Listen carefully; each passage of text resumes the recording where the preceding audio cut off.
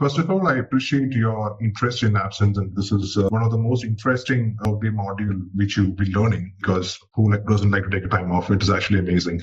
And how Workday ecosystem is built is actually not very straightforward. There is a lot of validations, rules to tackle to create such absence plans, and we'll be going through each and every module to make you understand the configuration and the functional part of that configuration, so that you can tackle real-time scenarios. We are talking about the agenda. We have the trainer introduction, which is right now happening and completed. Next, we'll be covering on the modules in absence training, and we'll be going through each of these agenda. We'll be discussing the absence plan and its components. We'll be giving an hands-on experience in tenant as well for you to create an absence plan and execute it so that you can validate yourself for that. And just to be understanding very clear, so I hope most of you have some experience in HCM, in Workday HCM, so that our absence training will be much more easier. Even though if you're not comfortable with HCM, so we can at least go through the basics of the navigations and what Workday is all about. The introduction of Workday will be done for you. Next comes absence management overview. We'll go through the entire modules there. Now next part is the salary trend, the job trend, and what Serentic is going to offer you and why you are choosing Serentic. So one thing I want to just keep it straight to you is that PAT, that is the payroll absence and time tracking, that module is actually very high in demand right now, and a lot of people are behind functional consultants who knows or who are certified in absence to be hired. So that the trend is very high, and we'll go through that in depth in the coming sessions. And we'll be giving you the learning management system, that is the LMS, for you to collaborate your work and for me to, like upon your daily progress. We'll be offering you LinkedIn learning community as well. And of course, question answer sessions will be there. You can raise your questions. I'll make sure that every question of yours is answered in the given time frame. Okay, so I'll just go through this absence overview. The Workday absence overview. We can divide absence into two parts. That is the time of plans and leave of absence. So the differentiation is simple. Time of plans are very shorter in nature, and leave of absence can be a month, 6 months, 3 months, maybe 1 year or 2 years. So each absence component will have two of these modules, and each of them are completely different, and their calculation engines are different. Calculation engine means how we are calculating the balances of time offs and how we're calculating the leave balances. So all these things we are going through this module. First one I told you is the time off plan and its components. The next one is the validations, who can take, who not can take, why we're requesting the time off, what are the things you should keep in mind when you're requesting for the time off. If not, the system will block you from going forward. So those are the validations which we'll be keeping in the plans. And the calculation, as I said earlier, that is the accrual part, how much you will get, how much you will be deducted. That all depends on the calculations which we are set on the time of plans. Next comes the leave of absence, which is very lengthier in duration. And the leave of absence have a separate set of calculations, which we'll come to it later in the stages. After that, we complete time of plan and leave of absence. Those are the two core components of absence. Then we go to the absence management administration. That is actually who can control in an organization to give approvals or who should be eligible for those particular plans. The controlling of the absence module will usually be given to, as per the Workday terminology, we'll be giving to an absence partner. And absence partner will be the top in the hierarchy chain, and he or she, or whoever is handling the position, will be handling the entire absence administration. Coming to the bottom levels, we have managers, senior managers who are supposed to approve their team's request for time offs and leave of absence. So those kind of administration part will be covered in the absence management administration. Next comes the absence management business process. This is the key engine, how the transaction, by transaction I mean when you're making a request, that request will start and end. Till the starting and the ending, the complete thing is called a transaction in Workday. I'm just getting you used to the Workday terminology, so that when you communicate with the clients or partners or whoever you're dealing with Workday, they'll be easy, that will be easy for you to understand, for you to make them understand what you're conveying to them. So the transaction is mostly handled like the starting and ending of a request. We call it transaction. The entire transaction is controlled in this business process. So the business process will initiate the request, And going through each and several steps which we have configured in the business trip, it will be completed. So that entire transaction is handled in the business process side. I think we have almost 7 to 8 business process to study. I mean, we don't go, most of it is like for the namesake of it. Mostly we'll be handling request time off, request leave of absence, request return leave of absence. 5 business process, we'll have to get used to it. That is mostly being used in the industry right now. Now comes the next part is the absence management reports, dashboards, and calendars. That is for the, the managers to generate a report on who is on leave, who is still on leave and not yet come back, and there is no responses from the resource, from the employee. So those kind of reports we'll generate, and we'll keep a dashboard of it. So each team managers can view the employees who are on leave, who are on time off, and they can also monitor them. And so leave of absence is one thing which we need to request the employee to come back and join the firm. It's not like it's automatically the employee will be back to the firm. So those kind of dashboards we'll be creating for the managers to view and make predictions and scheduling as part of these, request time offs of the employees and leave of absence of the employees. So those kind of dashboards we'll be going through it. So so I'm just giving a brief introduction about our course. I just given in the earlier slides as well. So we'll be covering the fundamentals of absence, how the configuration is done, how it communicates with multiple modules. So obviously absence is one of the modules which has touch base with most of the modules like HCM, compensation, benefits, time tracking, payroll. Except for finance side, most of the other modules in HCM, absence have a touch point. So we'll be touching briefly on the most relevant touch points. We'll be going through it. And how the employee, the next part is navigating absence interface for employees and managers. Most of the employees will be like, they have a time off plan, and the managers will have another set of time off plans. So there will be differences according to their designation and how we can navigate through such scenarios for an employee and for a manager. And the process of absence request, approvals, and how we can track an absence request. All these will be covered in the session. The heart of the absence module, that is the accrual rules and balance calculation. This is where the prime important chunk of configuration happens. This is where you calculate what is your requirement, how much you can get in a time duration, a specified time duration. We'll be going through that particular session. We will be calling it as calculation engine. Even payroll, somebody has already been working with payroll, so they'll be understanding it better. So the calculation engine is shared between payroll and absence. That is the few places where it is being extensively used. So you'll be brushing upon your calculation skills like logic and or conditions, if conditions, and basic arithmetics like multiply, subtract, and add, divide. All these, mathematical as well as logical calculations will have to be put into action here. So we'll go through this in depth in the accrual section. We'll spend most of the time in that accrual calculation. Next comes the eligibility part. That is another additional important thing. So who should be able to apply? For example, in US, there's a leave type called FMLA, or Family and Medical Leave Absence. So that particular FMLA leave should be applicable to every employee in US.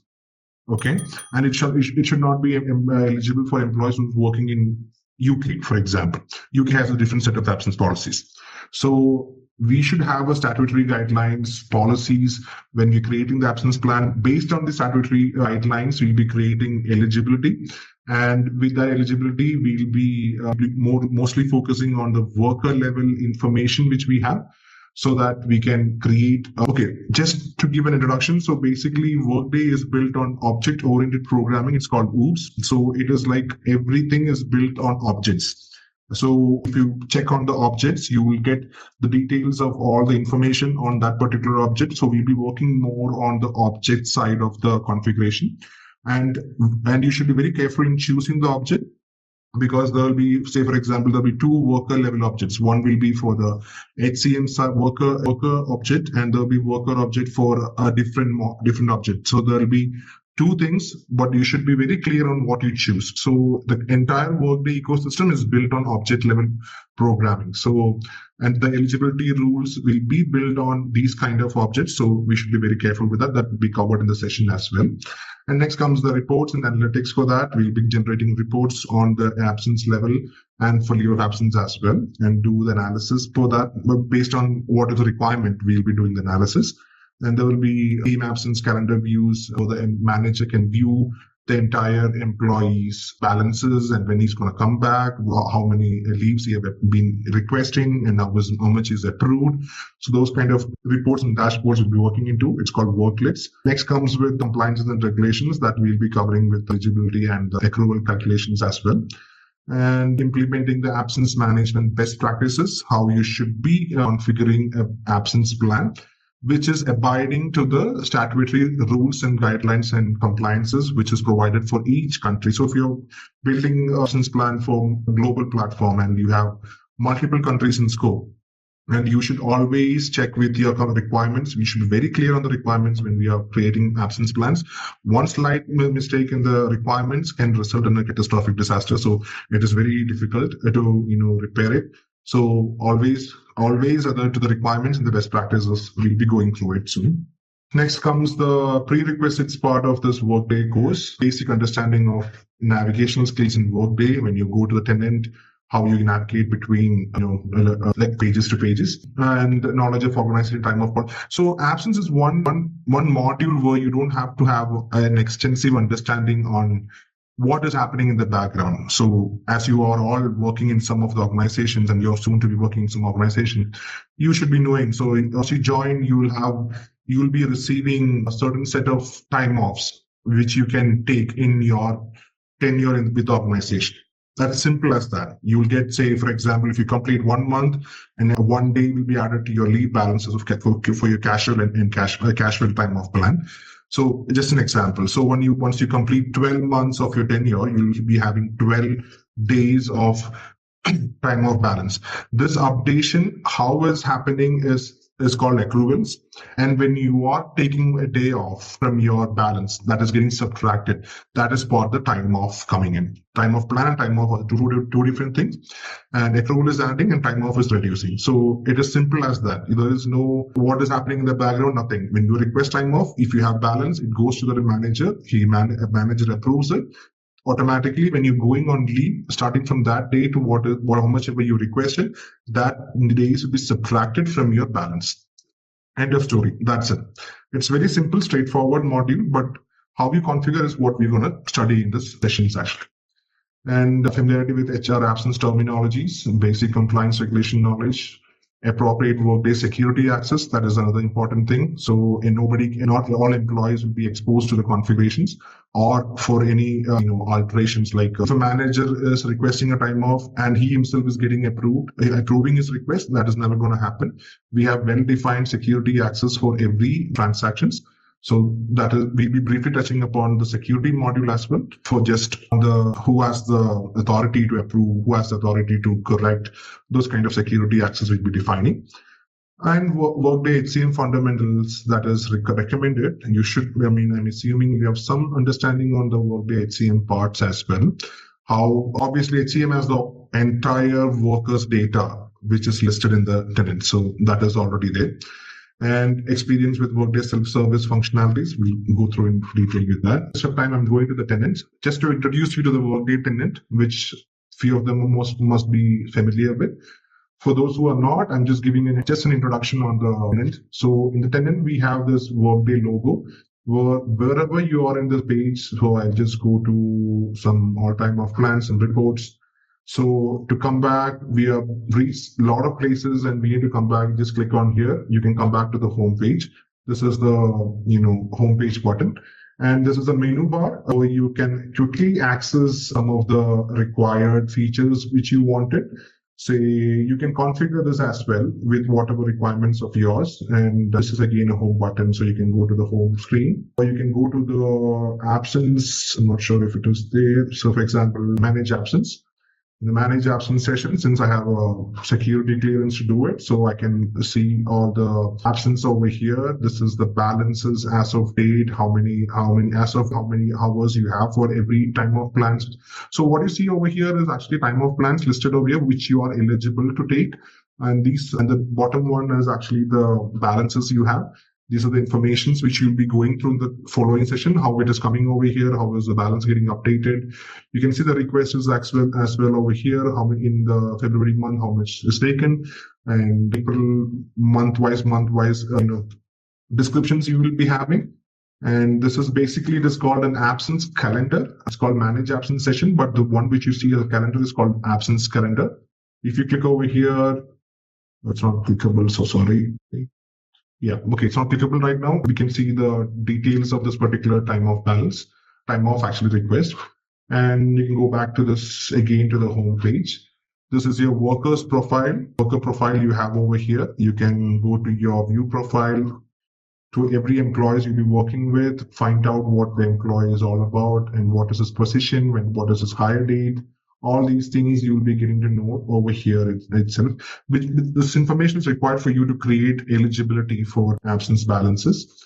And again, this is another tab for you. It is called My Task tab, where I remember telling you a business process where when you request for a time off, and automatically the manager gets a notification for the manager to approve the particular time off request.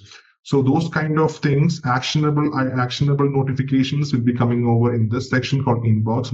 It's called inbox. It comes over here. And now comes the notifications. This is where the alerts will come, where you don't have to do any actionable procedures. It's just for your information only. This is actually a very different two things. Don't just get confused with this. This is notification session, and this is the inbox session. Inbox will have the task which is assigned to you. So this is the basic idea about attendant and how to navigate in that. So the few of the tasks which we will be running is actually all time off plans. This is a standard report delivered by Workday, which explains every single time off plans configured in the tenant. Say, for example, there's a sick leave, which is in days. It is to India. It is to employees and employees only. We have Workday also support employee and contract employees. So here, the absence plan is only for the employees. Next comes the balance periods. We'll come in detail to all these things, carryover methods. Every information configured for this particular time of plan, we'll be able to see it over here. This is one of the most useful standard report delivered by Workday. And the other one will be all leave families. Yeah. This is the all leave families report. This is again is a standard report. We'll have all the information related to the leaves which we are configuring. Again, every minute details are captured in this report. So you can cross-check when you get tenant access. You can go through this leave of absence plans and time off plans as well to understand what are the attributes which you will be capturing and configuring, getting used to this particular configurations. And this is the basic items which I just want to run you with. In the following sessions, we'll discuss more in detail about the tenant and what configurations we'll be doing. Just before that, I'll just also show an example of a time off plan and a leave of absence as well. Take an example of this one. So a basic time off plan configurations will have the name and the display name. Both are different. Name is for in the system only. Display name is what you'll be seeing in your absence calendar and employee level detail that is coming up here. And what type of absence is this? Will it have any impacts in the payroll or not? We'll categorize this so the payroll team can fetch the information of this absence. Again, track balance is something which you will be tracking in a specified duration of time frame. Say, for example, in the current calendar year, which means whatever is the current calendar year starting from Jan 1st, 2025 to December 31st, 2025. That will be the calendar year. And when you come to the absence side, there is one thing which you have to keep in mind. Every configuration will be referring to the end date or start date of a period. So you have period end date, you have period start date. So every configuration should have a pointer to which of the period you are referring to, either to end date or to start date. That's based on the requirements. This is because an employee can be hired mid-month. and we should not be eligible or should be eligible for an absence plan. In that scenario, if the end date and start dates are not defined in the configuration, the system will throw an error and either he'll be eligible or either he won't be eligible. So every configuration, every calculations should reference the start dates, period, end date or start date of the thing. And as usual, we have period schedule, which we'll discuss in detail later. And what is the quantity an employee should be requesting, either in hours or days, two of the things which support by Workday. Then now comes the calculation side. This is basically to understand which frequency, start of the period, you should get the balances or not. And we include weekends or only weekdays. That is configured here. Default quantity, what is the default quantity you'll be approving and all those things. Even though this calculation tab is called calculation, the actual calculations are happening here in the accrual side. So if I click on this, okay, what I clicked on here is the effective date, which means in absence, everything is effective dated. So when you create an absence plan, system always asks you till when should it start affecting the employee's balances. So based on the date which we provide, that will be taken as the effective date. From then onwards, the plan details will be coming into effect to the employee's profile. So every configuration will be based on effective date, and here the calculation, accrual should be coming. I'll just go to the accruals, show you the accruals. See the calculation. This is where the main calculation happened. This is a straightforward calculation. We just given a number 10, but sometimes it will be generic. We'll be using several calculation methodologies to come to a value based on the several factors, say compensation grade, benefits type, based on your position, based on your designation. A lot of factors we can create over here and point to a value, which is also called automatically generated. Now, this is the touch point where the time calculation tax, we can calculate based on the overtime hours you're generating. That can be over here as well. Just going back to the time plan. Here's the time off you have. This is the place where you subtract from your accrual. When you are requesting for time off, this is where this kicks in, and you will be subtracting from your accrual balance. Now comes the eligibility. This is a straightforward eligibility. Your country is India. You're eligible for this particular time of plan. That's it. But there are configurations where you have to derive based on the calculations as well. So if I go just to show you this. So I'm updating an existing effective date. I'm not adding a new effective date, just to show that to you as well. See, this is the tab where I can create a plus button. I can create all sorts of calculations here. See, there's a lot of logic calculations, a lot of calculation methodologies for value comparison. Everything is here. Based on these, when you click on this, it takes me to calculation tab where I can give first operand, gives less than or equal to, greater than or equal to. A lot of these scenarios would be there. We can create generic calculations for the eligibility and for the accruals as well for the most part. So this is the basic walkthrough of the plan. So time off plan will be a part of accruals, combination of accrual, time off, and calculation and eligibility. So this is the time off plan in short. I'll go to the leave families now. Leave type. Just fetch the name. Okay, bereavement leave is one leave type where it is probably be an accrue as you go plan. Sure. Sorry, not accrue as you go plan. Basically, it is on demand. It won't be tracking any balances, I suppose. Yeah. So this again will have a lot of attributes to be filled upon. This is the worker level eligibility where two of the countries will be eligible or to all the employees over here. And it is only eligible for the employees and not to the contract employees. That is one thing. And don't mean that when you put employee, that means every employees are eligible. This is basically the worker which has a higher priority. Just that. And you're not including any contingent workers or contract employees, nobody. Again, this is the validations which we are going to keep over here. Simple validations, nothing fancy. And balance period. Again, this is just, as we see in the time of plan, we have a balance periods mentioned over there. But here we need to define the start date and end date. See, this is the current calendar year, but we cannot directly go and give that. It is from Jan 1st to December 31st. We have the entitlements over here. How much? This is the balance. This is basically the balance which you're giving. So you've seen 10 over there. This is the numeric one. We can also create calculated numbers over here, which is generated by calculations. Again, this is work days, non-holidays, which means Monday to Friday. or whatever working days of that particular country. So you can see the stark differences between time off plans and leave types. This is how it is completely different, but shares a common, somewhere down the road, shares a common calculations as well. You'll come to know it when you go in depth with the training courses actually. Basically, this is the leave. You can define leave reasons over here. These are the two main components which we'll be working on. And what I've seen, what I showed you in the all leave families and all time off plans, these are standard reports which has been delivered by Workday, which you can run. And this is the reports, one of the reports which we'll be discussing very, very frequently in our sessions. This is one of the things. And I think I'm done with and you can also export into PDF or Excel sheet and work it in the Microsoft Excel or PDF ones as well. So this is the basic, when you see these kind of icons, this is basically to export an Excel sheet. So you can export a document, download it. That's it. So right now we are starting the session, which means that we'll be going first, we brush upon the theory aspect of absence. And from that theory, we will build on the practical knowledge, which we always wanted.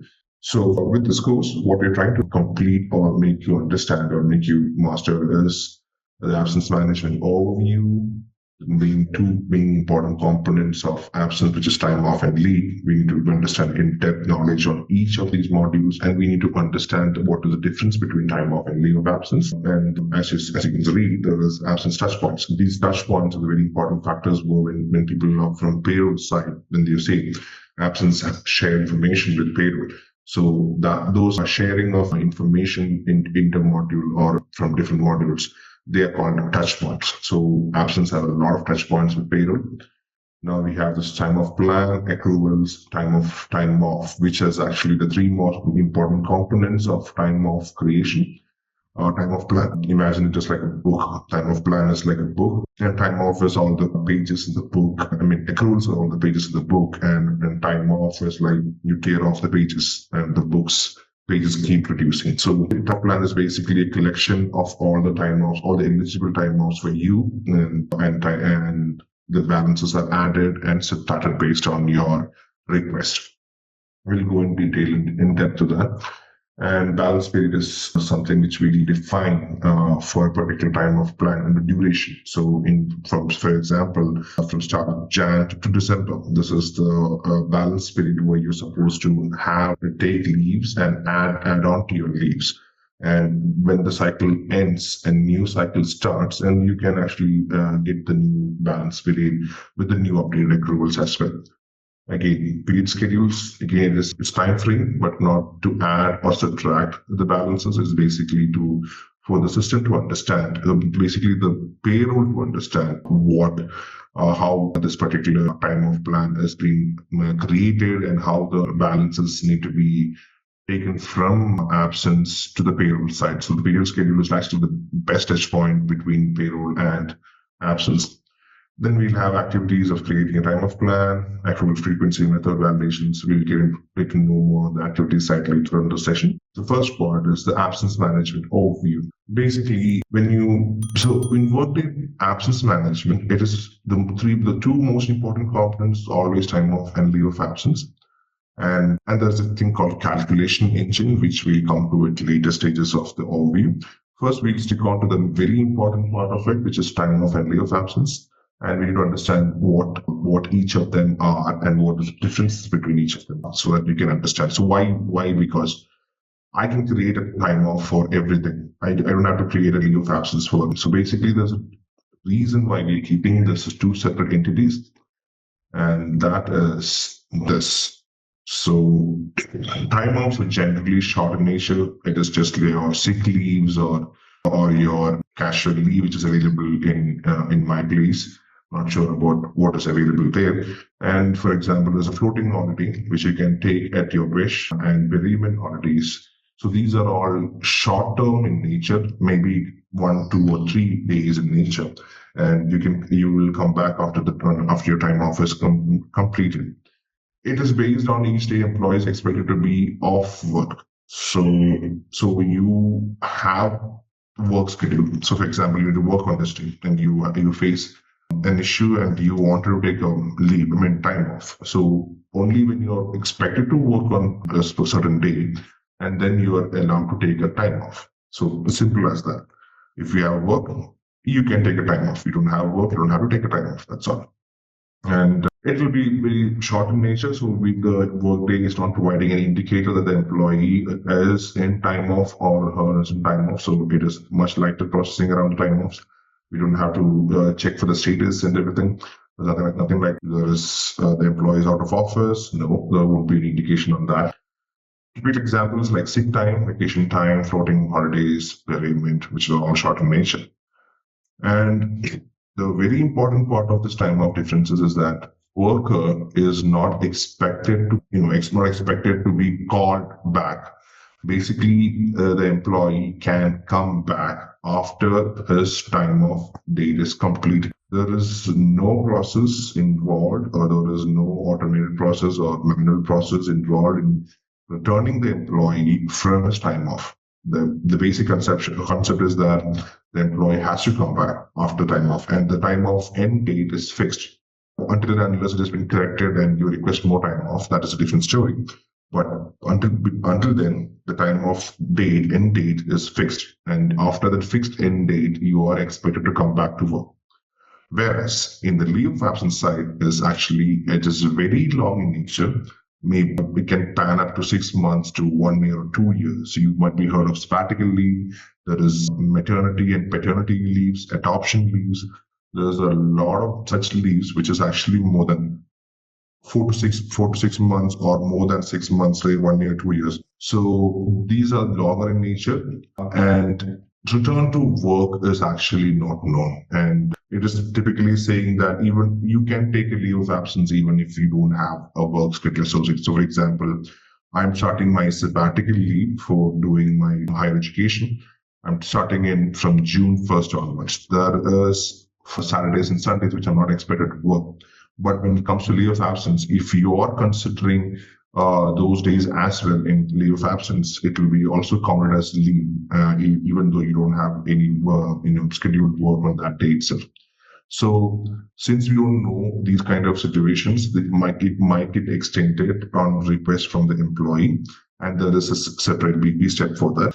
Since the return date is not sure, we always keep expected return date. So it is not like you are expected to come back on this day, but it is not always the hard and fast rule of saying you should come back on this day. That is not possible.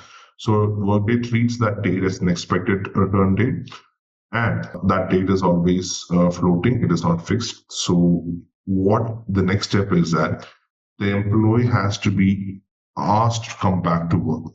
The employee can himself initiate a return to workforce, but there is a step in Workday to request the employee to come back, either by the employee by themselves, or a manager or an HR partner can request the employee, hey, it's time for you to come back to work. That process is initiated, or the employee saying, I'm ready to join the workforce, please take me back to work. So these kind of steps are involved. It's not that simple like taking a time off and taking a leave of absence. So leave of absence has a lot of typical steps to be followed for the employees to avail. The next part is that Workday indicates if the employee is on leave of absence. So there will be a status symbol called on leave associated with the employee's name, so that the other people who are supposed to, as per security clearance, who are supposed to see the particular employee on leave status will be seeing that the employee is on leave. Say, for example, a manager or HR partner or absence partners will always have visibility for the employee on all the employee workforce leave of absence. So when the employee is searching for the people who have availed a leave of absence, will see an on leave status associated with that employee. So, and that is typically only for leave of absence, and it just says on leave, and there is no other status. And apart from that, there is no way you can know which particular leave of absence the employee is on. It just says on leave. That's it. Typical examples like family medical leave, FMLA leaves in US, maternity and sabbatical leaves, which is which is very high in nature, so the high in duration. So that's considered as a leave of absence actually. And as I said earlier, worker must be returned from leave of absence, and that's a process. That process has to be initiated either from the employee or from the manager or from the admin team. It is not like the employee are expected to come back the next day, the leave of absence date is completed. So it is always an expected due date, whereas the time of end date is time of end date, that's fixed. But the leave of absence is always an expected due date. So it is not a hard and fast rule. So this is the basic differences between a time off and leave of absence. So basically, when employee can time off, it's like the PTO. But absence, you're saying that it's a longer period of time. But so employee themselves can initiate the leave of absence, or it has to go through like leave team or something, and when they come back, they can do it themselves, or it has to come through the leave team. You mean the return to work or initiating a leave of absence? So time off is like, my PTO or personal time or sick time, whatever, right? Yes. So, but leave in Workday is treated differently. So it's like a business process. So if I want to go on leave of absence, I have to initiate it, and when I come back, I have to initiate, or the HR has to do it. Yes, correct. So the initiation step is dependent on the security clearance. So some of the leave of absence view directly the employee won't be able to view the particular type of leave of absence or the balances for that matter. It will be restricted for the managers or the HR partners. So the employees has to initiate the interest for him to take up a sabbatical leave, for example, on his own, and the manager approves it, and then the manager might be applying it on behalf of the employee and getting the necessary approvals from the payroll team, HR team, admin teams. A lot of these folks will be. It's basically like how you configure the business process. It will be another way around also. It's all based on security clearances. If your firm is flexible for you to request sabbatical on your own, you can, from the absence calendar, pick up that particular sabbatical leave, start date and expected due date end date you can give. You apply for the particular leave of absence, and it will route you to all the possible routing teams over there and get all the approvals. Similarly, when you are expected to come back, another BP is involved here, the employee or from the customer side, the firm side, will have to initiate a request to return to work. That is a different BP altogether. It will be initiated, and that will have some attachments, documents to be collected, some notifications from the employee, some steps we can configure. So once that approval is completed, the employee is back to workforce. Maybe he had to initiate 5 days before his expected return date. There is possibilities like that because there's a delay in every steps involved. So it's all based on how you configure things. It's just a nutshell I'm just explaining you. Does that answer your question, Sabir? Yeah, sure. Thank you. Okay. So I have a question. So OA is always a headache for all the company I work with. There is cases that, employee never return after they, like you said, that there's a lot of time that employee said I would take 3 months off, right? But they never return back in the 3 month off. So then, the HR doesn't know. So, it's never initiated in Workday. So what is that situation will be like? Like say employee, tell HR 5 days after they're supposed to come back. And then how is Workday gonna treat that? So you're gonna backdate it, or how does that work? You mean to say that employees who are on leave of absence and expected due date is for example, tomorrow, and the employee is not in back. He's not informing the HR. Even the HR is initiating, responding, and he's responding after 5 to 6 days. Yeah. Sharon, I want to interject, but that's a good question. In payroll, that is always a problem. Sometimes employees, they go on leave of absence and payroll doesn't get too notified, or when they come back, so the payroll has to do a lot of manual entries to offset it. Yeah, exactly. That is a big problem for payroll. The going on leave of absence and coming back. And she said that sometimes employees MIA, missing in action. You don't know what to do. And there is a big overpayment so. Yes. I totally understand. So, yes. I see, this is the problem of every company for leave absence to tracking. It's a hard part. it's like either HR never contact employees or employee never contact HR, so we don't know their dates. So do we have to backdate it, or how does that work? Yeah. Okay, I'll tell you. So if you implement absence in the best possible way, there is actually a best practice which every absence consultant should follow, is that we always create a procedure called mass operation management, where we will be running a scheduled task every single day to analyze for on leave of absence.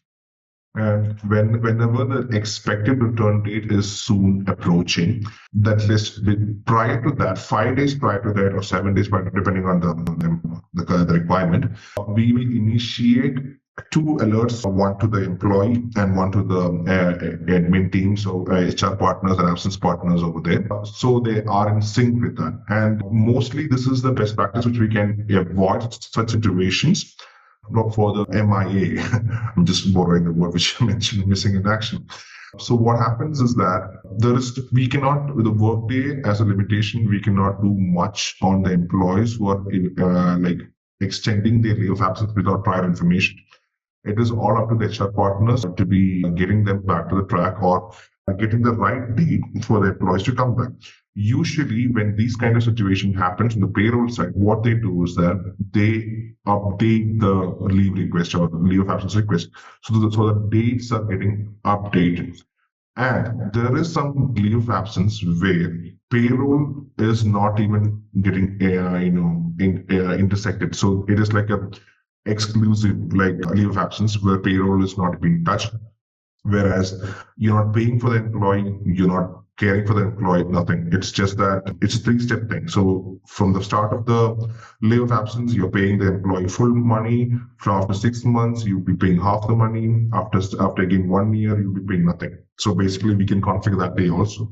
But to avoid such situations, the only possible way is that it has to initiate it. And for the payroll side, I think it is always best to update backtrack the dates or update the dates. And that's the only possible thing. It is always the employees or the firms in like discussion that when the employee has to come back or not.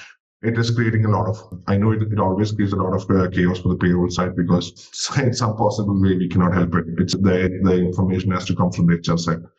The system only captures the dates, and if it is exit date, we'll update the expected return date to match the return date. Actually, sometimes that's just in most cases, but in other cases, we always meddle with the dates. That's the only possible way. I know it's just like a vague answer giving you, Sharon, but that is a limitation in Workday. Yeah, so in the situation, I know Workday has a calendar, right? The time tracking has a calendar. It shows from our administration side, there's a calendar. It shows employees' dates in the calendar, which that's good. So example, like, some employee maybe didn't return or return late for like a couple days, then they tell HR, then because, some of the situation, the company are remote working, so they may not be able to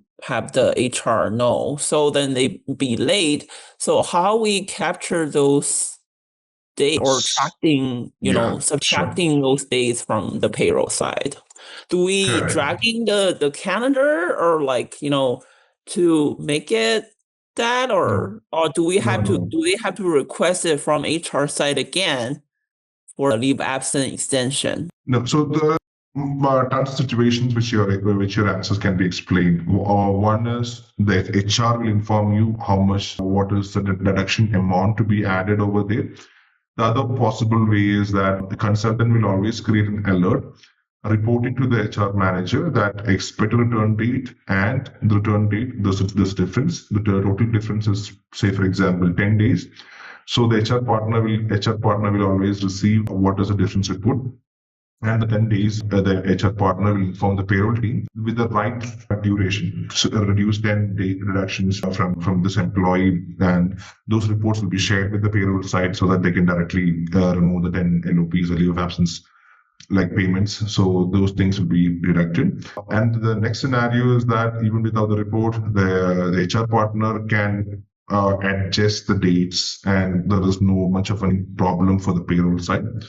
And there is another possible way that it goes smoothly, even if the employee is coming back after 10 days, then it goes smoothly. There is no payroll impact, nothing. At the end of the financial year, the report will be generated, and at that time, the LOPs will be deducted. There is also companies who does that actually. I see. Yeah. Okay. Thank you. Moving to the next part, which is actually the key foundation of absence management, that is the time off overview. So the time off is typically, as I said, it's shorter in nature. So since it is shorter in nature, it has to be tracked in all possible ways, because it is always an ad hoc thing. So every time it keeps changing. There is no fixed time off. So for example, for a leave of absence, you are entitled to take 6 months of leave in this particular period. That's it. You're done. End of story for leave of absence. But time off, it is completely different. Time off, you will have to define based on your schedules, based on your working hours, based on your tenure with the firm. There is a lot of different conditions we need to check on this actually. So, and how much you can take. So, for example, there are time off TOs where you can take half of the day, like in the morning half or in the evening half. So, we can define a time off with all these robust calculations, which is provided by the calculation engine. That's a different story for another day. We'll come back to it. But here again, a time off needs an eligibility rule. Who should be eligible for which time off? The next one is the upper and lower balance limit. That is very important. You cannot go beyond a certain limit in your balance or down, because what if it is lower? I'm not setting up a lower limit balance. So what happens? The employee can take as much leave, that time off he can, because there is no lower limit. The balance can go negative. So if I'm placing it as -100, the employee will be getting double time off, because say for example, this 100 is the limit. I am giving him -100 as a lower limit. So he's getting to 100% increase in his time off balance. So that is a calculation which you play around to keep the system floating. It is always best practice is to keep your lower limits and upper limits in sync, like either to 0 to match your upper limit. And even there is another possibility also where the employees are not expected to take a time off not more than 2 days. Say, for example, 16 hours. Even though the employee has 30 hours of time off balance, the employer is not expecting the employee to take more than 16 hours. So what we can define is we can keep the upper limit as 16 hours. So even if the employees are requesting 30 hours, the system will stop him from requesting 30 hours, showcasing that he's only allowed to take 16 hours of time off. That is the definition of upper limits and lower limit. We can implement this upper limit and lower limit in both time off plan level as well as in time off limit, which we'll come back to it later. I'm just giving you a heads up. Now comes the accrual part. That is another very important part in accruals. Accrual is basically nothing but your firm is updating your balance. Say this is a scenario, like I'm not sure if you've heard of the scenario, but it's very available in my part of the country. So when you complete 1 month of your tenure with the firm, as a gratitude, the employer will provide 1 day of a time PTO balance added to your PTO balance. That can be carried forward. So when you complete 12 months of tenure with the firm, you have a balance of 12, provided that you haven't taken time off typically. So the accrual is nothing but this 1 day getting added to your balance is called accruals. The addition of your balances are called accruals, and it can be carried forward. Depending on your configuration, it can be carried forward to next year, next 2 years, 3 years, depends on the quarter. And you can also forfeit this particular accrual balances if you're not taking any leaves and your balance at the end of the financial year. And the consultant has put a limitation that you can only carry forward 5 days. The rest of the 7 days will be forfeited. It's called forfeiting. So forfeited, and you cannot be encashing that particular 7 days as well. So that's might not be possible at all. So the accrual is nothing but adding to your balance is called accruals, whereas when you're availing a time off, it is getting deducted from the accruals. It's basically time off plan is like basically just imagine time off plan. This is the time off plan. Okay. I have in a time off plan an associated calculation and I have accrual, time off, eligibility. So time off plan is basically considered as like a book with a collection of, say, this is time off 1, copy the same thing, 2. This is actually the purpose of time off plan. We can group similar time off plans together and keep one particular time off plan active. It's like page 1, page 2, page 3. This is what the actual meaning of a time off plan, basically. I have, say for example, I have vacation time off plan. For vacation time off plans, I have several time off plan, 1, 2, 3, 4. It's like that. I have a different plan for, say, managers. I have a different plan for associates, and I have an entirely different plan for contractors. I can group all these similar time off plans into one plan called vacation. And depending on the eligibility and position, I can distribute this at a time off plan to the right person in required. Say, for example, the manager. So the calculation is maybe like he should be, first of all, should be manager. That's the first one. Another one is like completing 6 months in a year. Associates should complete 1 year. Example, contractors will require, say, 1 year. Example, the 6 months in the 6 months calculation. The calculation engine will check for the employee's tenure with the firm. And the eligibility is also similar to what is calculation, but in eligibility, we'll talk about different thing or two.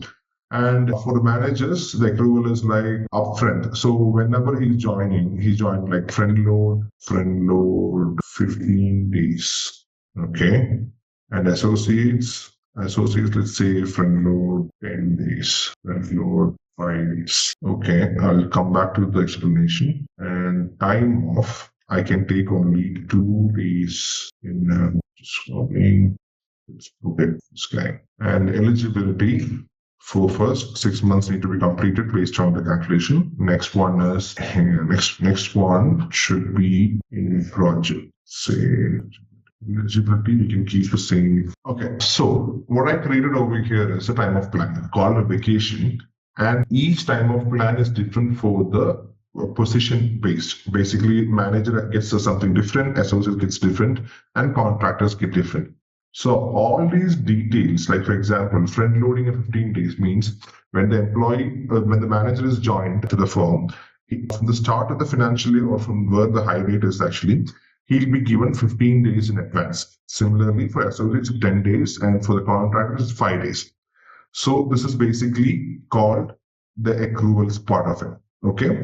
And 2 days in a row, which means the employee is allowed to take a time off 2 days in a row, and for contractors, 1 day.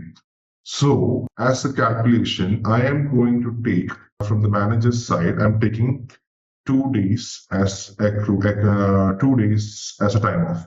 What happens is that from my 15, so let's see, from 15 days, I am subtracting 2. Okay, I have 13. So 13 will be my updated accrual balance. Okay, so this subtraction is basically called updating. So every time, so this particular person has taken a time off on 2 days. So as of 2 days from now, his balance will be updated to 30. So that is called, like this calculation of subtracting accruals from the avail time off, it comes back to the vacation. Saying that for managers, this particular manager has 13 days of leave balance, vacation balance. So when the manager is logging into the system, after availing the time off, he'll be seeing an updated balance of 13 days in this for vacation time. But that will be different for associates, contractors, and everything.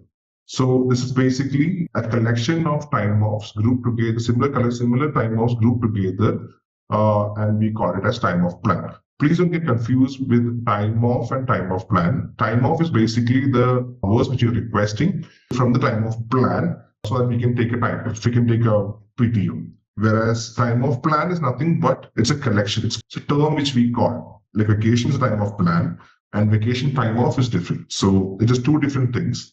And as a namesake, we call everything as time off plan.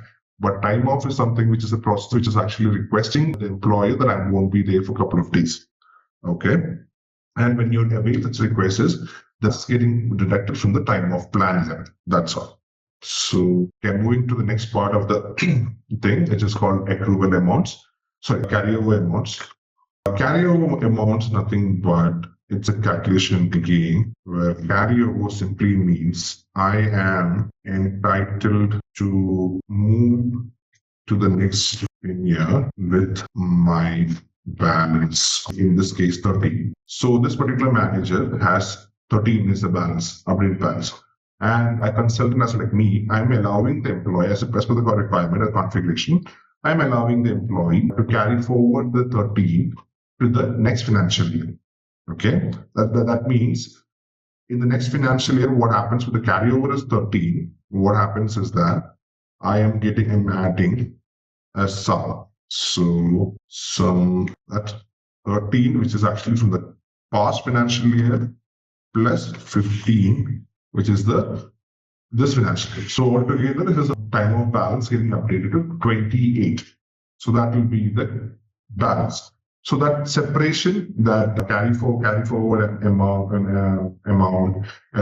carry forward value and time of balance value, everything will be shown separately in your time of period by balance. So that's a task in the tenant, which you can see later. So in that, we can see what is total balance and how the total balance is coming after adding and subtracting which are values. So presently, we have 1328 is the updated balance, and what the amount has been taken is 2 days as a time off. Time off is balance, time off. Okay. So in a different scenario, what if I am allowing only the employee to take 10 days to the next financial year? That's the next possible thing. Okay. In that scenario, what I'll be doing is that I will be only adding 10 plus 15. It will be 25. In the 25, what happened to the 3 days? The 3 days will be forfeited. So in the report, in the absence report, you can clearly see what are forfeited, what are the carry forward value, what are the new updated front load value. So a detailed report will be there for you to understand clearly on how the absence balance getting calculated. Okay, so that's called carryover amounts. And other one is integration with functional areas as payroll and time tracking. This is the touch point area, how much we're getting carry forwarded, what is accrual balances at the end of the financial year. And if there's a leave encashment is like a requirement, we need to fetch what are the balance of the particular leave time off and encash it and make that particular hours leave encash introduced from the balance. Those are the processes which will be there in the absence part. And we have terminations also, which is in scope, when termination, upon termination, what happens to the particular balances, either to be encashed or it can be cancelled, nullified to zero. So these are the basic steps of time off and basic terminologies which you should be familiar of actually. Any questions? Anybody? No? Okay. I hope any calculation is clear for you. Accruals will keep on adding your balances. Time offs will reduce once you're available for time off. The differences will add up to the balance of time off plan. That will be shown for the employee, what the balance is for that employee. And before, if there is a carry forward value defined in the particular time off plan, before reaching the balances, it will always check for it to carry forward at the end of the year or starting of the period and understand how much the carry forward value can be taken back. That has been added again or subtracted. This all will happen in the planned level calculations and not on the time off. Time off is only for taking 2 or 3 days of time off. The calculated value calculations happen inside the time off plan. Just be very clear about that actually. Okay, this is the absence touch point. You must be very familiar with this picture actually, which is available in the community. Oh, wait, 1 second. Before going forward, hope you guys have access to Workday community, right? Yes, I do. Perfect. The community, you have to be on the project, or you have to be either the employee or you been working. Because right now I'm not working in like with the Workday. But yeah, Okay. I know what you're talking about. Community, yeah, there is a lot of Yeah. documentation and community. Sure. That's true. Yeah. Perfect. I don't have an idea what you're talking about. What community? Okay. So for you, I'll explain. So community is nothing but it's like a forum. Like you have, discussion forums where a lot of these practitioners come together and form like post questions. Say, for example, I have a doubt. How do I configure? I need to. A niche scenario where in such a situation I need to cascade a particular time of man, or that would be very complex for you right now. Okay, fine. I need to create a time off. I don't know how to create a time off, but I want help from other practitioners who have done this in the past. So I'll post a question in the community, and to that community, the practitioners comes together and explain to you how to move forward with the configuration. They'll give you guidances. They'll give you screenshots. They'll help you out with all the information. That is the best part of a community. The other part is that Workday itself will post documents and updates in the community actually. So you can go and read through it. You can understand what are the new updates are all about. So community is one place, one-stop solution for all your configuration needs or for your update needs. But you will have to get access to it only when you start working on a project and you're a certified or an employee which has been recognized by Workday. They'll give you the access to community. It's a closed ecosystem. Oh, I see. So it's a Yeah. Workday community. I got it. Yeah, Okay. so it's a Workday community. So it's like getting questions answered, or you can actually help other practitioners who are facing some issues. You can go ahead and explain to them what you have done in the past, which you have an experience on that actually. Yeah, I think So that's Workday is very strict because you can sign up yes. for SAP and Oracle community, but Workday won't allow you. Yeah, Workday won't give you access. That That's is right. actually Yeah. okay. So I'll just briefly touch base on this particular absence touch point. Absence touch point, just remove the absence part of this heading. Just focus on the touch points. Actually, this particular diagram is all about touch points. So as you know, HCM is actually the core foundation of Workday, and it has direct links to payroll and time tracking. See, in absence, it does not have a direct impact on the HCM side, but we always have data sharing capabilities between HCM and absence. But in HCM, but for the absence side, except for HCM, the rest other all modules we are directly linked to it. We have direct links to payroll, we have direct link to time tracking, but we have indirect links to projects, financial accounting, and banking and settlement. That's very indirect. But in HCM, we are only using it for data sharing and some nuances, which has been captured from the HCM side, which is repurposing it in absence side. But we share direct information to time tracking and payroll, and indirect information to other financial modules. But we never share any information to the HCM side. We never do that. That's one thing which you need to just keep in mind. But we do share data. Like, say, for example, we need to create a maternity leave. Okay, maternity leave in some countries, it has been limited to only female. So what happens over here is that we need to understand whether the employee is female or not. That particular instance, we're capturing it from the HCM side. In the HCM side, we're going to check whether the employee is identified as a female or not. If yes, then we can create a condition surrounding that particular gender, and the eligibility will be created based on that. So this is called like instance sharing. We are requesting some information, not information. We are taking some information from HCM to build conditions in absence. But the end result. Okay, the end result of an absence calculation is not directly shared with HCM side. It is only going to payroll, time tracking, and indirectly to financial accountings and banking settlements and projects.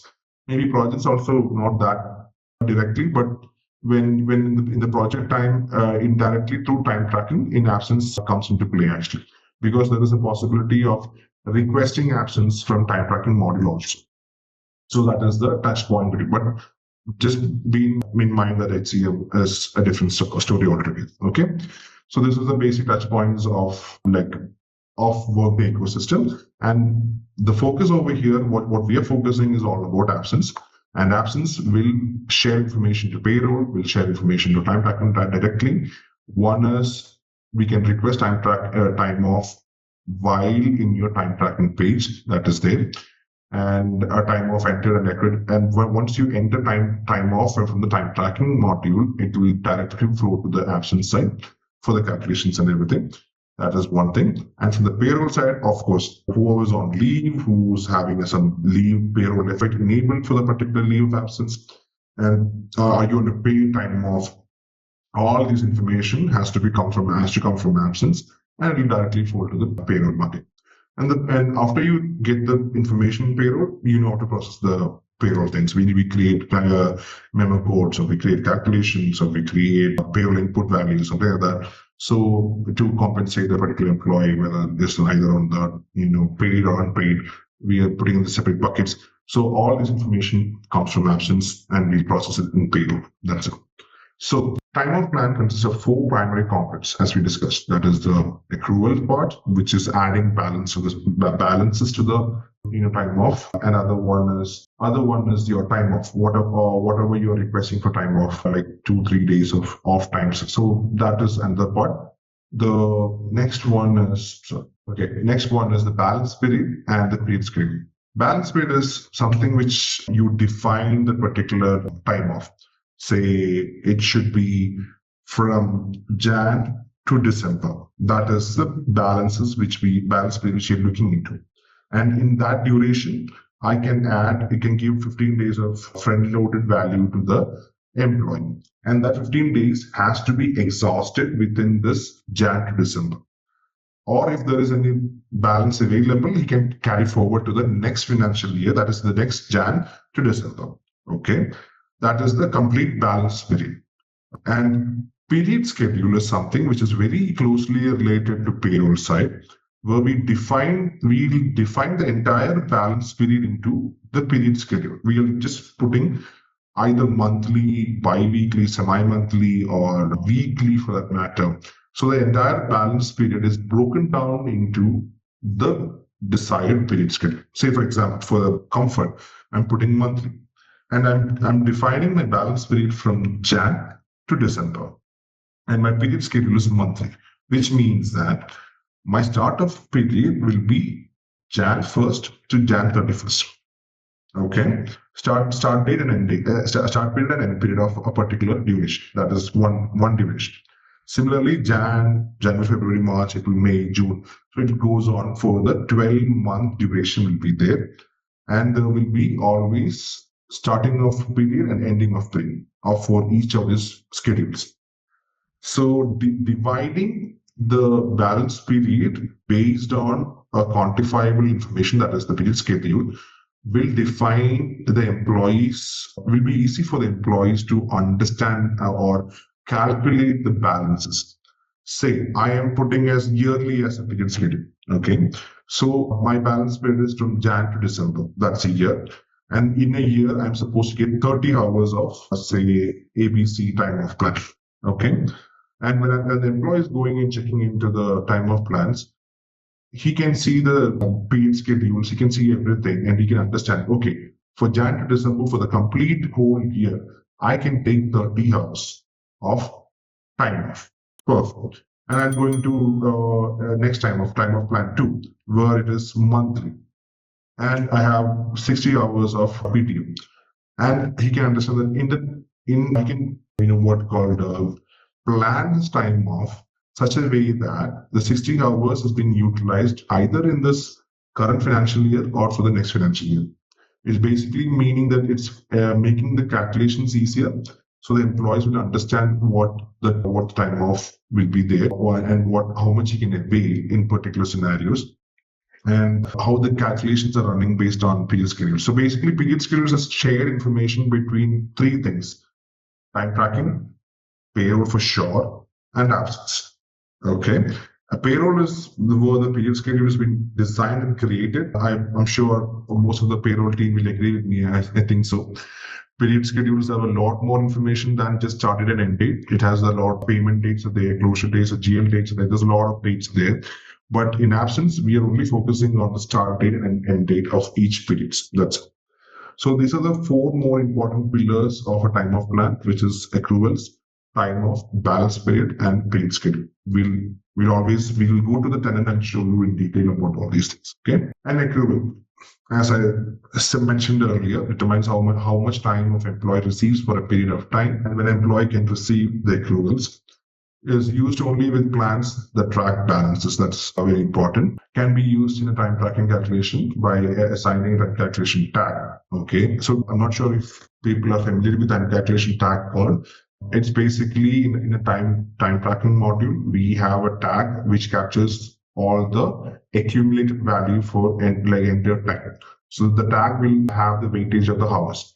So if I'm using that particular tag in creating the accruals, what happens is that my accrual value will take the place of this time calculation tag. So the best possible scenario is actually you work on a Saturday and Sunday.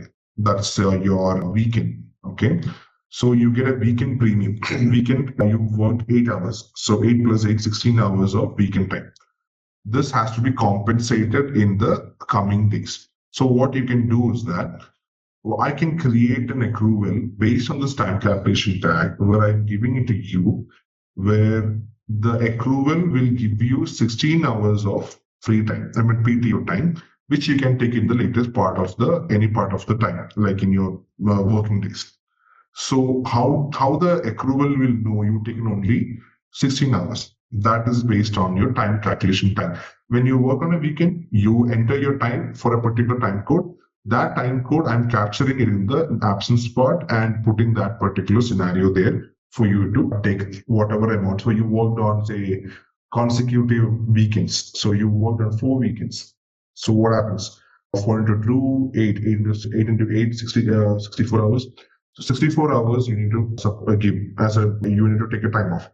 So these will be automatically updated into the system and you can take that much value. I'm not sure if my calculation is right, but you understand the gist of it, right? The next part is eligibility part, or limits that differ from the time of plan to be defined at the accrual level. Yes. So Workday gives you the flexibility of defining even to the next granular level.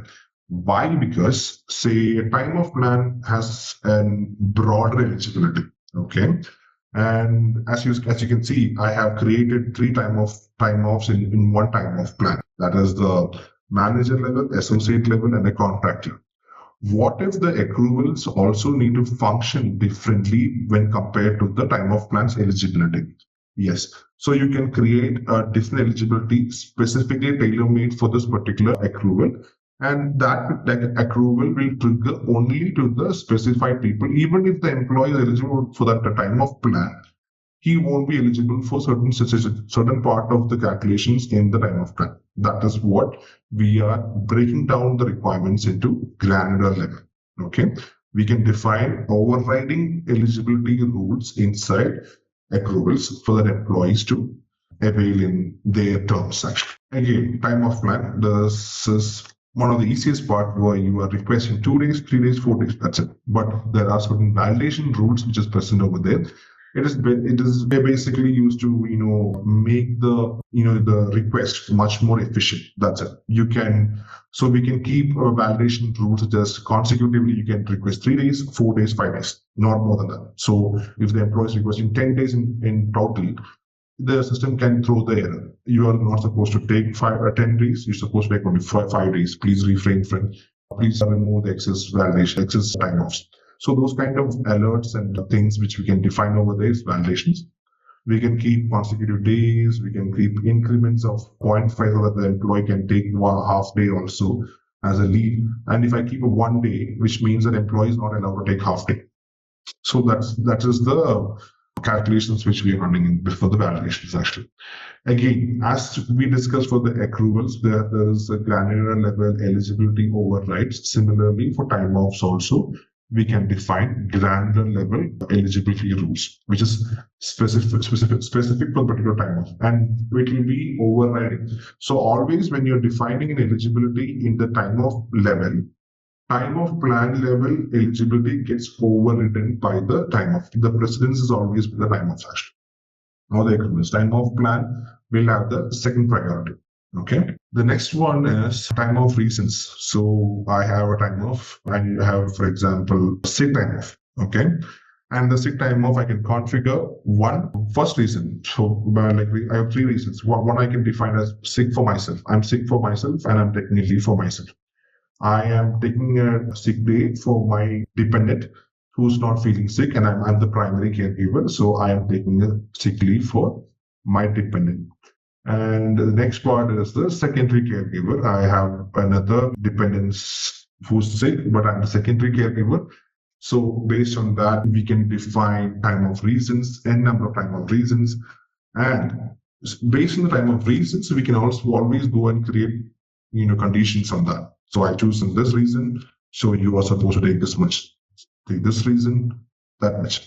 So those kind of possibilities are still in progress with that time of reasons as well.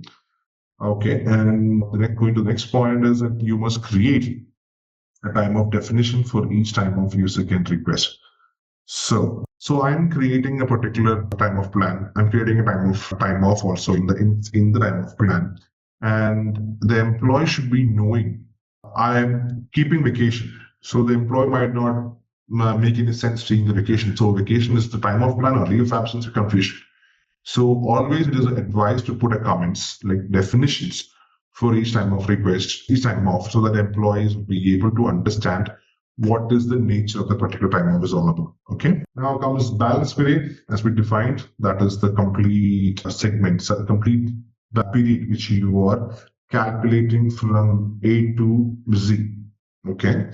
So the best example is current calendar year based on period end date. Okay. YTD is year to date. The meaning YTD is you can find a lot of these TDs in absence. This basically means year to date.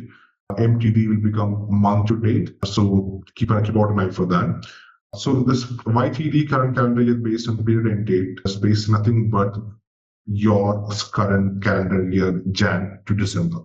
Okay, Jan 1st to December 31st, the particular time the balance is calculated and given the responses. One more thing which I want to emphasize over here is that I'll just briefly touch upon this. The one part is based on period end date. I can simply calculate the balance based on current calendar year. That's it. But when you're keeping it based on period end date, is that absence has a small limitation. Okay, when compared to payroll. Payroll is simple. Payroll is not, I'm not saying simple, but payroll, when we're creating a calculation, you can use the term sub-period, end date, something like that. But in absence, we don't have the sub-period option. We have to either define a calculation or a condition. Starting of the period and ending of the period, both should be considered. Why? Because the employees can be hired in between this period. Say, current calendar year is my balance period, and my period schedule is monthly. And the employee is joining the firm on June 16th. Now, what happened is that the Jan 1st is completed. The employee is hired mid-period. And that too, not in the starting of June, that too in June 16. Now, what we need to consider is that we need to check for the employees who are hired in mid-period hours. So for that, we'll keep a certain conditions to check for people who are hired in mid-period and also who are terminated in mid-period. So when the employees are terminated in mid-period, some of the policies should not be available for the particular employee. So defining the population who should be eligible for this particular scenarios, we need to come up with the start date and date scenarios to match this eligibility. Otherwise, some of the population will be missing out a lot of benefits, say for accruals or time off or something like that, eligibility plus. So we'll come into detail. I'm just giving you a brief description on this period end date, why we are using period end date over here. Why are we using period end date over here? Towards the end, we are considering both higher mid-period and terminated mid-period also. Okay, that's why we are keeping everything in the period end date segment actually.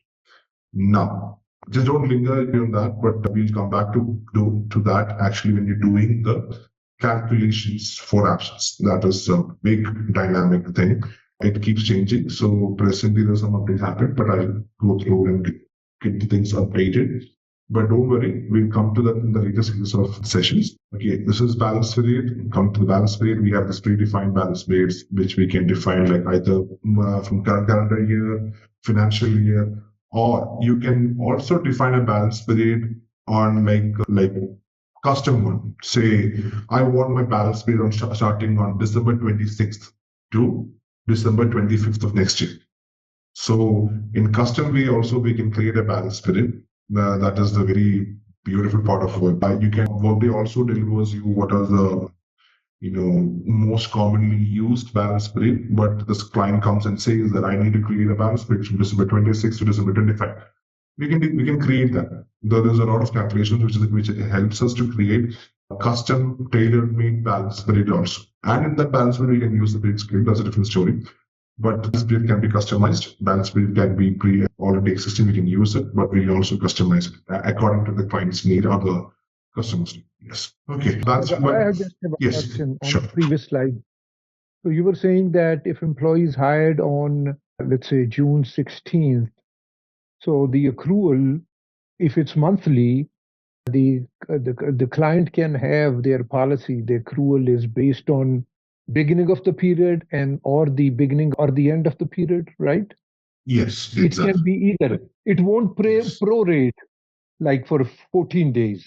That's what you meant, right? So again, that is the calculation. Proration is again a calculation. Whereas if I'm saying front-loaded, so irrespective of the start of the period, the employee should be getting 15 days. Front-loaded means the moment I'm getting hired, I'm getting 15 days.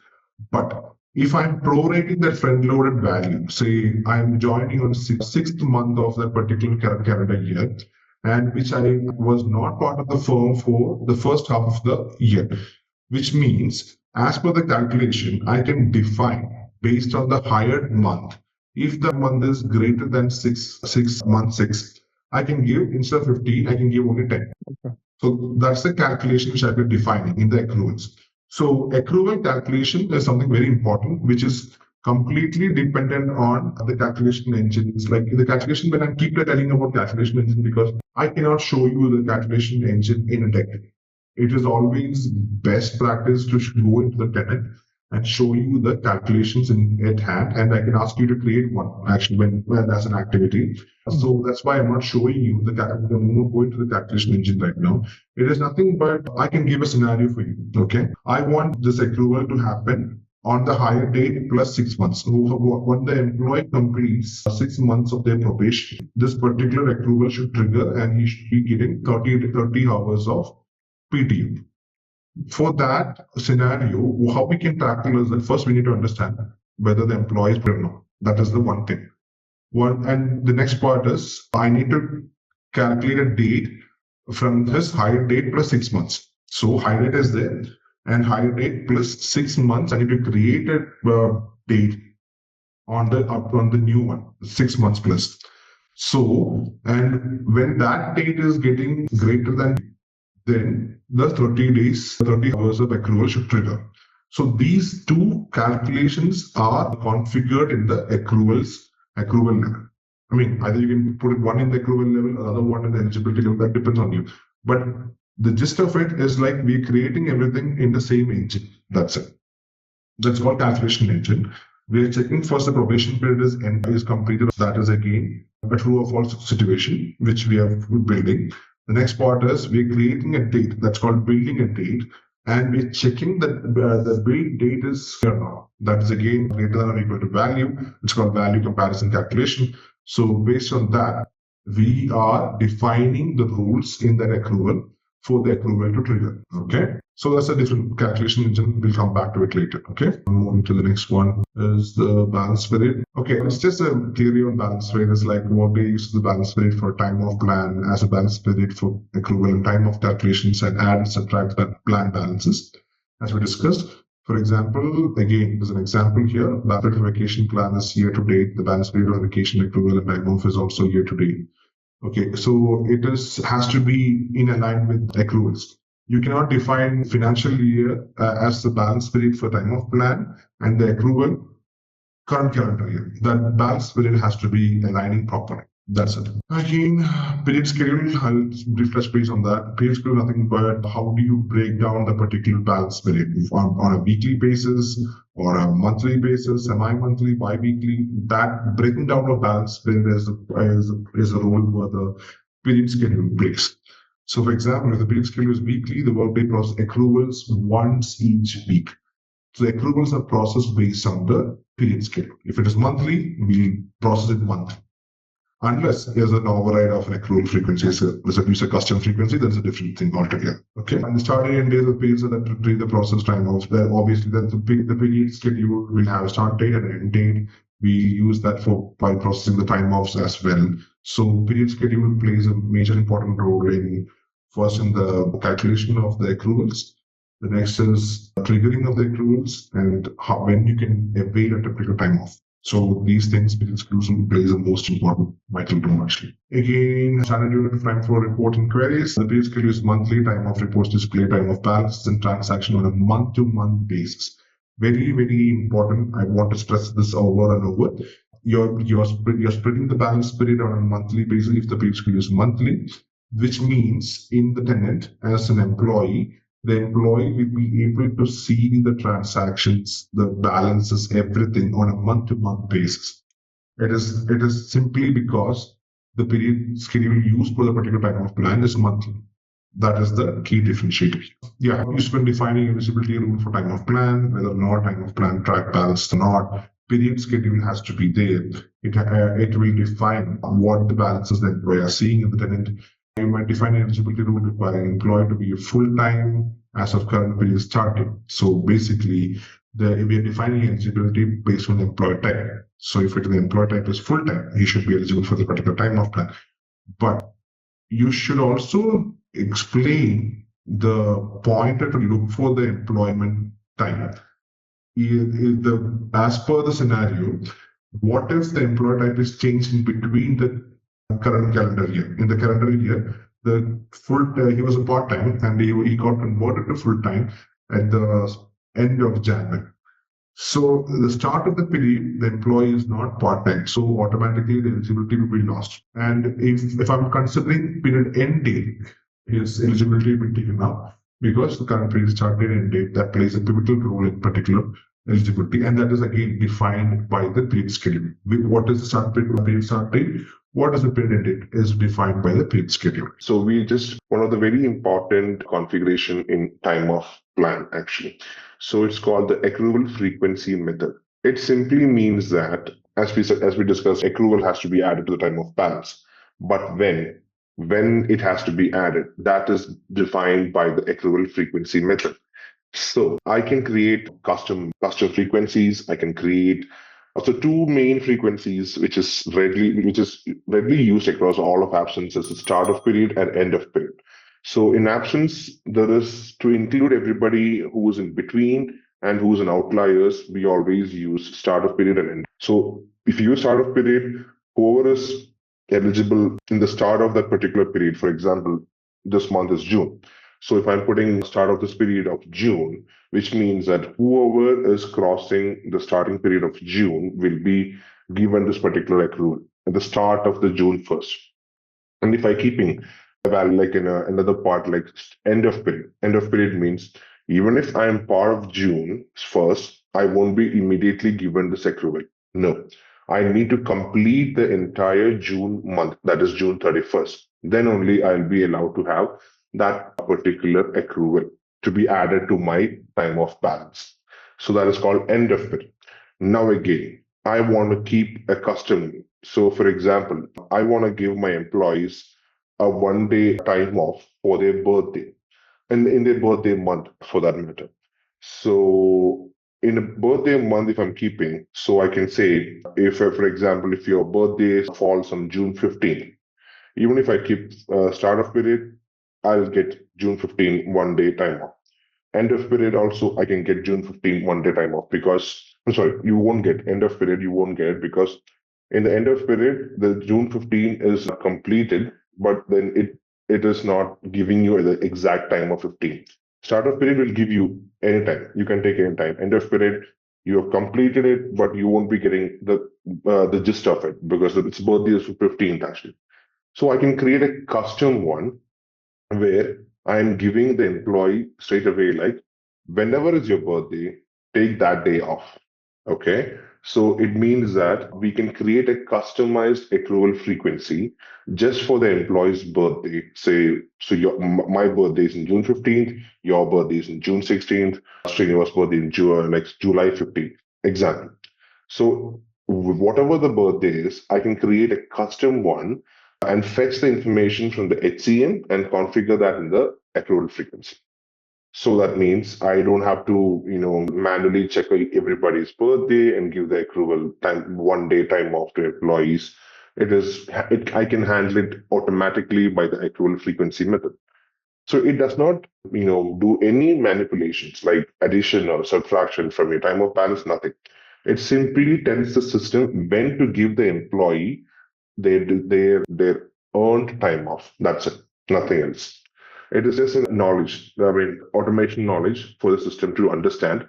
Yeah, I can give this person this day, 1 day, 2 day, 3 day, whatever the days we are configured, and what exact time I need to give the employee that. That's called accrual frequency. Okay, and it ensures accruals align with organization policies and employee expectation. Affects when employees see updated balance and can request time off. So only when the accruals get added to your balance, the employees will be able to request that particular time off. Even so, we can hold off the accrual. I can say that get the accruals to employee, but the employee should not be able to say it. They get the accruals to the employees, but the employees should be able to request for time off after 1 year of completion. So those are the things handled in the time of plan side, the eligibility. But the accrual part is like whether or not what time I should give the employee the accruals. Say if I'm giving the accruals and the employee should not see the balance, I can configure a time of plan. But only thing is that I cannot configure a time of plan when the employee's accrual has to happen. That can only be taken care by accrual frequency method. Okay. So the other one is helps maintain compliance with company rules and local regulations. That particular point we're talking about is the statutory guidelines for country specific time off plans or region specific time off plans.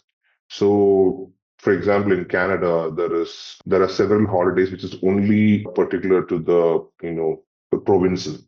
So provincials. So in certain provinces, there is, say, for example, we have. I'm just giving an example, not remember exactly what day it was.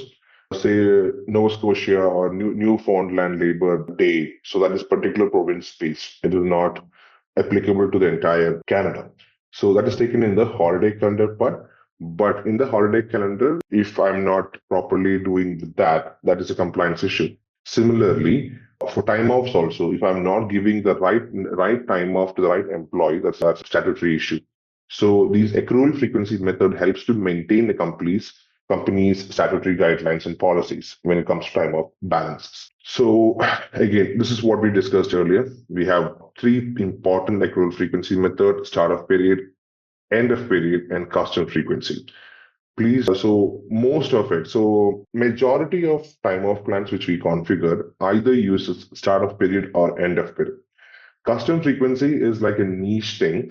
We will only use it if there is very specific requirements from the client asking us to use. I want the time off balances to be updated exactly on December 25th or December 26th, or they wanted the update to be added on January 1st.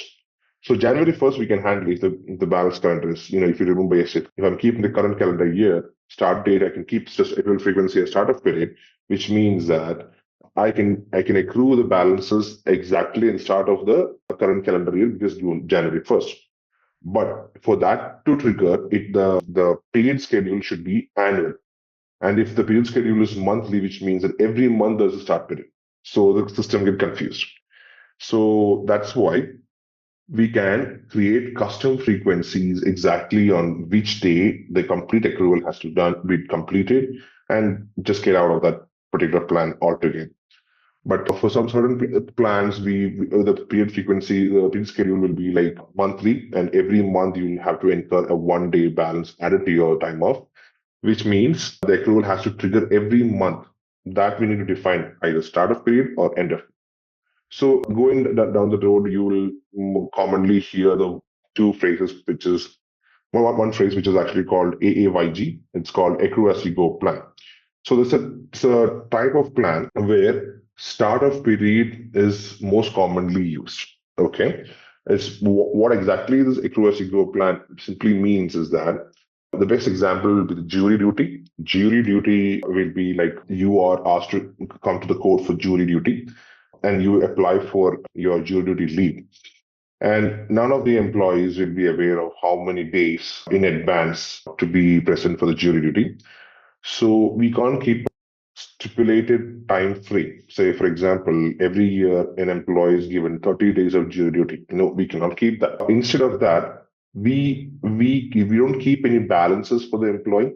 Whenever, so it's not like every year the same employee gets to be a jury. No. Once in a while the employee gets a jury duty call, he will request 30 days for jury duty service. So we can configure a particular plan such a way that this 30 days, whatever we are requesting as a jury duty, that itself will update the balance of 30 and will give back the 30 days for you. It's like a circle. You request 30 days, that 30 days will get updated as your accrual. And that from that 30 days, you can avail the time off, the 30 days of time off. It's like a circle. For that scenario, start of period will be the only possible way for the accrual frequency, because only when you do plan, you'll get more in-depth knowledge on when we do the hands-on experience on that. So accrue as you go plan, just remember this, whenever there's an accrue as you go plan, just remember that the accrual frequency should always be start of period, until and unless it's advised otherwise. Okay. So end of period will be the 60% of time of plans will be on end of period. End of period is always the best possible scenario to include every population to a single point. So for example, if unless the employee is terminated mid-period, otherwise every employee will complete the end of period so that we can give easily to the accruals to the right population. And if you want to consider the terminated people also, we can create custom frequencies for that as well. But mostly 60% of the time of plans which we design, the accrual frequency will always be end of period. That is the most commonly used, and it covers the entire population, majority of the population, where the frequency is to be updated. Okay, moving on to the next slide, that is the accrual frequency method. Again, we're just defining each start of period, end of period, and custom frequencies. So again, as I discussed, start of period accruals are added to the beginning of the defined period. If the period is monthly, the accrual time is added on the first of every month. So this period, what it's always important to understand what your balance period and how the balance period is being divided by your period schedules. Based on the period schedules, the start of period is determined. So you have a current calendar, for example, you have current calendar year starting from Jan to December. And the period schedule is monthly, which means that you have 12 periods in your balance period, which means the start of period will be January 1st and end of period will be, end of the balance period will be December 31st. In that, there will be 12 start of periods, that is like Jan 1st, February 1st, all these first of every month will be start of period. And in that start of period, every month, an employee can be given the accrual based on if we are keeping the start of period and monthly is the period schedule, whatever balances which we are configuring, that balances will be given to the accrual calculations. The accrual calculation will be given to the employee on every start of the month. Okay. Again, end of period, exact opposite. So in balance period, balance calendar, you have 12 months. Every end of every month, you would be given the same with the configured value back to the employee. Okay. Now come the custom frequency. The accruals are added on a custom defined schedule, not tied to standard start or end dates. Add one date to the time of balance on an employee's birthday. That is the most use case which we have faced right now. It's the use cases are mostly the special company policies, anniversaries, or unique events. and it will be like it varies according to the employee's preferences also. So I've heard in one of my clients' office, they'll give you three special time offs actually. First is for your birthday, second is for your anniversary, third is for your spouse birthday. So you can choose any one option for you to celebrate. So if you choose your birthday, I can simply fetch the information from your HCM records and I can create a custom frequency exactly on this day, give a time off. Okay.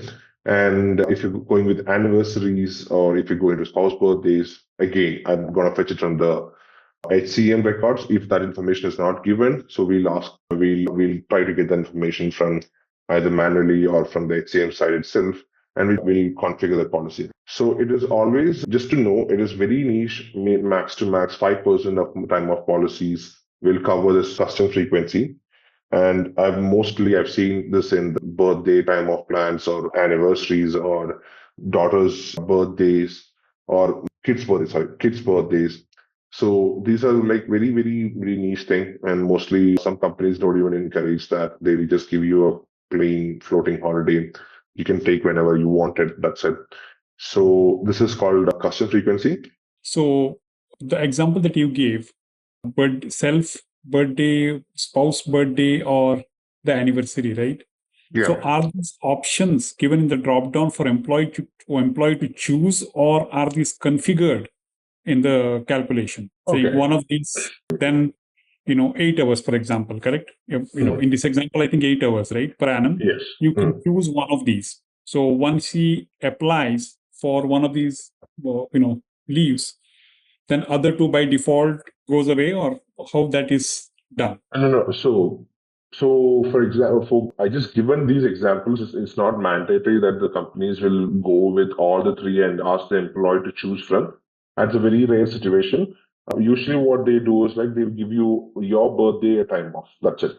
But there are companies in the recruitment phase itself, they'll ask you which time off is required by you. You can choose actually the floating. So that's a different story. But I'll answer one more question from you. It was a valid question. So how do I configure this? Is it a drop down? Is it like you can configure with a condition? I mean, I'll tell you. So when you select custom frequency as an accrual frequency method, what happens is there are certain fields which get unlocked in the system, and which is asking for what is the date, start date, end date, all these days they last. For that thing, for generalizing the policy, like for every employee's birthday, you're getting 1 day off. I can keep either I can choose start date or should be the birthday of the employee, of the initiating employee, or an end date will be the same thing.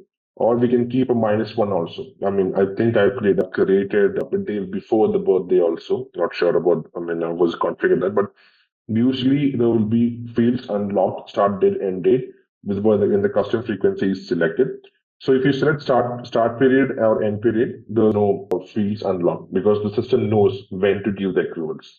But for custom frequency, the system does not know when to give the accruals.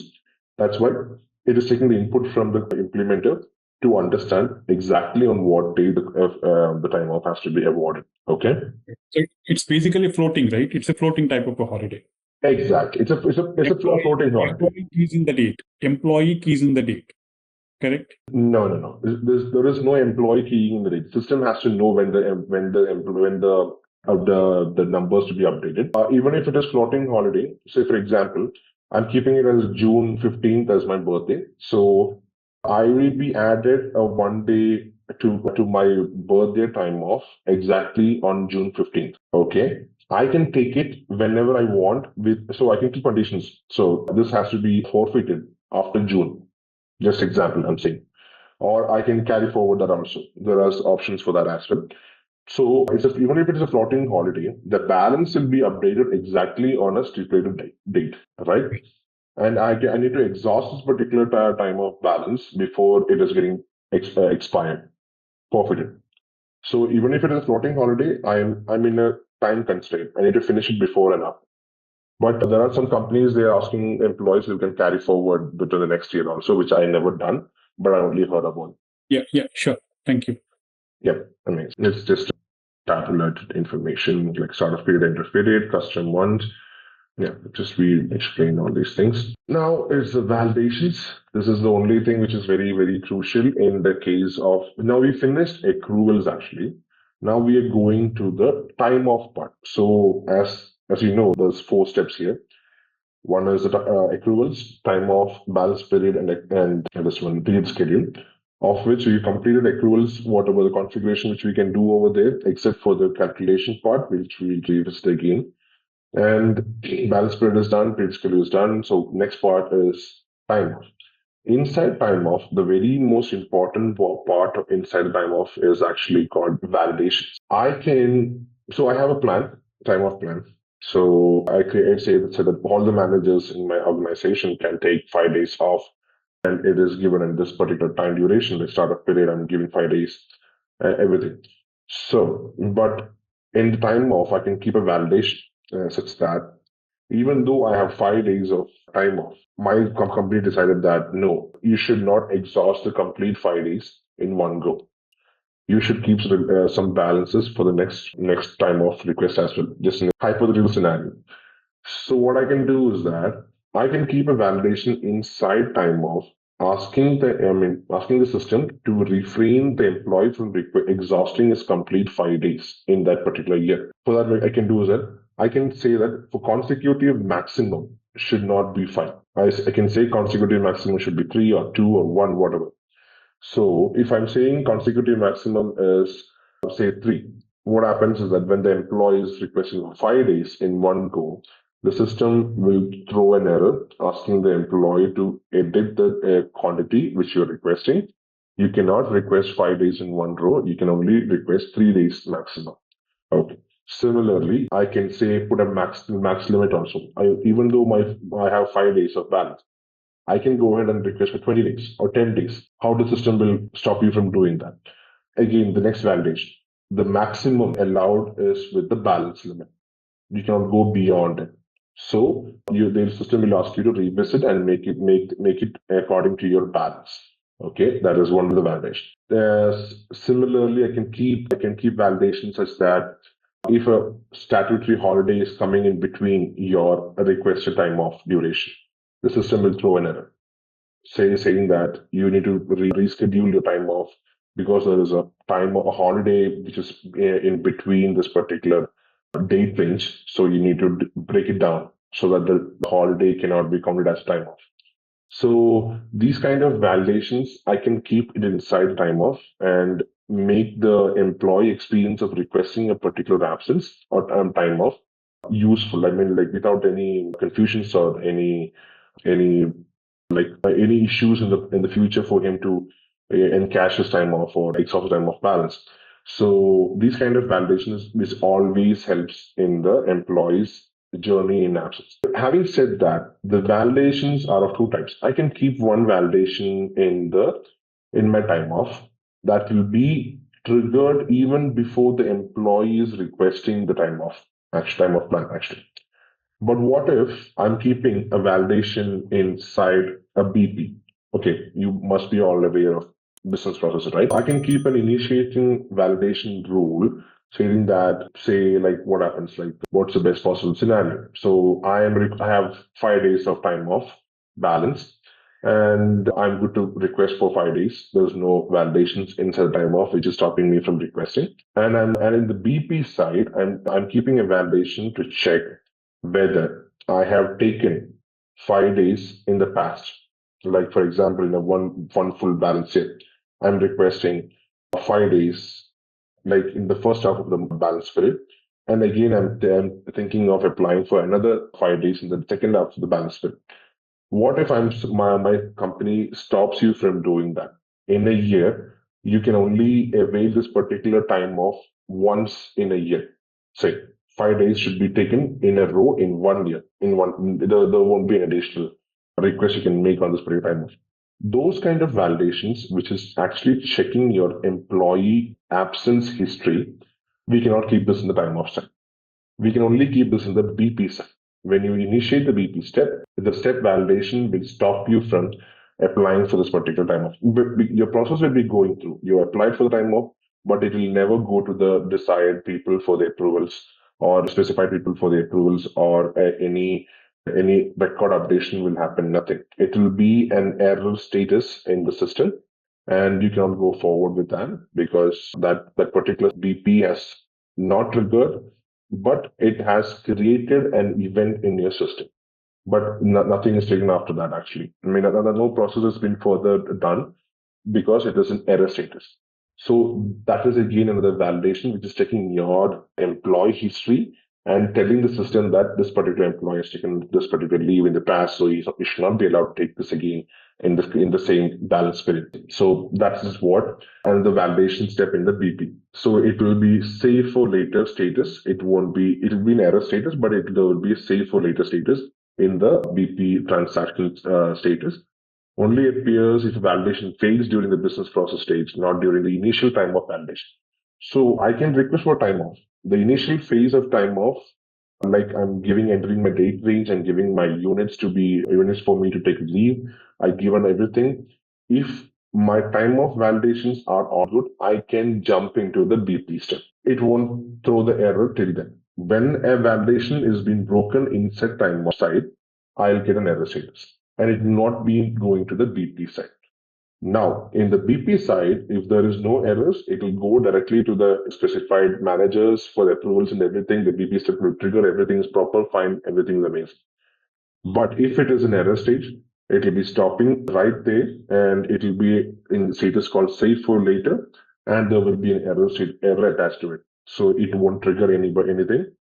It will be in your absence calendar waiting for you to either delete it or release it. That's it. Time of validation occurs before the business process starts. If the request does not pass these validation, it will not move forward to the BP stage. That is the part where the validation is when failing in the time off side. Okay. So two validations. One is in the time off side, other one is in the BP side. If time of validations goes wrong, obviously it will not reach the BP side. And time of validation is good, we'll reach the BP side. And if BP side validation is not met, it will not go to anybody. It will be in your inbox only in error status. Okay. And if BP step is good, everything is good, smooth. Everybody gets whatever information they wanted, and they get the tools to sign actually. Okay. It's just a screenshot of what are the possible validations you can keep inside the time off actually. The first thing which I explained is a consecutive day maximum, which means that I cannot request like 5 days in one row. Say, for example, June 1st to June 5th, I want complete 5 days as off. Yeah, I can either allow it or I can stop the employee from the request such a particular consecutive maximum. And there are some time offs which actually requires the employee to at least take 2 days or 3 days as a minimum. So we can keep that as well over there. The next part is increments. Increments simply means that, okay, simplest example is like whether this particular time off plan allows you to take half day leave or not. So I have a complete 8 hours. So for example, I have 1 day. Just take 1 day of time is given to me. I mean, I have the option to take it, but I don't require it. I can take 0.5 days, which simply means that 4 hours on a day. So that is called increments. If I keep the increments as 1 day or 8 hours, the employee cannot request a half day leave. I'm keeping the validation to stop employee from taking either half day leave or to allow employee to take half day leave. That is called increments. Maximum simply means that you have reached your maximum balance period. Either use it for whatever is your maximum, just use that. You can go beyond that. That's it. And maximum unpaid time off units allowed. That is again another one which is very important. I can keep, so like normally we think that when the employee exhausts his balances and the balance becomes zero, he should not be allowed to request more. But there are situations where the employee wants this particular time off, even though he does not have any balances. There would be LOP associated. LOP is loss of pay when he's taking again the unpaid time offs. So what happens, I can either configure and keep it, say, -5 or -10, whatever it is, the maximum I can keep it. So that those employees who are exhausted their balance and requesting again this particular time off will be flagged and they'll be given either difference in payroll there will be a cut in their salary as well. So this kind of information we are configuring over here. Again, minimum is like what is the minimum duration you wanted to keep in the time off, multiple time off requests not allowed for same date. That is very important. Usually we always keep it that way because I already taken a leave for that particular time. Okay. And again, on top of it, I'm requesting another leave, which should not, like technically should not be possible. So those kind of checks and balances are done by the multiple time off requests, not allowed in the same date. If I'm keeping that as yes, definitely, system will stop you from requesting the second time off actually. Now, time off date before maximum override balance date not allowed. Then again, is like I'm not allowed to override the balances to a max point so that the employee, my manager can exploit the balances and give me additional ones, something like that. So those kind of things, I'm trying to stop it over there. Actually, we actually do not use the last ones much. It's more on the top, the 1, 2, 3, 6, 7. Yeah, first 7 items we generally use it for every purposes because those define the time off in the real time scenarios.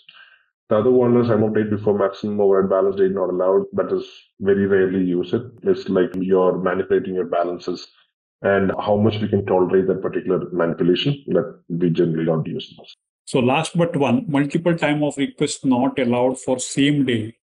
I think it's again configuration, correct? It depends on the company's policy, right? So I was thinking, what if I have a doctor's appointment in the afternoon, but in the morning I have a personal visit or attend some personal function, correct? Okay. I want to take personal vacation for half day and half day I'm going to take sick leave, assuming there are two quotas, correct? 2 leave buckets. One is sick bucket and one is vacation bucket. So in that case, I think, I can't use it, right? I mean, I can't use that. Yes, definitely. That's a valid question. So what I told you, remember the third point of increments over here? I can keep either I allow you to take, for example, in sick, I can either allow you to take half day or not one full day completely you should take. So if I'm allowing the increments of 0.5 or like 4 hours, which means that that particular time off can be requested in the same day, in the second half of the day. System knows that actually. System we can configure in such a way that system knows I'm taking a half day in the morning for personal leave. Fine, that is done. The second half of the day you're taking for sick bank.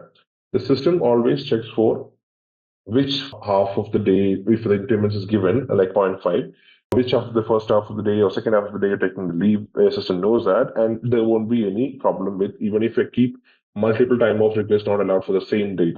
Okay. But to avoid such scenarios, like system always sometimes it cracks down on that actually.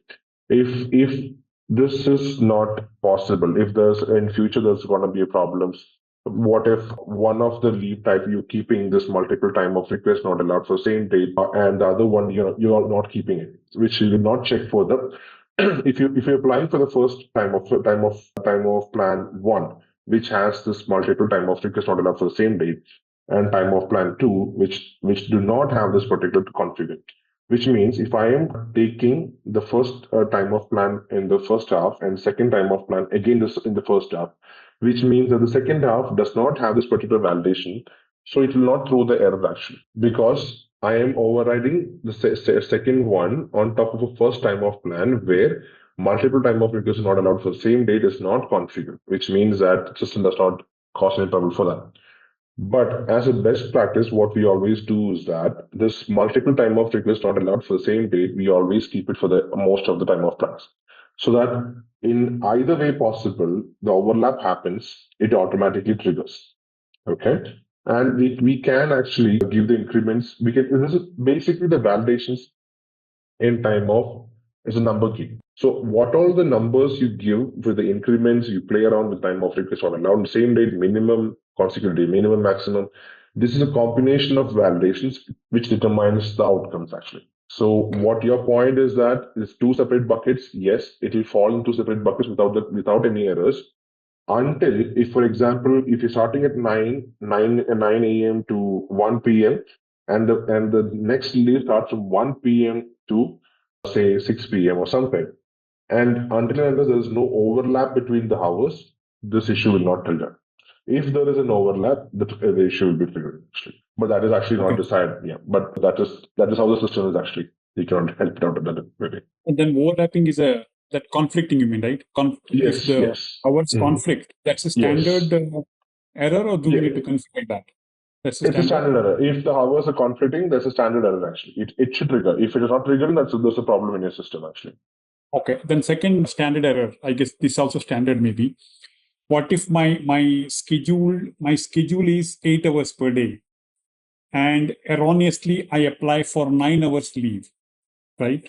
9 hours. Employee applies for 9 hours. Then will it trigger a hard error? My schedule is 8 hours. My schedule is 8 hours to work daily. Your schedule is 8 hours, and erroneously I apply for 9 hours.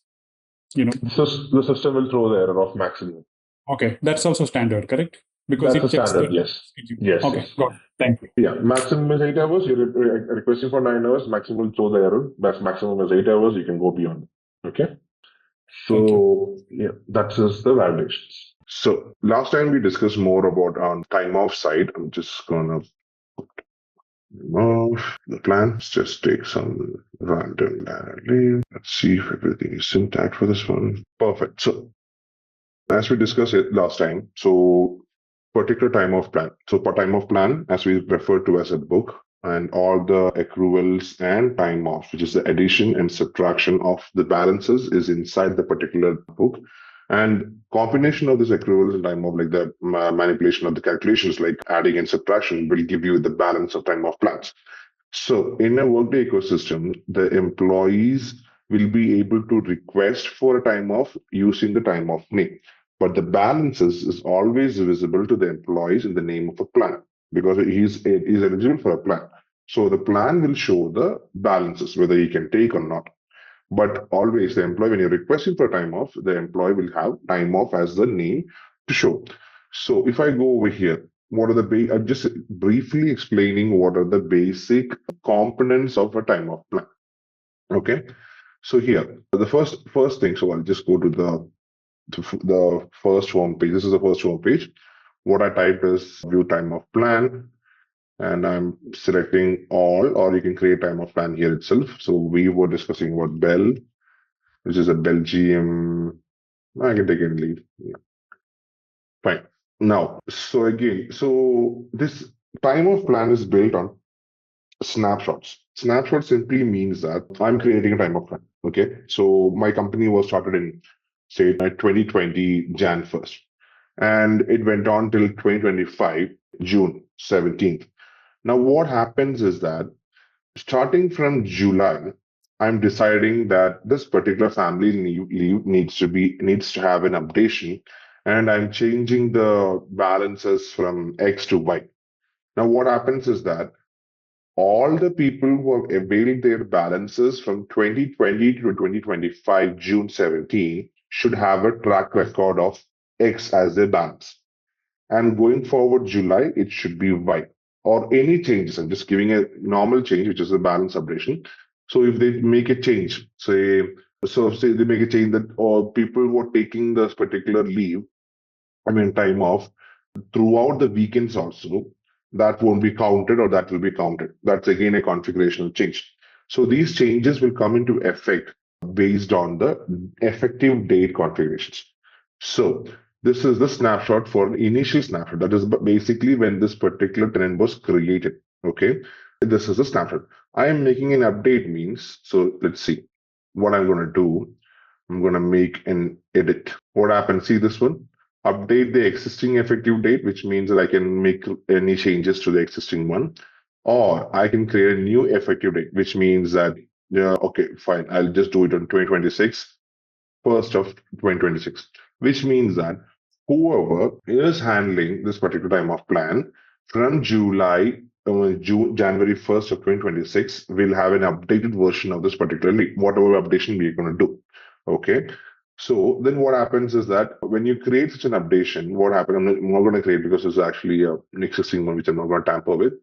What happens is there will be multiple layers of snapshots with the effective date written on there will be displayed. So that's how we understand if there is a historical changes which is applicable to this particular time of plan or not. That is one thing. So every time of plans are effective dated in nature. So whatever changes you're doing after your initial snapshot, we'll have a track record of when this particular change was occurred and when was this particular snapshot date was been created. So we'll have a limited full details in the snapshot in the time of plan itself. So when you're creating a time of plan, be very careful that you're not adding a new snapshot which is unnecessarily, because it will have all the data and historical information for you. So just be mindful about that. That's actually very important tip when you're creating a time of plan. So now only when you drill into the snapshot, you will see the actual plan details and everything. Okay. Otherwise, it will be hidden under the snapshot request. That's it. So now we'll go one by one. That is very important. That was the first thing when you see a time of plan, when you open a time of plan snapshot, which is not the calculation, which is actually you need to drill into that particular snapshot date to see the configuration inside. Okay. But there are some basic configurations which you are not allowed to change even when you're doing some updation to the particular time of plan. Why? Because Workday does not allow you to change the unit of time for this particular time of plan. Why? Because I am creating a time of plan. I created it in days and I added multiple time offs to it, assuming there are multiple time offs. If I'm going to change the unit of time, and I am not going to change the entire time offs associated with this particular time of plan, I'll be changing one or two time of plans, just for example. But this should not affect the other unchanged or untouched time of plans. So Workday decided not to meddle with certain configurations, even if you're doing some multiple changes to this particular time of plan. Once you click the save button, once you do the save button, this cannot be changed. Say, I'll show you. What are the 2 or 3 things which you cannot change is, so use initial snapshot, which is the first one. There's only one initial snapshot, only one snapshot. That's why I'm showing you that. See this track balance over here. Track balances cannot be changed. Once you click the track balances, this cannot be changed. I'll explain you what is it. Next is the period schedule. This is a very, very important thing which we discussed earlier. You are going to split the entire duration of the balance period into periods, which is actually required for the absence balances to be updated on a periodical basis, which has been defined by the period schedule: monthly, yearly, annually, weekly, bi-weekly, semi-monthly. All these period schedules will be there. And once you choose a period schedule and click the save button, that cannot be changed anymore. Next part is unit of time, which is in days or time. This also cannot be changed. It is when you're creating this particular time of plan, you can create any way possible. You can change and everything. But until and unless you click the save button, once that is saved, these 3 elements cannot be changed for any matter. Okay, just be very, very clear on that. The requirement should be very clear. Otherwise, then you have to put this ZZDNU on top of here to make sure that this is not being used, something like that. So it will be an ugly looking tenant. That's why just be very, very mindful about these 3 elements. One is the track balance, period schedule, and unit of time. Unit of time simply means that whether to quantify the particular balances in days or in hours. There are certain leave types in hours, time off types in hours, and time off in other, and measured in days also. So you should be very clear. Those are the 2 options, either hours or days. You should be very clear in what is the unit of time that cannot be changed. Now, track balances is something different, that during the entire duration of this particular balance period is defined here. This is like current calendar year based on period end date. So current calendar year means we are right now in 2025. So the period start date will be Jan 1st, 2025 as of end period, and December 31st, 2025. That will be the complete balance period. So in that balance period, should we track the balances or not? Should Workday keep a track on the balance? If checked as yes, which means that even if I do not have, this balance, say for example, I do not have balances to pursue this particular time off, or a request for this time off. If I have checked the track balances, yes, which means that it will show that you don't have enough balances to update for this particular leave time off. But if you don't check it, system doesn't check for the balances. It does not tracking the balances. It just shows the balances. That's it. But you can actually go with the time off plan or not. So these kind of things, very, very important. Make sure that you have the complete requirement beforehand to create this particular time off plan or not. Okay. Now let's go to the detailed components. These are the very basic foundations of a time off plan, which is actually okay. Display name and name. It is simply mean name is simply means for the name of a time off plan. What display name? There's a catch over here. Display name will be the time of plan name, which you will be seeing in your time of balances sheet, which an employee or a customer, when you log into the system and is checking for the balances, as of the time of plan name will be the display, not the name which is on top of it. This name is very important. This is a required field, but display name is an optional field. It is like a good to have field, where you can be creative, or where you want the employees to see what kind of time of plan this is actually.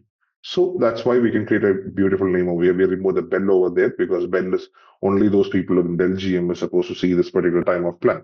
So you don't require a bell in front of it, but you could put a family leave, which has been understood by all the eligible people who is having this access to the particular time off. Got it. Now balance period is done. If I don't have a display name, I guess it will default to what I have in the name field, correct? Exactly. On the drop down.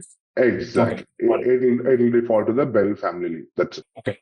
Perfect. Thanks for the question. I kind of missed it actually. That's okay. Yeah, amazing. So again, there is another payslip name called family leave. This is actually very important, but usually, consultants tend to ignore this, but this is very, very important when it comes to tracking the same functionality in payroll. So in your payslip, if you have availed this particular family leave, either it can be paid or unpaid, whatever it is. So from 1st Jan to 15th Jan, assuming you've taken this particular family, when the payslip of January comes up, the payslip should have a trackable leave balance either paid or unpaid.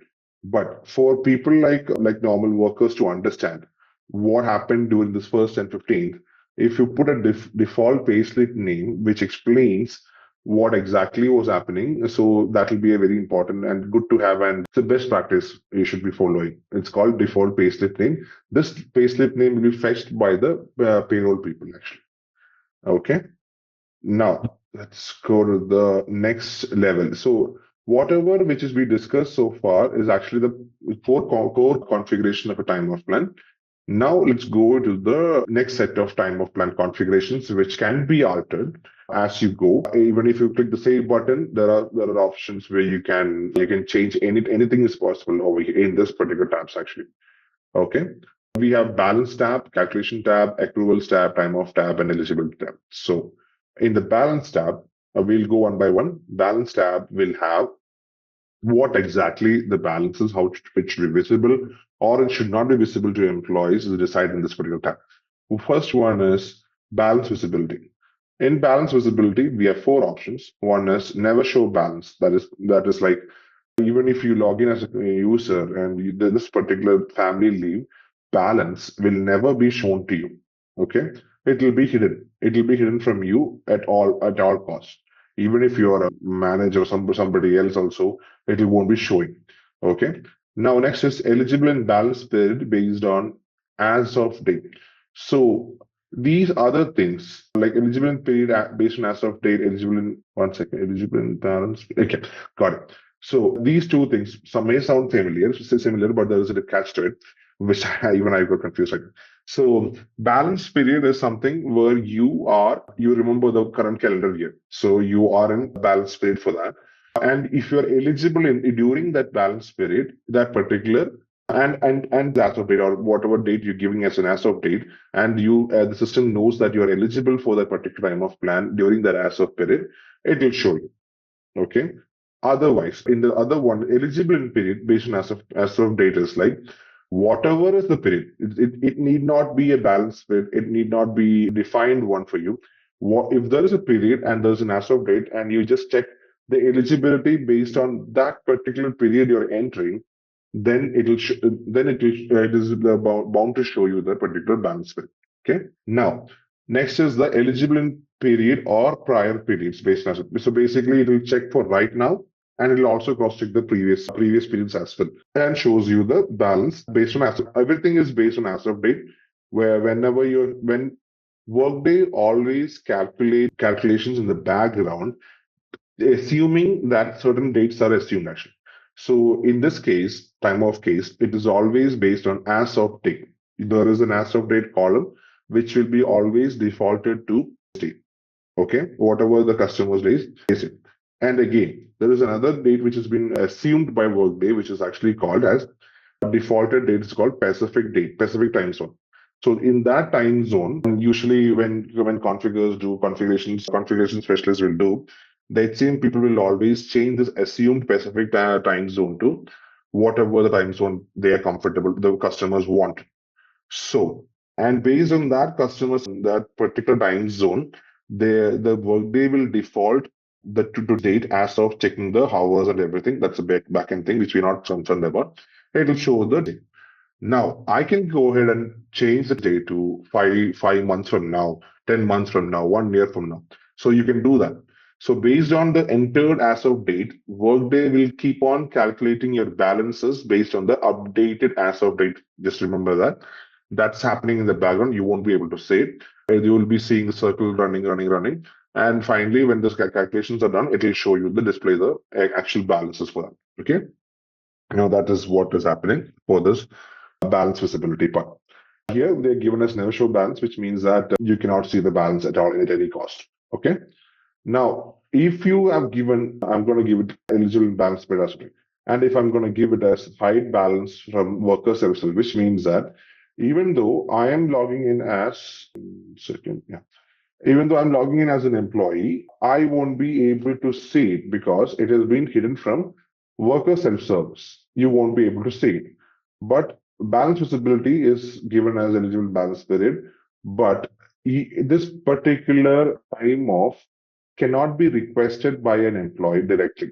That's why we are not requested, cannot be viewed, the balance cannot be viewed by the employee directly because we are hiding the balance from the worker self-service model. So worker self-service simply means that a security group designed by Workday, which has been delivered by Workday to group all the workers direct accessible things like self you can service that. So those things are hidden over here. I mean, if I click on here as hidden, the employee cannot be able to see it. I mean, the visibility. The manager will be able to do it, payroll admin team or at absence admin team or something like that. So those people with special security access will be able to go through the balance. Now, moving on. Yes. So do you have any example of such time of plan where it is hidden on the ESS, but it's still visible to any example? Like in real time scenario? Yeah, just curious to know, right? Yeah. Because I can't think of any time off that cannot be seen on the ESS. Cannot be seen on the ESS.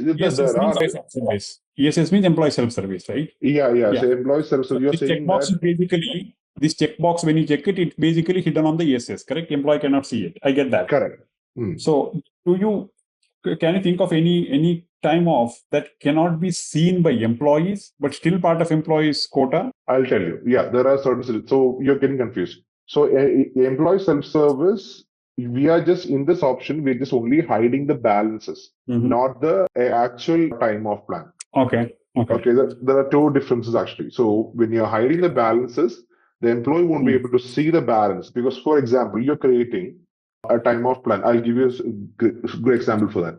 You're creating a time off plan where the employee also does not know how much time off plan I should give this employee for this particular plan. Say you are going for, so you heard of jury duty, right? In Western countries, jury duty is one thing. You don't have a balance for it. You create an accrue as you go plan. Whatever the employee is requesting, I am bound to approve that. Okay.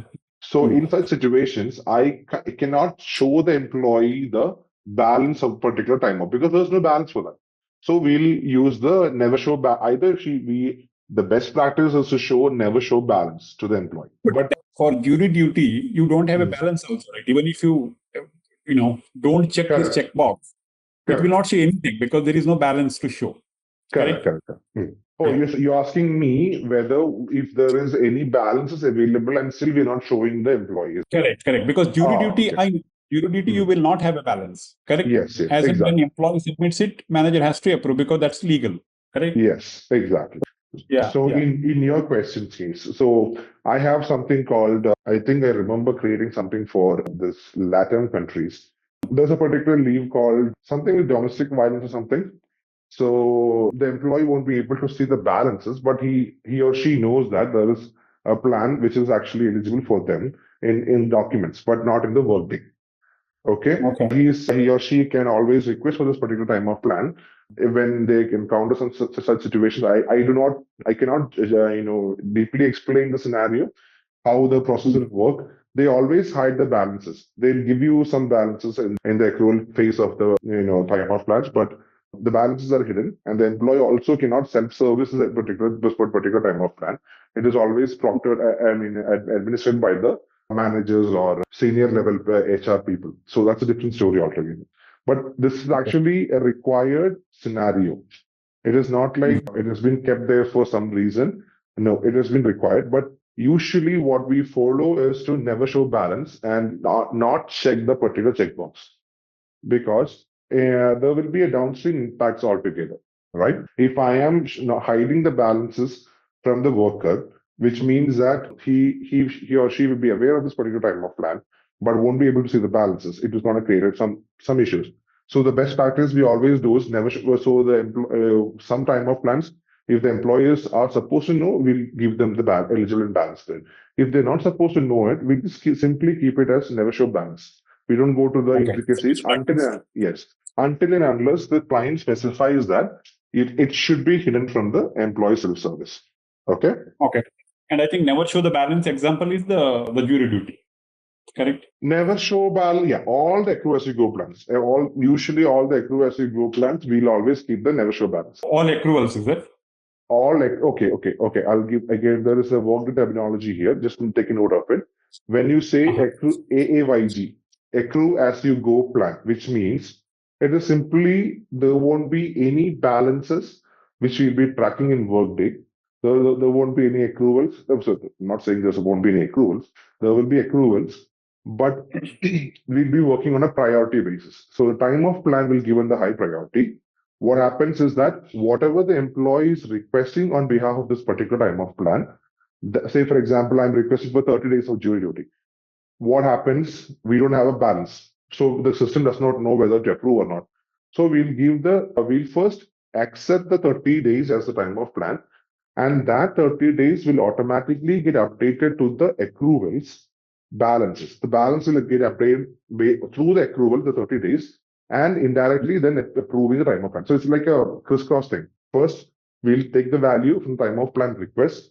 That particular value we'll update it in the accruals, and the accrual will file and update the balances to 30, making this 30 and 30 equal, so that the employee can get the approval from the manager for this particular time of plan. So basically, without any accrual, without any balances, the employer requesting for the hours or days. This is called accrue as you go plan, where you don't have the accrual calculation. The only calculation which we're keeping is whatever the employee is requesting, that has to come to the accrual balance. That's it. I'll show you. This is a very easy plan. There is no rocket science. When I'm explaining this to you, you feel that this is the most toughest time of plan. Nothing. It is the easiest step. It's a one-step thing. I understand. I'm just curious to know. But otherwise, okay. I'm following you what you're explaining. Got it. Fine. Now next part is, now we see calendar display is called plan type and plan. So what this actually simply means that where in the side of your time of plan page, whatever balances is in display, what all things need to be displayed. You should be displaying is plan or type and both plan and type. So it depends on the requirement. So usually we'll always keep plan and type or plan based on the requirements. Also, it changes as well. So that we'll come to know what plan and type in later stages, because if you go to time off here, we'll go there. Okay, we'll go there later. I'll explain you. Plan means this particular time off plan name, and type is something which will come to the latest part of the stage. Okay, just keep that in mind, and we'll discuss it later. Now there's an option called overrides allowed, a checkbox. Okay, overrides allowed is we know in detail the story behind it.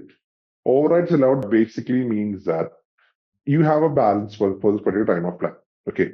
What if there is HR corrections happen? HR thinks that this is not we need to update this particular time of plan, or somebody has been wrongly been assigned on this particular time of plan, and that needs to be reversed somewhere outside the Workday system, automatically calculating the balances. The manual interventions are required. So that is where the overrides allowed checkbox is being kept. So if I checkbox that, an HR person can manually come into this particular time of plan and update the hours. Say the time of plan had 10 hours in the beginning, and the HR is figuring that there were some issues there. I need to update it 20 hours. The HR can override the existing time of plan balance, and give the from 10 to 20. So those kind of activities are allowed only if you hit the checkboxes here. Okay.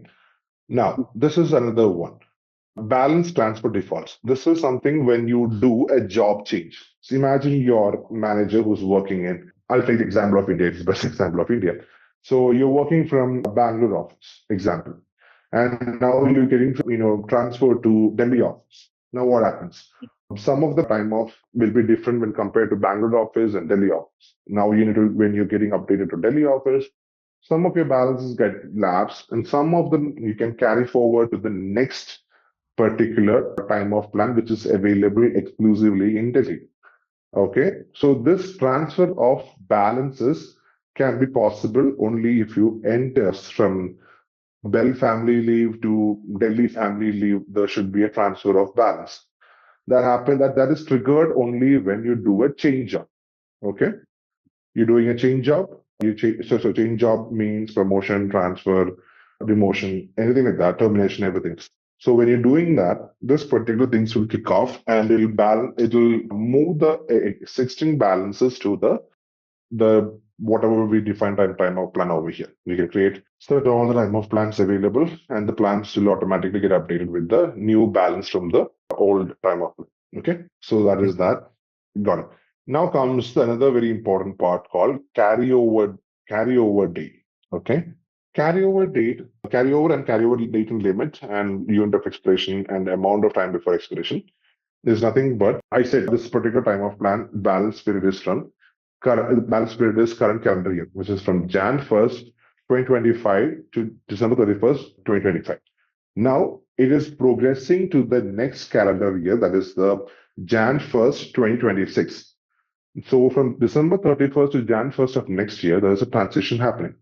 So I am defining, I'm saying that no, none of the balances from the existing balance period should flow to the next year's balance period, which means that whatever I have left over will get forfeited. Remember the name forfeited? Forfeited is a technical word which has been used in Workday, which means that every balances, which unused balances in your time of plan will be slashed to zero. It will be zero. It will be lashed. There won't be encashing. There won't be nothing. I mean, if you are encashing, it is a different story. But if there is no encashing, nothing, it will be zero. It's called forfeiting of balance. Now, use or lose. Sorry. Use or lose, I said, right? Use or lose. Yes, exactly. It's called forfeiting. Yeah. Next part is that I'm keeping 15 hours or 15 days. In this case, it is days. So I'm giving them 15 days. 15 days of this particular time of plan can be carried over to the next year, which means that if I have 15 or less, now nothing above 15 will be carried forward. That will be forfeited. 15 hours will be carried forward to the next year, and it will update the employee's balances stating that these are carryover balances. It will be separately say it is carryover balances, and it will be different from the actual accrual balances which you have available. Okay, now we have carryover balance. Now we need to decide what is the expiration, and the time of expiration. So amount of time before expiration simply means that this 15 days, I'm saying to this customer that I am giving you 15 days to the next year, but use it before 6 months. Use it within 6 months of the next year. So I can define 6 over here, and I can put the time of expiration as months. Okay, which means that in 6 months, even if you use or not use, whatever carryover balances will be lapsed, forfeited. It will be gone, zero. So those configurations are taken care in here. Okay. Any questions? No, I'm clear. Perfect. Now we move on to the calculation. So calculation, I'm not saying this is actually calculation. This is a calculation, different calculation altogether for time of plan. This is actually a different. This is termed as calculation. It was basically checks and balances, where to start from the calculation from and where to end it, what are the default values, what are things we need to be calculated when you're doing the calculation engine. So those kind of prerequisites of calculations are taken care in this particular tab. Okay, now first one is very important one, which is very required also, accrual frequency method for time off plan. Okay, as I said earlier in the theory part, whenever you consider an absence module, there will be a start of period, there will be end of period. You should be defining your population or your time or whatever it is within the start of period and end of period. There should be a limiters in the both ends. Without defining the start of period and end of period, it won't be functioning properly. System will take without the start of period and end of period, system will function as it believes it is right. I mean, whatever comes to the first thing comes to the start, it will take it up and function it. But when you define start of period and end of period properly, it knows where to start and knows where to stop. In this case, the system is asking us, when should I give the particular time of plan the accrual? Or how should I give the accrual for this particular time of plan? So you remember, this is the balance period, this is the period schedule. So what we did is we divided the balance period into a number of periods using the period schedule. In this case, it is monthly. So right now, if I have current calendar year, I have 12 periods at my hand. In this 12 periods, I have 12 periods. I have Jan to December. Accrual can trigger at any point of time. What is the point? That is the question. I'm saying the accrual should start accruing the balances at every start of the period, which means that every month, first of every month, the accrual will trigger, no matter what. Okay. So that is what is defined. So what if I'm putting it as end of period? End of period means I will trigger the particular accruals at Jan 31st or February 28th. What is the last period of your period schedule of your period? That day, the accrual will trigger. Defining this is very important because without that, you cannot move forward while creating the configuration. That is very, very important.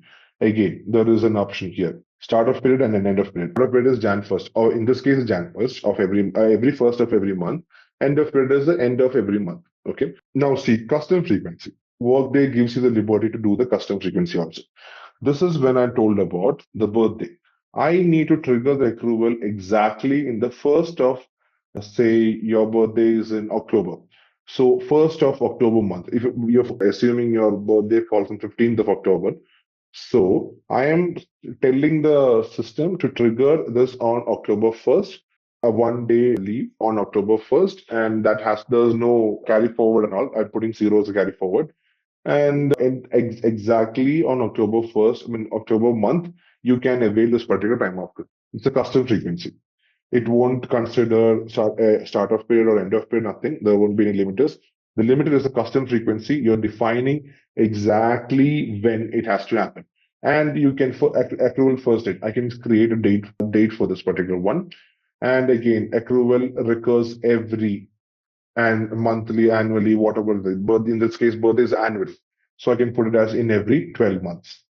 And it recurs in time. I can put months or days here. Okay.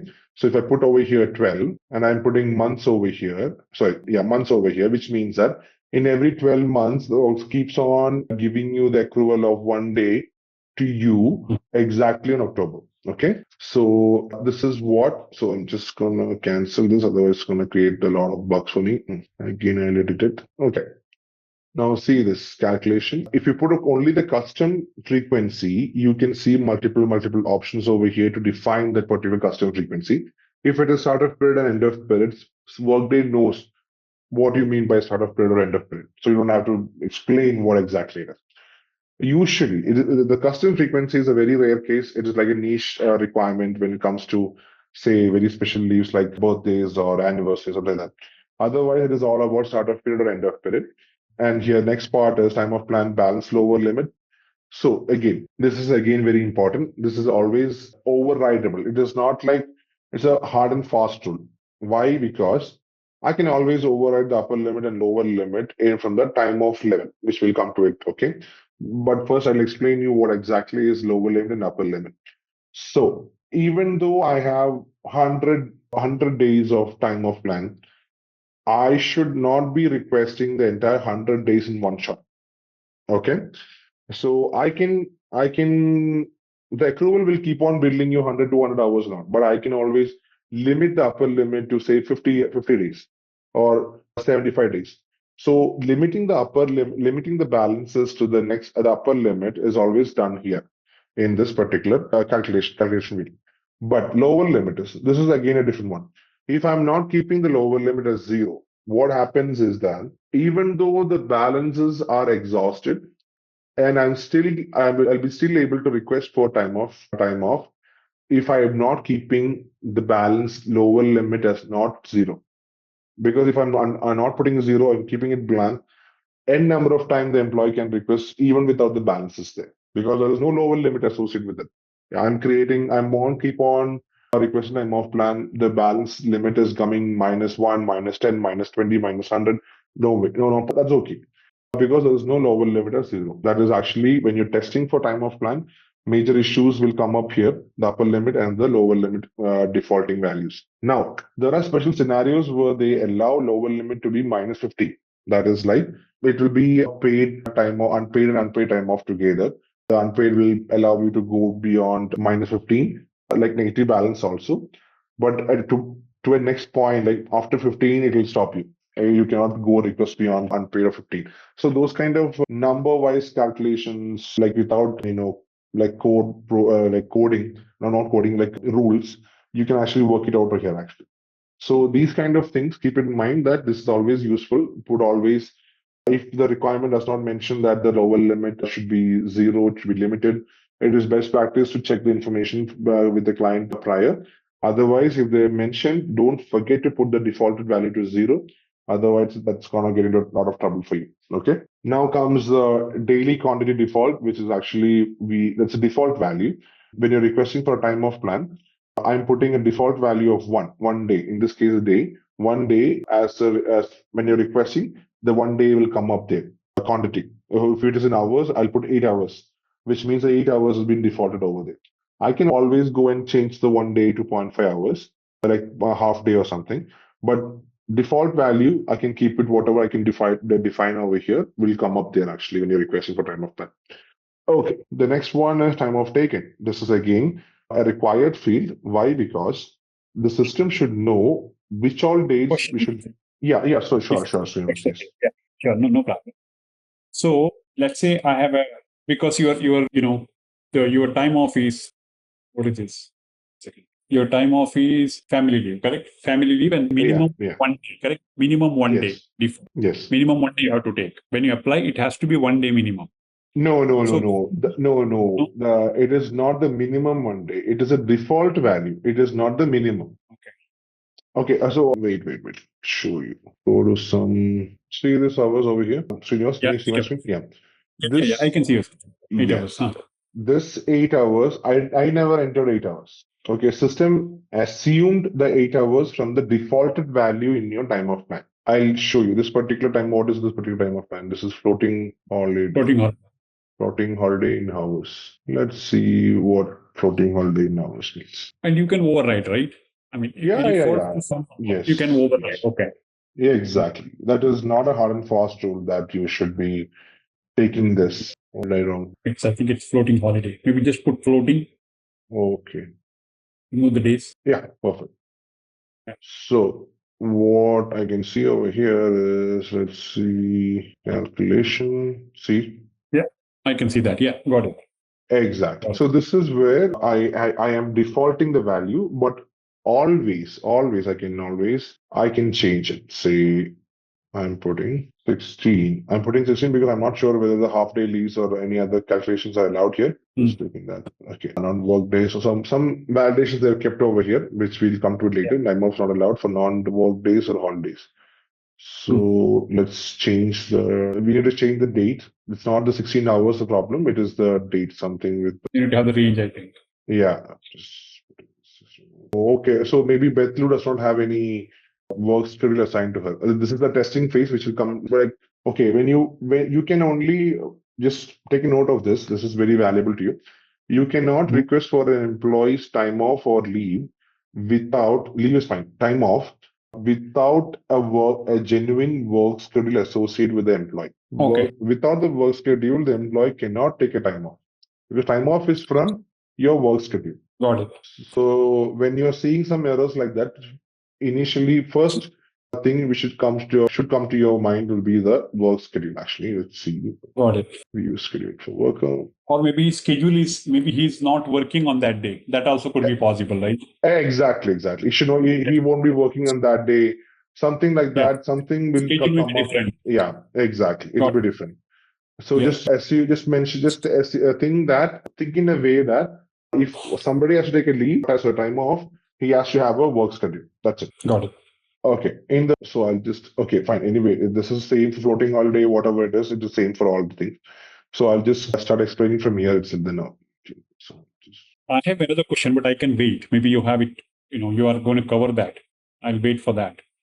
wait. Oh yeah, you should. That's okay. Anyway, it's you only. You're asking a question or? Oh yeah. No, I was thinking whether I should wait or I can ask now. You can ask now. Don't worry. Ask now. Sure.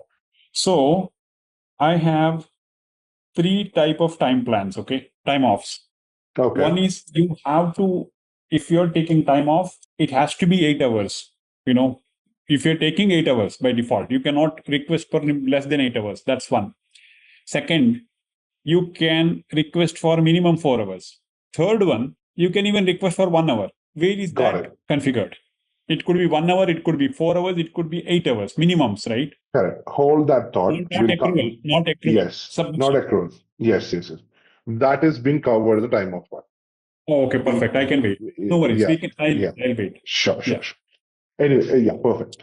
So next part is days to include. This is another which is very required field, mandatory fields actually. One is all days. All days means you're requesting from 1st to 15th, which will cover assuming it will cover weekends as well. Now what happens over here if I select all days means whatever the date range you've selected, if a sandwich between weekends, the sandwich holidays will be taken as holidays itself. That won't be considered as a non-holiday. So that means that I have a balance of 15 days. And if I'm taking the 15 days from 1st to 15th, the weekends are also added, which means that my entire 15 days is gone. Even though if it is not a working day also, it will be taken like that. Now other one is predefined one. That is the generic universal one. That is the Monday to Friday one. That will be like from Monday to Friday. It will only be calculated time off on Monday to Friday. Weekends are always excluded. Now, again, there is another issue here. There is some part of the world, some part of the countries where, some part of the world where this Friday is a holiday and Sunday is a holiday, and their work starts on Sunday, which means that we cannot do this Monday to Friday configuration day. Now, for that, we can do the work days, which is a non-holiday work day. So, even if the holiday is coming in between, even if there is a work week is defined as differently, you can choose this non-holiday so that it won't be counting the holidays actually in between. Now, other one is worker hours exceeds holiday hours. Work days. So this is a very complicated one. Okay, I have per day 8 hour shift, assuming, okay?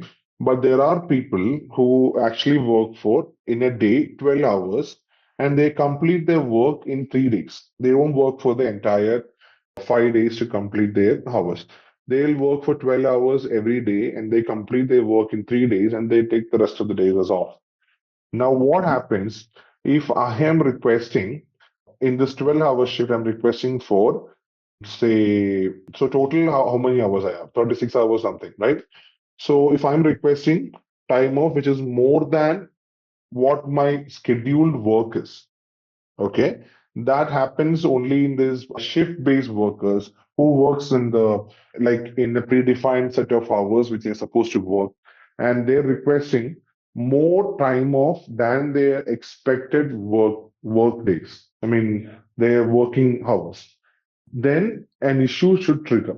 That's why. So if I'm keeping the Monday to Friday, people are expected to work on only assuming they have a work schedule. Some people will have 7.5 hours, some people have 8 hours, some people have 10 hours, whatever it is. So whatever hours they have, they are requesting for exactly at that particular hours. Even though you work overtime, that is a different story. But though you are supposed to work only for 8 hours, assuming. But there are people who has less hours in their schedule, but they are requesting more hours on time off, which means that there is an imbalance in the work hours and the time off hours. In such situations, to restrict the employees from evading such time offs, we keep this work days where work hours exceeds the holiday hours. So that's when we keep this actually, and this is very important. This is very useful in factory level or assembly level workers, which is very important. Okay. And some people might not be knowing this feature exists in Workday, so we should be trying to educate them with this particular feature. Okay. Now comes here is a configure days to include. So again, we are defining and customizing the particular days of this particular time off. So what all days I need to include? I can include from Monday to Sunday. I'm saying that don't include Friday, don't include Thursday.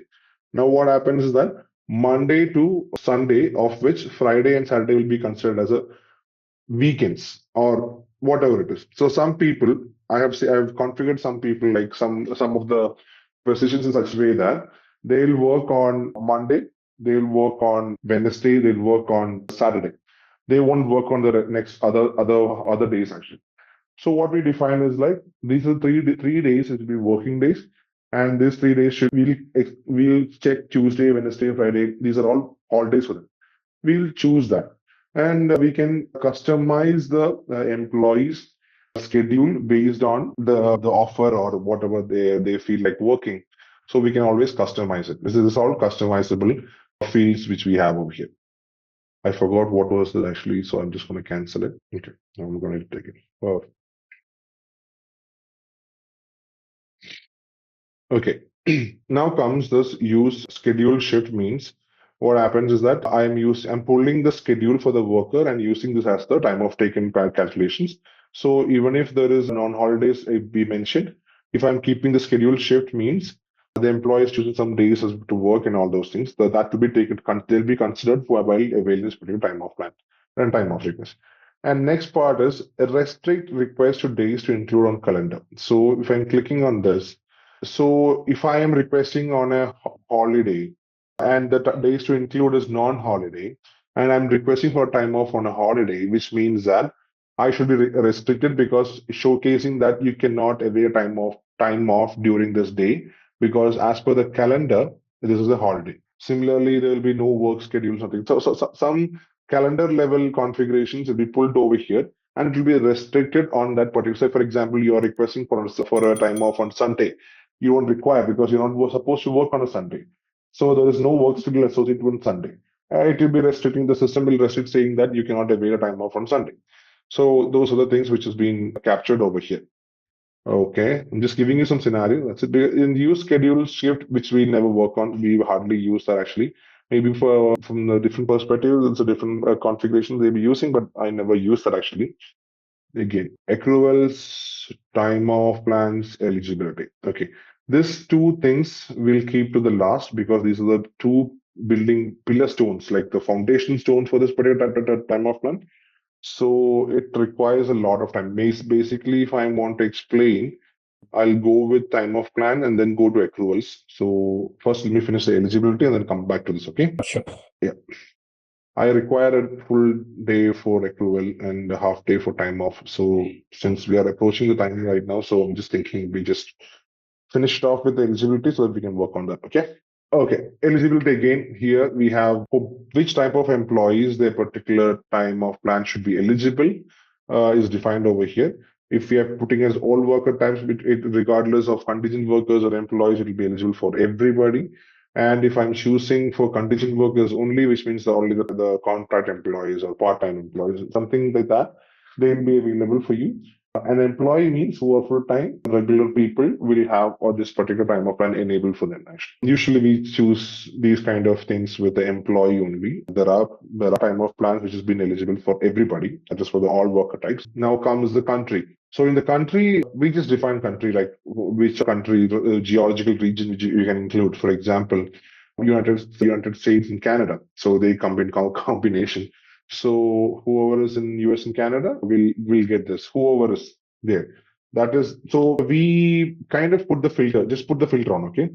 So if I'm putting the first level of filter in the employee level, okay?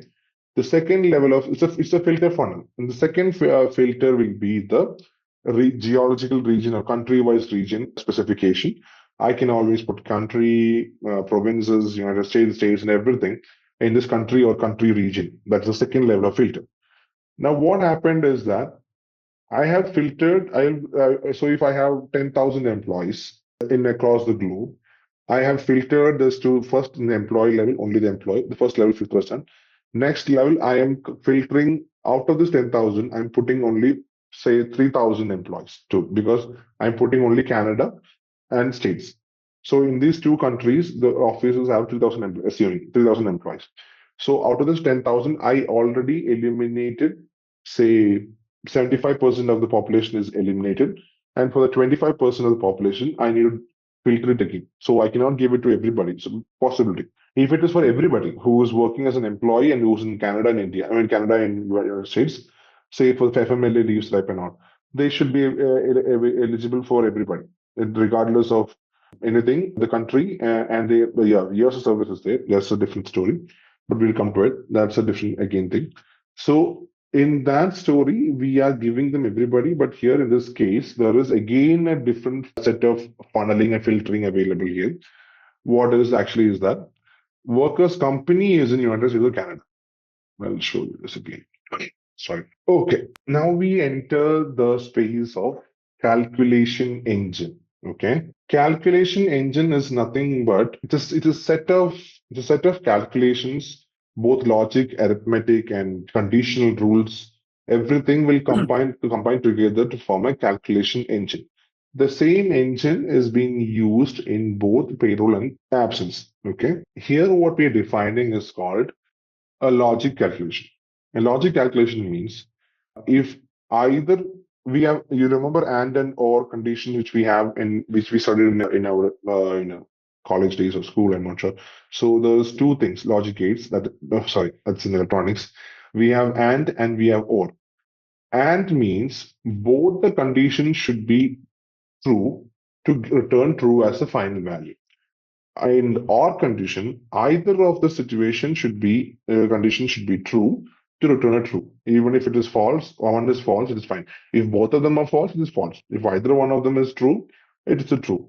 So this is what the logic calculation theory is all about. But again, as we discussed earlier, it is all about start date and end date. In absence, it is very, very crucial. It is very, very important to mention the start date and end date. See, we are checking. So in this condition, in this thing, we are checking whether the worker's company is in US or Canada. Okay. Now see here, this is okay. I have this issue. Now see here, company for job override if exists as of period end date. PED.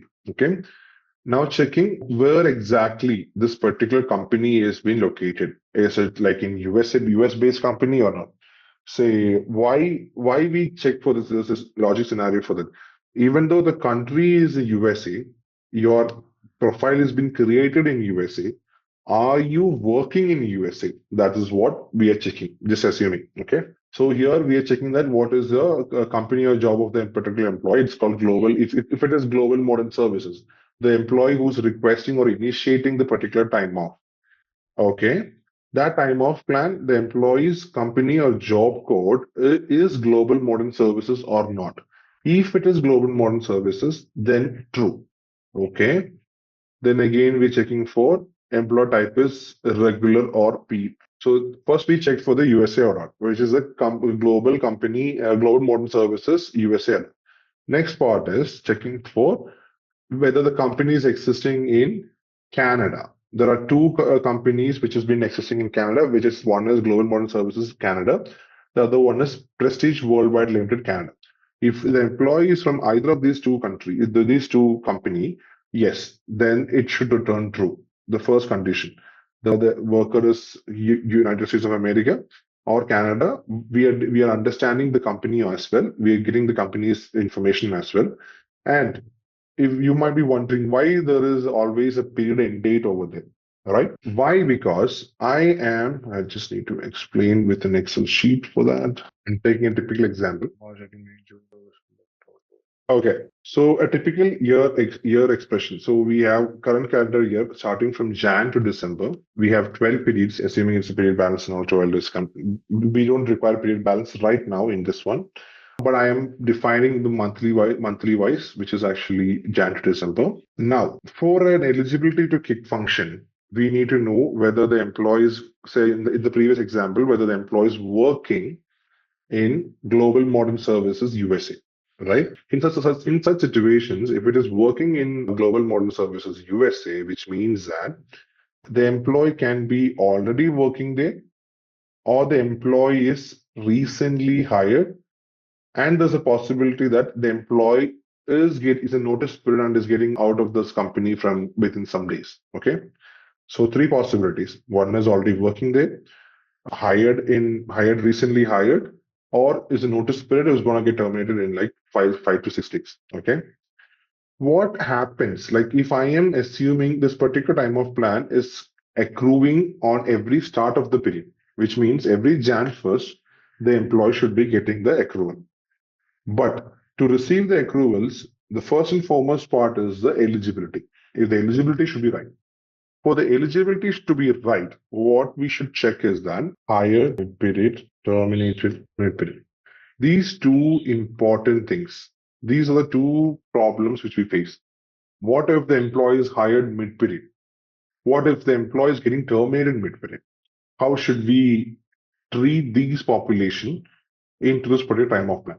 So time of plan is functioning from Jan 1st or every start of the period, they'll put accrual, gives you accrual. Okay, assuming one day you'll give. But if it is hired mid-period, the Jan 1st is over. The mid-period hiring happened on Jan 15th. Say Jan 15th is the hire date.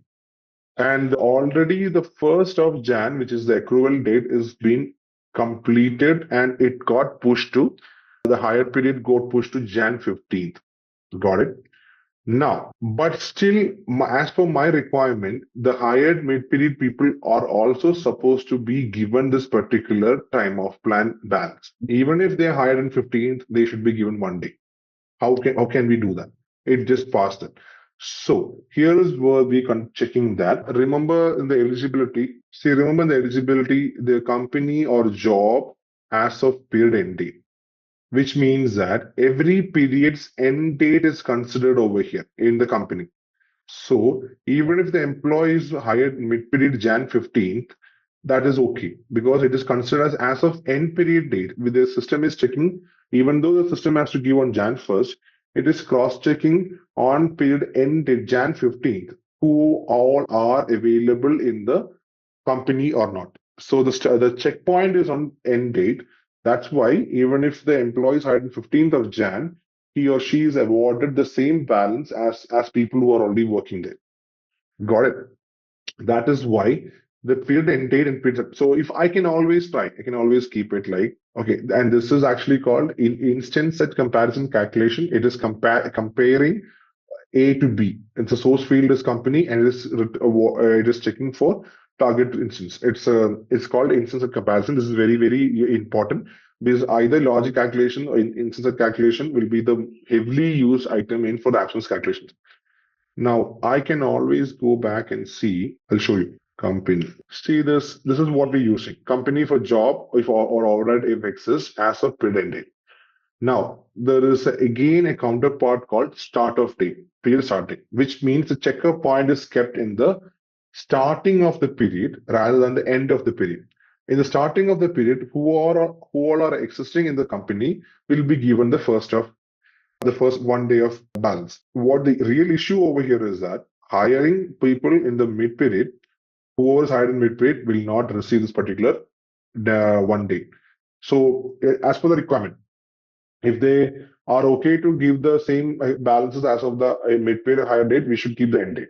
If they are not willing to give the same balances of the mid-period hire, we keep the start date. So whoever is crossing the Jan 1st start date will be giving that particular 1 day. Okay. Again, every instances which we can use in absence calculation will be divided into period start date and period end date. So for example, there's a thing called company hierarchy or job. Again, it has been divided into period end date and period start date. I'll show you again something different. See, employer type. Employer type is another either fixed or like full-time or part-time employees or type of employees. I have the same employer type is been divided into end period end. This is also checking whether the employee is full-time as of the period start date or the employee is full-time, will be full-time at the period of end date. That is what the concept is all about. So to include populations and populations at a given point of time, we'll always have to refer to the start of the period or the end of the period. I mean, end date or start date, end date. In this calculations, we use period end date and period start date. Period is what we define in the period schedule. Okay, and the balance period. I know it is very hard to digest, but Srinivas, any questions from your side? No. I'm following what you're explaining, right? So I have a question. Yes. I have 2 questions, but I get it, what you're explaining. Yeah, perfect. So what if I have period beginning and period end both combined? Let's say my employee type is regular. Okay. And I'm saying as of period end date or period start date and terminated mid-period. Oh, I'm coming to that. Yeah, that is the basic thing. So what I'm saying is that first, I'll just take one example and show it to you. Okay, my scenario is, let's say you took a scenario, right? Jan 15th. Let's say Jan 18th. Some odd date. Joined on Jan. Correct. And the assumption is the accrual happens at the period beginning. Every month first. Jan 1st, Feb 1st, March 1st, whatever it is, correct? Let's take 20 hours per month, right? Let's take 20 hours per month. And it happens every period beginning, period start date, PS date. Accrual happens on Jan 1st, Feb 1st.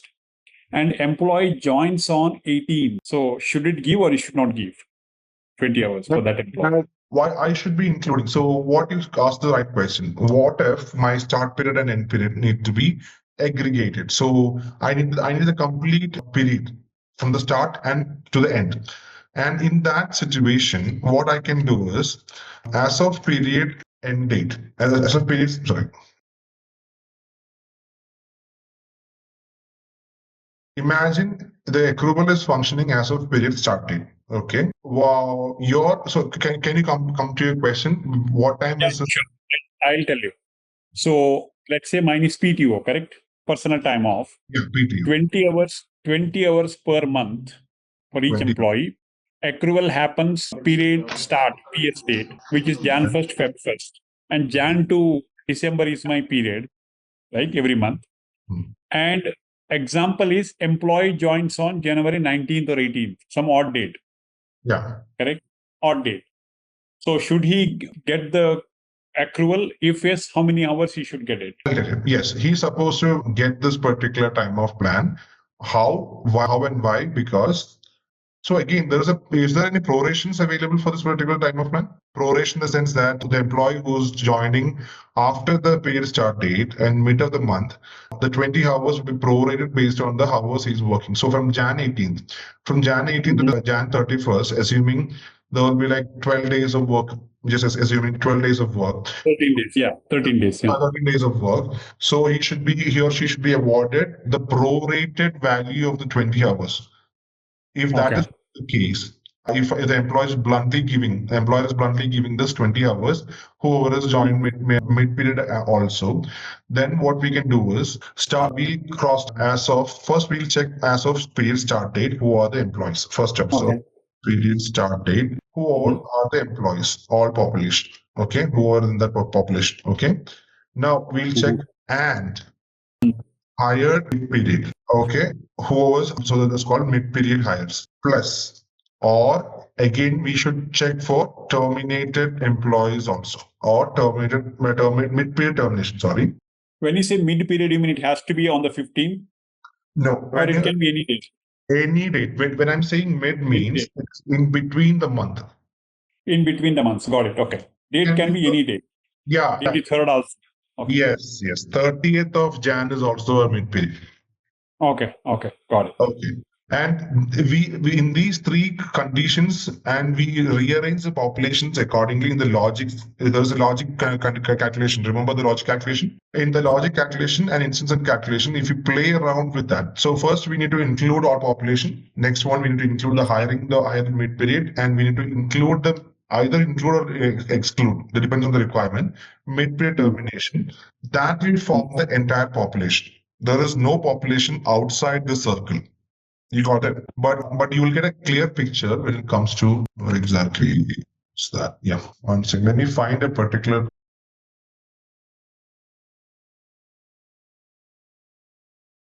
view. Let's check. See this one? We'll just go to the bottom of this. So country is Germany. This is a different scenario. This country is Germany. Okay. Now, two things. First, we created logic calculation checking for country is Germany. As of period start date. As of the start date of the period, we are checking the companies, the employees in Germany or not. And in this scenario, the system is checking two things. One is, as of period start date, the employee is in country Germany or not. It's Germany. And you should also check if the employee is worker terminated mid-period. Because if the employee is, as of period start date, in the start date, the employee will be in the country Germany. But what if in between the duration of the month, the employee is getting terminated? In such situations, I should include the employee who is actually getting terminated mid-period also. Because it is a start date we are checking. If it is a start date we are checking, we should also include the terminated mid-period also. Because as of the start date, the employee is not terminated. He is still the worker.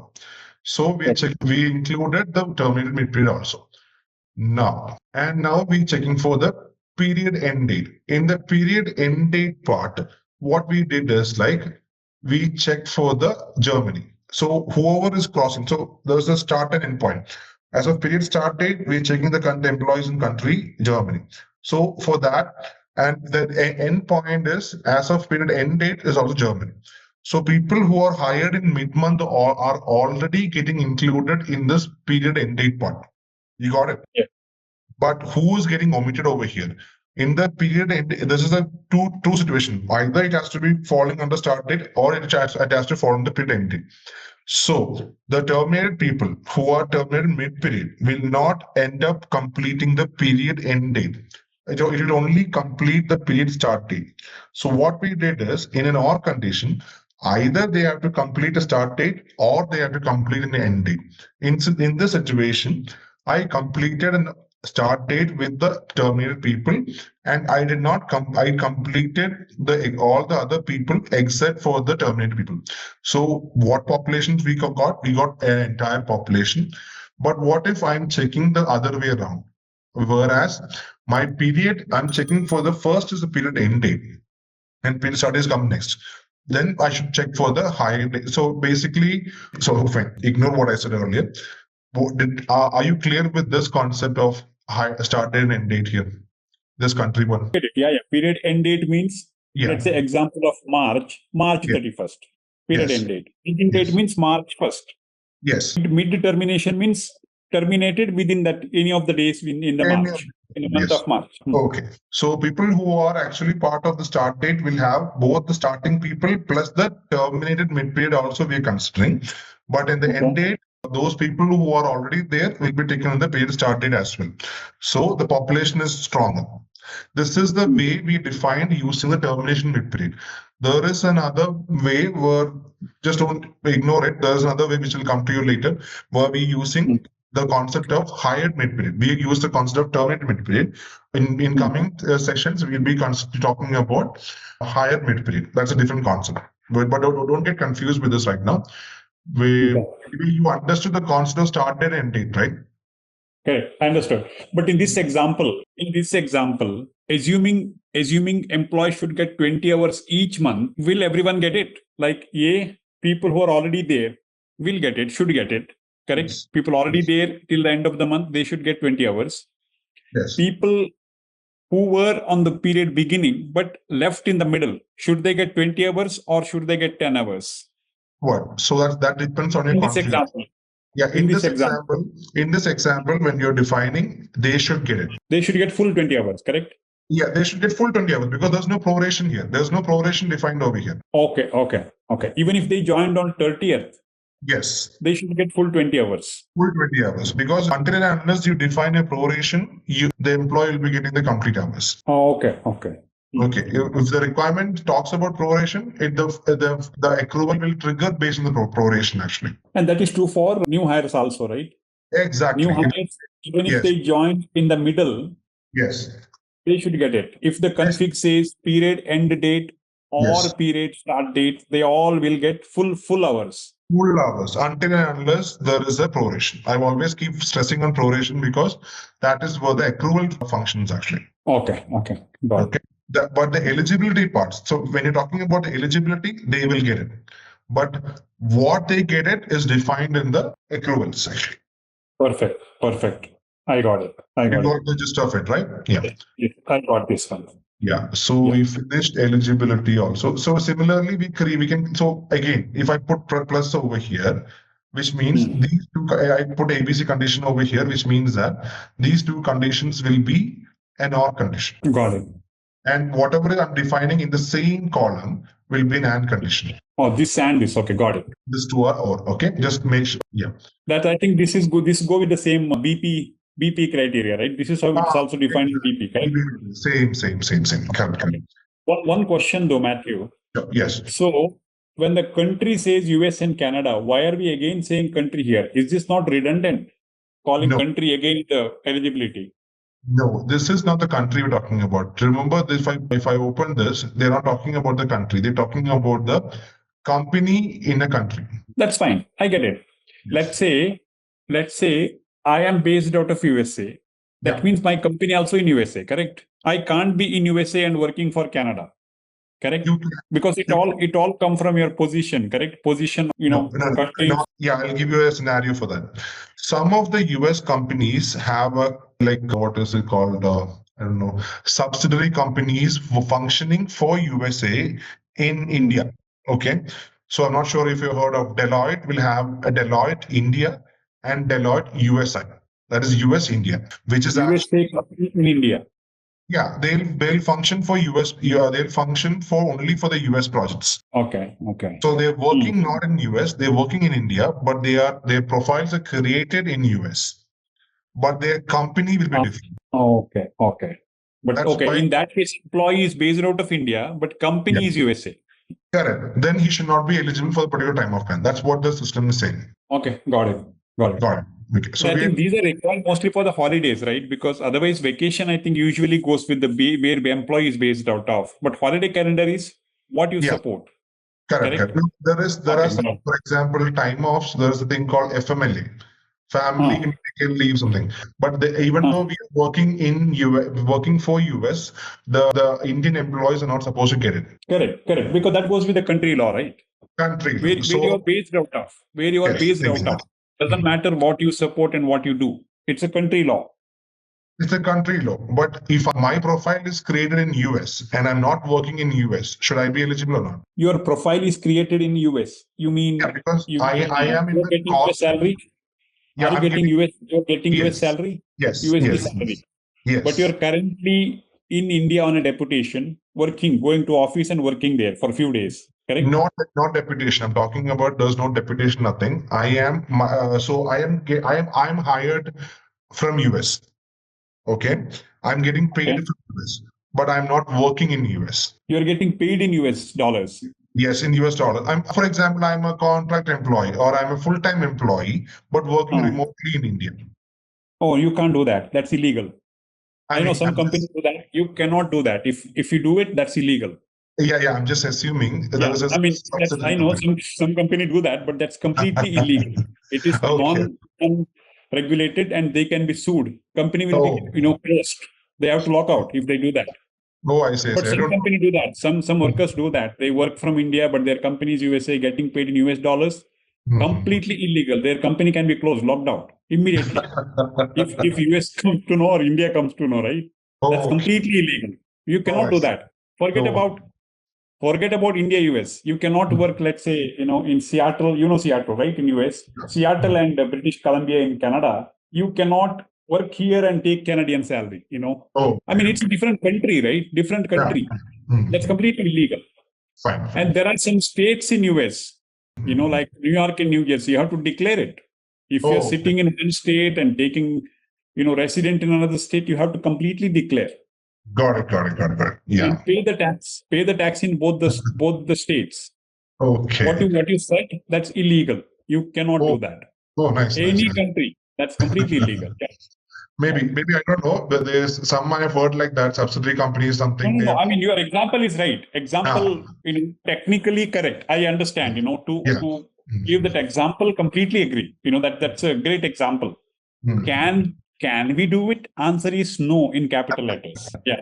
Thank you for that information. I think as of now, in time of plan, we completed the balance calculation, eligibility, and the root configuration as well. Now we come to the two pillar stone, that is time off and accrual. We start by. Is that fine? Yeah, sure. Yeah, that's fine. I know. I think this is getting logged. This is getting recorded, right? So let me also add to my example, right? Yes. So yes. in exceptional cases, you can for a few days work from India and still get paid in US dollars, but not permanently. Oh, okay. Like, for example, you go to India and there is a project you need to support. Yes. Correct? Yes. And you talk to your employer and work for one day and do the presentation. Those kind of exceptional cases is fine, but not like you're based out of here, getting in USD, but completely working, enjoying in US dollars in India. No, that's not that. Fine. Exceptional cases, yes. I know. I'm just clarifying this because I know this. Yeah, I don't know how these are used in the future. So just want to make sure that I'm continuing that sentence. Yeah. That's perfect. That's perfect, Srinivas. Thank you so much for that information. Actually, it's very information for me as well. Thank you so much. No problem. Thank you. It was a great example. Okay. I enjoyed it. What can we configure? Like where the employee can take full day, half day, what are the hours and all those things. So again, just want to remind you one more thing. This particular time off is also an effective date based profile. So whenever I'm creating a time off, you see there is a snapshot associated with it. The snapshot is getting opened up, and then only you can view the particular. See the snapshots over here. Even though time off is there, the informations are here, but this is again on the initial snapshot. If I change some configuration inside time off and put a new effective date, what happens is a new effective date will come into play, and whatever request coming post that particular effective date, the second one or the first, depending on the date, that will be triggered, irrespective of the effective date in the time off plan. So every part time off plan has as an initial as a snapshot date, and a time off as a snapshot date. So even if the snapshot dates are different across all these three elements, that doesn't matter for Workday. The Workday will only trigger what is actually coming in the correct date. Then, say for example, the effective date of time off plan was, and the effective date of accrual is, and the effective date of time off is also. So what happens is that time off plan will function according to configuration. But if I'm raising a request, accruals and time offs will trigger as according to what the changes I made, and that will trigger. Okay, so you understand those. So whatever the dates are different, it is okay for Workday. It will function according to the correct dates which has been mentioned. So now I'm gonna drill deep into the time off part. I'm gonna edit this. See, I have an update an existing effective date, or you can add a new effective date. I'm gonna do an initial effective date updation since for this training purpose only. Okay. So here we have a name, we have a code. This is very important because this particular name will be visible for the customer when he's applying for a time off. Okay. But the code is actually used for internally inside the Workday. So if I'm making any external changes to the time off will not be referenced based on the name which we give, but it will be only referenced by the code name, what we are given. So remember, the code and name are different. I mean, it can be of same nature, but the purpose of the name and code are entirely different. A name is entirely used out by the employees while applying for time off, but whereas code is used internally and externally by making changes, overrides to the balances. All these things are, we are not taking the name, we're taking only the code. The code is getting updated with the updated balances, override balances, or transfer balance. All these things, it functions only with the code. So be sure you have a legit code and name, like for time each and every time off. Now, next part is, see this required position on time off request. So Workday also supports position-based time off requests as well. Say, for example, Srinivas is working in a company, ABC company, and he's actually handling, say, hey, you're a developer, assuming you're a developer, but for a different organization, like same organization, within the same organization, in a different vertical, you are handling a position of, say, change manager. Okay, two positions. What happens is that how the system does know from which position you are particularly raising the request time of. So this is where it comes to play, where when I check that particular checkbox, what happens is that at the time of request, in from which profile the employee is raising the request, that request, the time of request, will capture that position and return that position to the approver.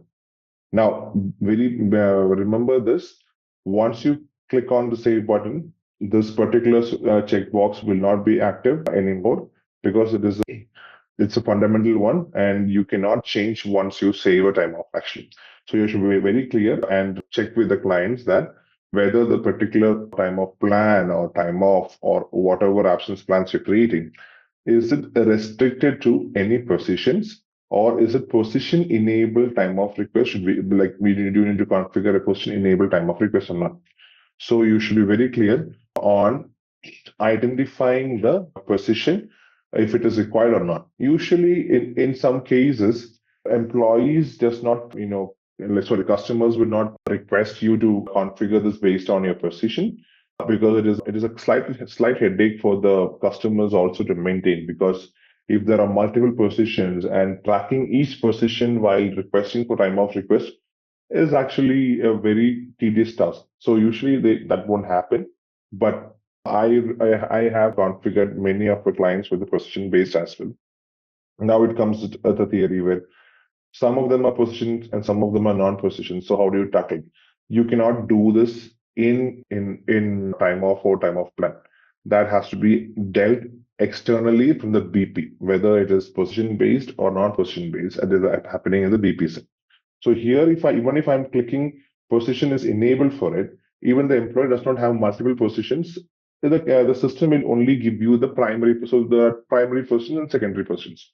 So the time of request will only fetch the primary positions if the positions are not defined for it. Multiple positions are not defined for the employee.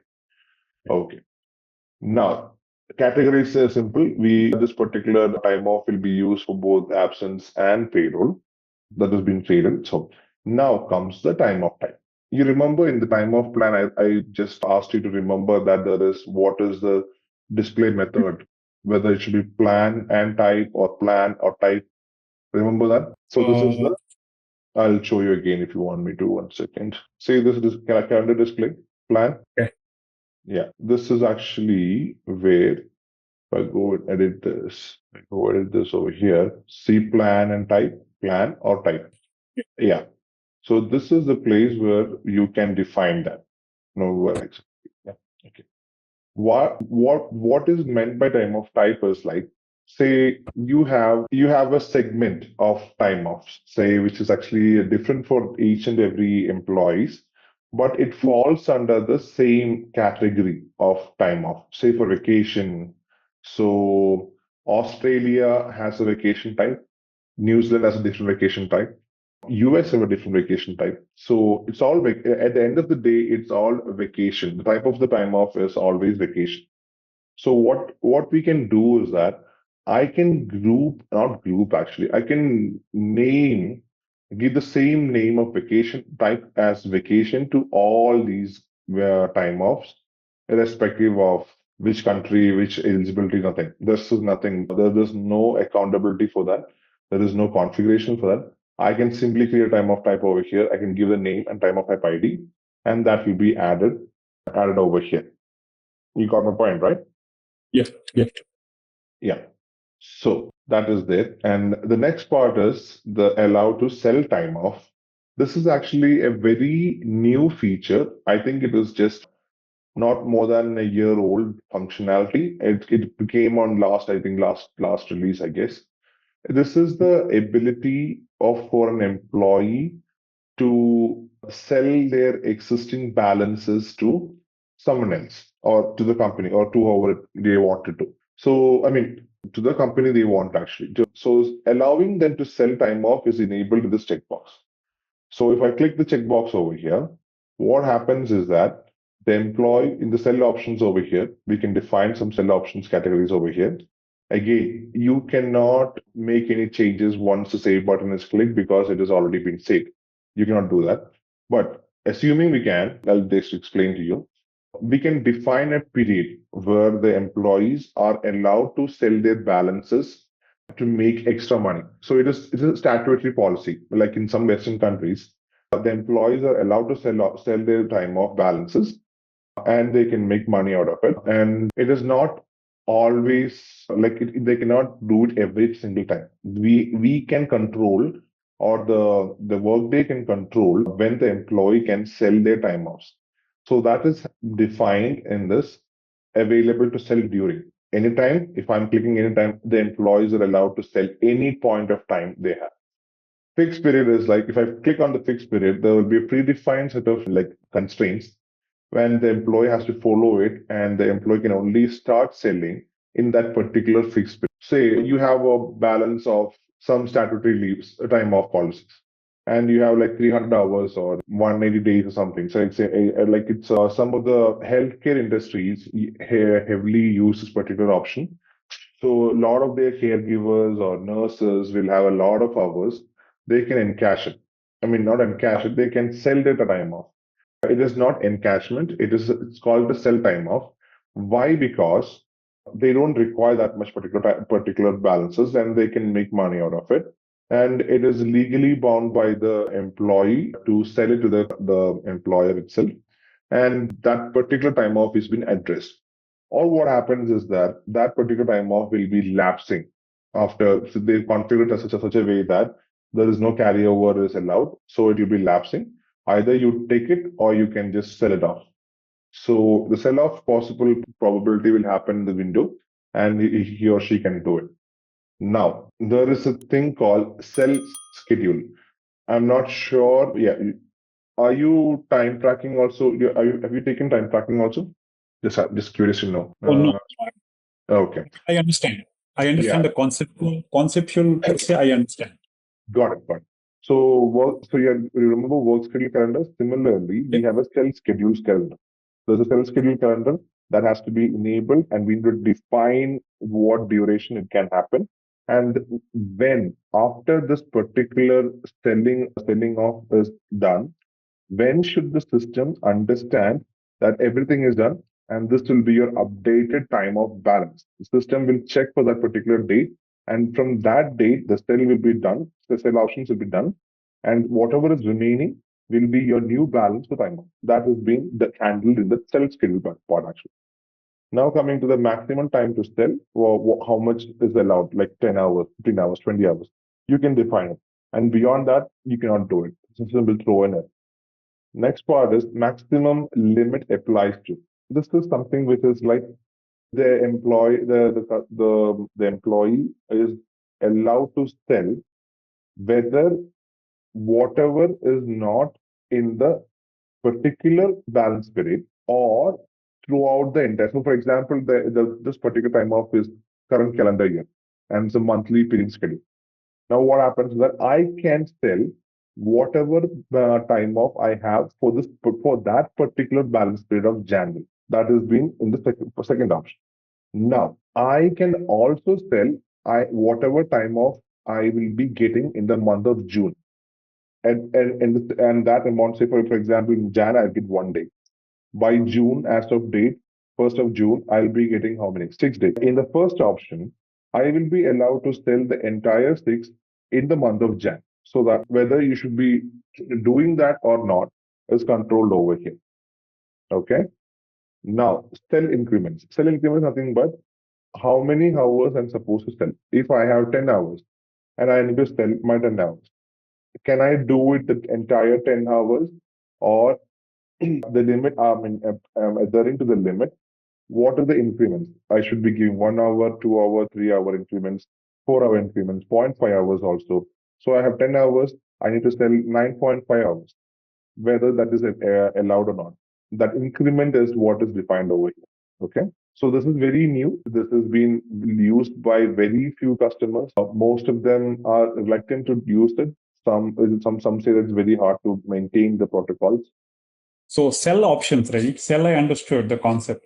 So in some organization, they also have something called donate, correct? Donating the hours. Yes. So do we have a separate feature in Workday for donate? No. It's same as sell, or it's part of sell. How is that handled? Donate. It is not donate. We don't have the option for donation. It is either sell or buy. That's it. Okay. No, I mean, organization policies, you cannot sell for money. You can donate. Like for example, some, an employee's, one of the family members is sick, like cancer or something, right? Hospitalized, and employee needs some more support and needs some more leave, but he doesn't have any hours left in his bucket. Correct? Yes. Some employees who wants to donate, right? Saying, hey, I'll give you 3 days off. You go and, take care of your family, something like that. There are some organizations who they have this kind of policies, but very rarely, like you said, sell is very, very, rarest of the rare cases. This is also, I think, these days I have not seen. I have heard about 1 or 2 companies that I supported in the past. But if we have such, as part of implementation, how we should go about it? Is that some integration? Yes. No, it's not integration. So as we discussed on sell options over here, there is an option called buy time off, which doesn't always mean that it involves cash. Okay. It is simply asking, so as you said, I have some serious illness and I want some more time off. Other employees will be willing to sell their time off to this particular, and he'll be in the market to buy time offs, and other employees can sell the time off to this particular employee, not for cash. Even though they call it sell and that the other one is buy, the concept is same, donation or for cash, anything. But there is an option in Workday which allows the employee to buy time off from others and use it for this personal purpose. Okay. So then, right? Sorry, come again. I was not clear. And the amount becomes 0. It's not actually amount. Yeah. No. The amount there is like no amounts involved in buying some time off at every point of time. No, it can be of 0 value as well. Okay. And so that's a separate configuration, is it? Yeah, that's a separate configuration. We'll cover it in the later stages because even that is also like a niche thing, but we'll come back to it. We'll just finish. No problem. Yeah, just conceptual. I just want to understand the concept. That's it. That's got it. Thank you, Srinath, for asking the question. We finished the allow sell time off checkbox here. Now comes picked up by payroll interface 1 period in areas, which means it is basically a payroll concept. I'll explain. I'll just give you a brief idea about this particular thing. Whether this particular in the payroll, so payroll will be running from the background, but according to the pay period calculations will be running. If at all there is any changes to this particular time off, the payroll should pick up any changes or any areas in the past for historical references also. So should we allow payroll to keep on fetching, keep on checking for this time off on any changes or any areas left over for the employee to reprocess, recalculate the same payroll again. That is what is being used for this particular scenario. That has been completely taken care in the payroll side. Absence has very minor input over here. If we check this box, it will keep checking for any changes particular time of action. You can, if they want this particular checkbox to be opened, or you can always go back and change it. There is no graying out of this action. Okay. And this tell option, I forgot. I think I mentioned that that option will be blocked. No, this is actually gonna be blocked in the later point of time. It won't be blocked as of now. It will be blocked soon. But till then, since it's a new one, if I check this box, it will be open for everybody to even after saving this particular time off, you'll be able to do it. I forgot to mention that. I think I mentioned this earlier on. So yeah. Now the next part is visible for team absence. So this, as the name suggests, if I am on time off, your team should be in your team absence calendar. Your manager will be having access to that team absence calendar. So in the team absence calendar, the manager will be able to know that you're on this particular time off. You're on family leave or whatever. You're a family time off actually in Belgium. So your manager will be able to see this particular time off in the team absence calendar if this particular checkbox is checked. Okay. And now this is the basic configurations of which only this position request capturing is read out if you're not saving it prior to the, you're not checking it prior to the save button. That's it.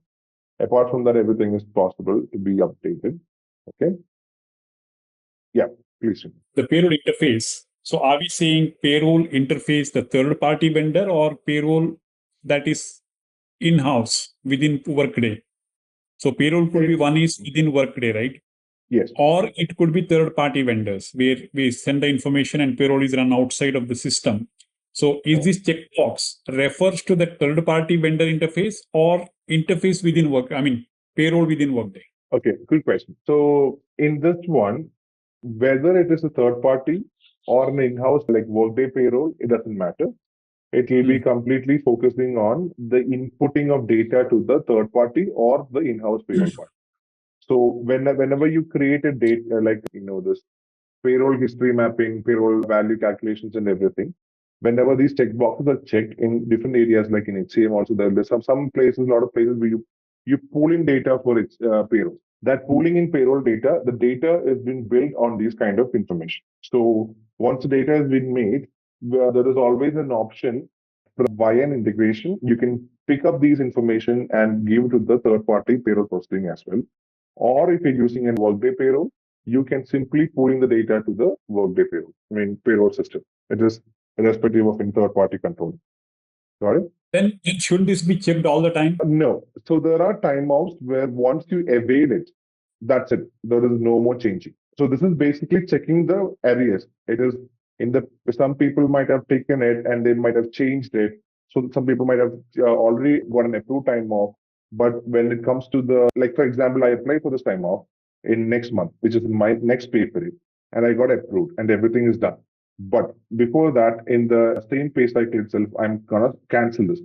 Now, if I'm not checking this thing, it won't come back and check whether this particular thing is done or not, or if there's any changes to the dates or not. All these areas or these changes will be picked up in each period, will not be done from the payroll side. So it will pick up in the next pay cycle. Exactly. Every cycle, it will keep on checking it backwards for if there is any changes happened or not. Okay. But that is not very important in the absence side. You don't have to worry about it. It is always the payroll people will inform you that this has been required or not. Similarly, you have an same thing which is applicable to leave of absence also. We'll come back to it later. Okay. Perfect. So coming to the details part. Okay. Every time off works on priority. Okay. I told you, right? There will be several time offs inside a time off plan. So how should the time offs should be triggered will be defined by the priority. So family leave this is a family leave. There will be multiple other family leaves for the countries. If I'm clubbing together in one single time off plan, which time or leave the family plan. So I have one family plan and one time off, this particular time off plan, and another particular time off called compassionate care leave or something, or domestic violence leave. So I'm clubbing family leave, domestic violence leave, compassionate care leave. This is a hypothetical example I'm just giving you. Even I myself was joking around here. So I am creating these three particular time off into one time off plan. Now the employee is requesting for the time off actually. So which time off should come into which time off should be processed first, or how should the balance should be reduced? So these kind of things is defined as in priority. I can give 20, 10, 25, 15. So the best practice is always to give double digits so that it won't cause any trouble while calculating. So priority is very important. It should be defined by the consultants to make sure that every time is initiated or processed on an orderly basis for that purpose. Okay. Now comes the adjustments allowed. This is the tick check box where you ensure that an external person or external like HR process or HR person administrators come back to this particular time of plan or time off to make a manual update in the balance fields or or like an automated balance update. You can do either by manually or you can do externally with a push to the system, like a data dump to the system. So whenever you're doing such data dumps or manual updation, the system should capture that updated information and update the balances is only possible if you check this particular box, adjustments allowed. That is where the adjustments of balances is being captured. Okay. The next part is hide from worker self-service. Again, we discussed in time off plan whether the employer should be able to request time off on their own or not, or that has been checked. That's a checkbox over here. Okay. Now comes time calculation tag. It is nothing but a related time and time entry. I can bring in certain tags for this particular time off. Say I am bringing in what say overtime calculation tags.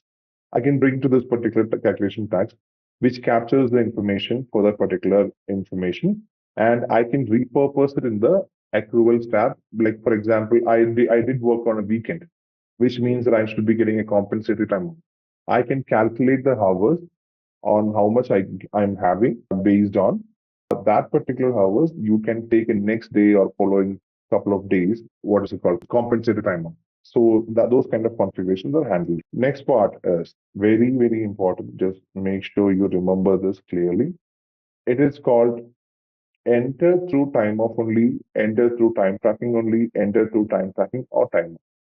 It is simply mentioning that whether this particular time off can be requested only through an absence request portal, like the absence calendar, or it can only be requested through time tracking calendar, or it can be requested from both time tracking as well as from the absence calendar, time off calendar.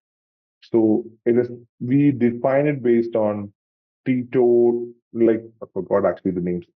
Time off, enter through time off only, we put it time off only, time entry through time off. Yeah. So I'll just get that. I get it.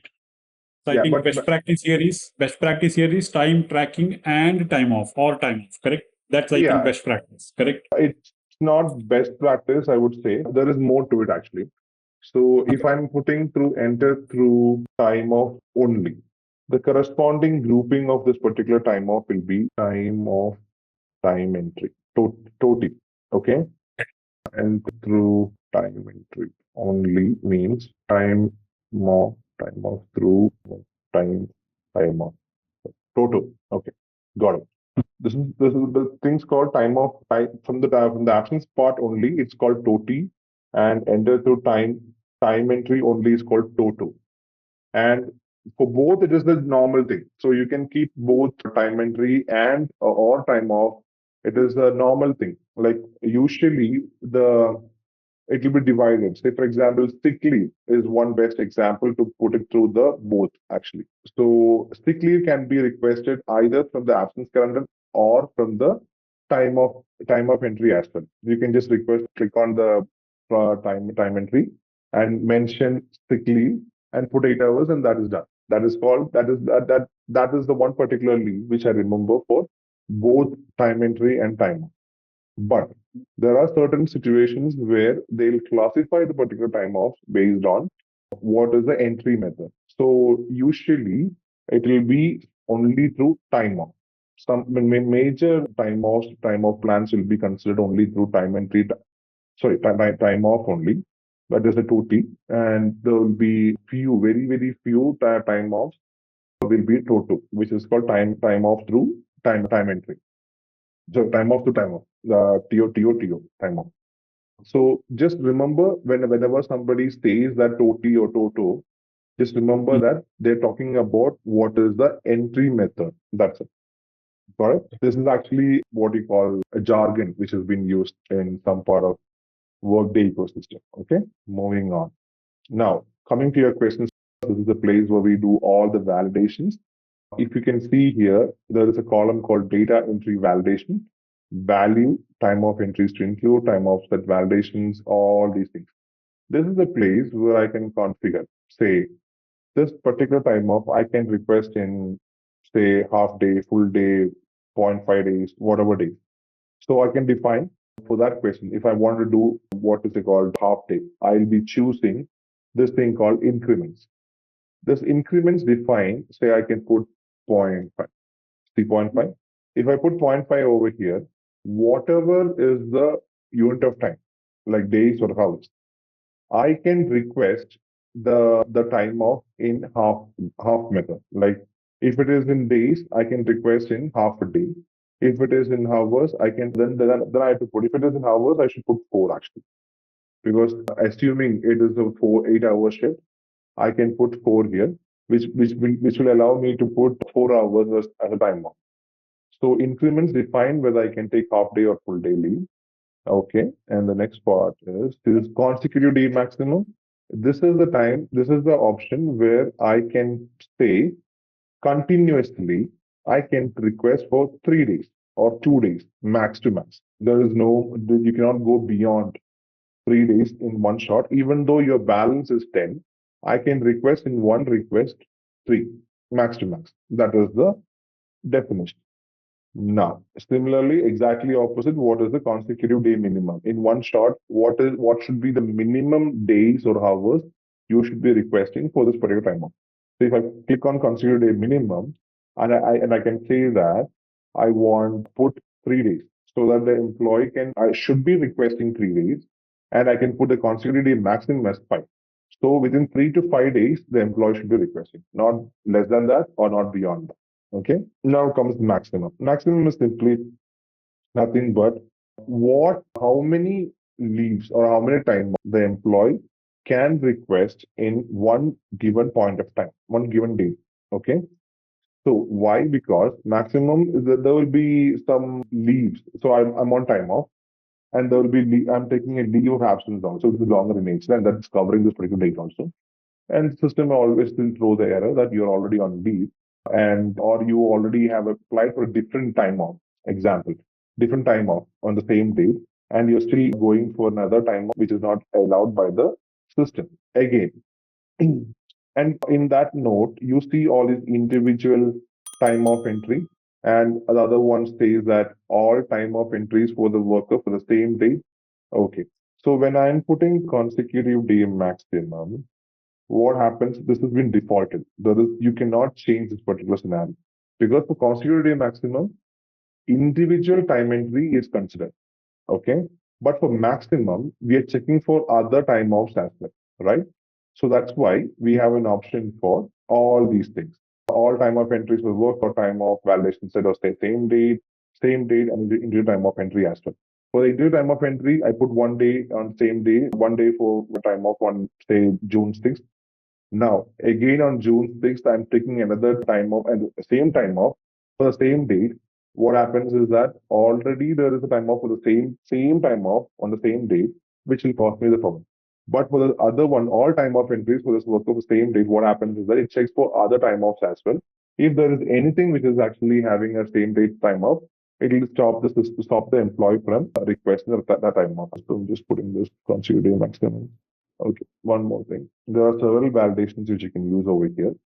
Increment maximum unpaid time off we've defined over here, which is actually saying that I'm saying maximum unpaid time off units allowed is 0, which means that I cannot go beyond a negative value. So my balance is done. Whatever is coming as going negative it should be considered as an unpaid time off. And that is a flag which is being shared with the payrolls. Even though the maximum balance for the time off plan is negative 15, assuming. But in the time off side, you're defining that maximum unpaid time off is allowed as 0, which means that the rest of the negative 15 days should be considered as an unpaid time off and will be considered as an LOP or unpaid time off from the payroll side. Got it? Question? No, go ahead. Yeah. I was listening to you. Yeah. Okay, perfect. So we have maximum unpaid time off, minimum. Minimum is what is the minimum number of hours you're requested for requesting this particular time off. You can keep it as 0.5. That is the minimum one. And if you put increments as 0.5, which means that you cannot go less than 0.5. Just remember that as well. Minimum means I'm requesting for 1 day is minimum, 2 days is minimum. I can keep that minimum thing, but not 2 days. 2 days will be taken care in the consecutive day minimum and not the minimum actually. The other one is multiple time off requests not allowed for the same date. You don't allow the employees to take multiple time off for the same date. Again, you have the option. See, this option changes. There is no individual time off anymore on this one. I can either select these two options actually. Next part is actually coming. Yeah, time off date before maximum override balance date not allowed, which simply means if you have doubts, just always check on this one.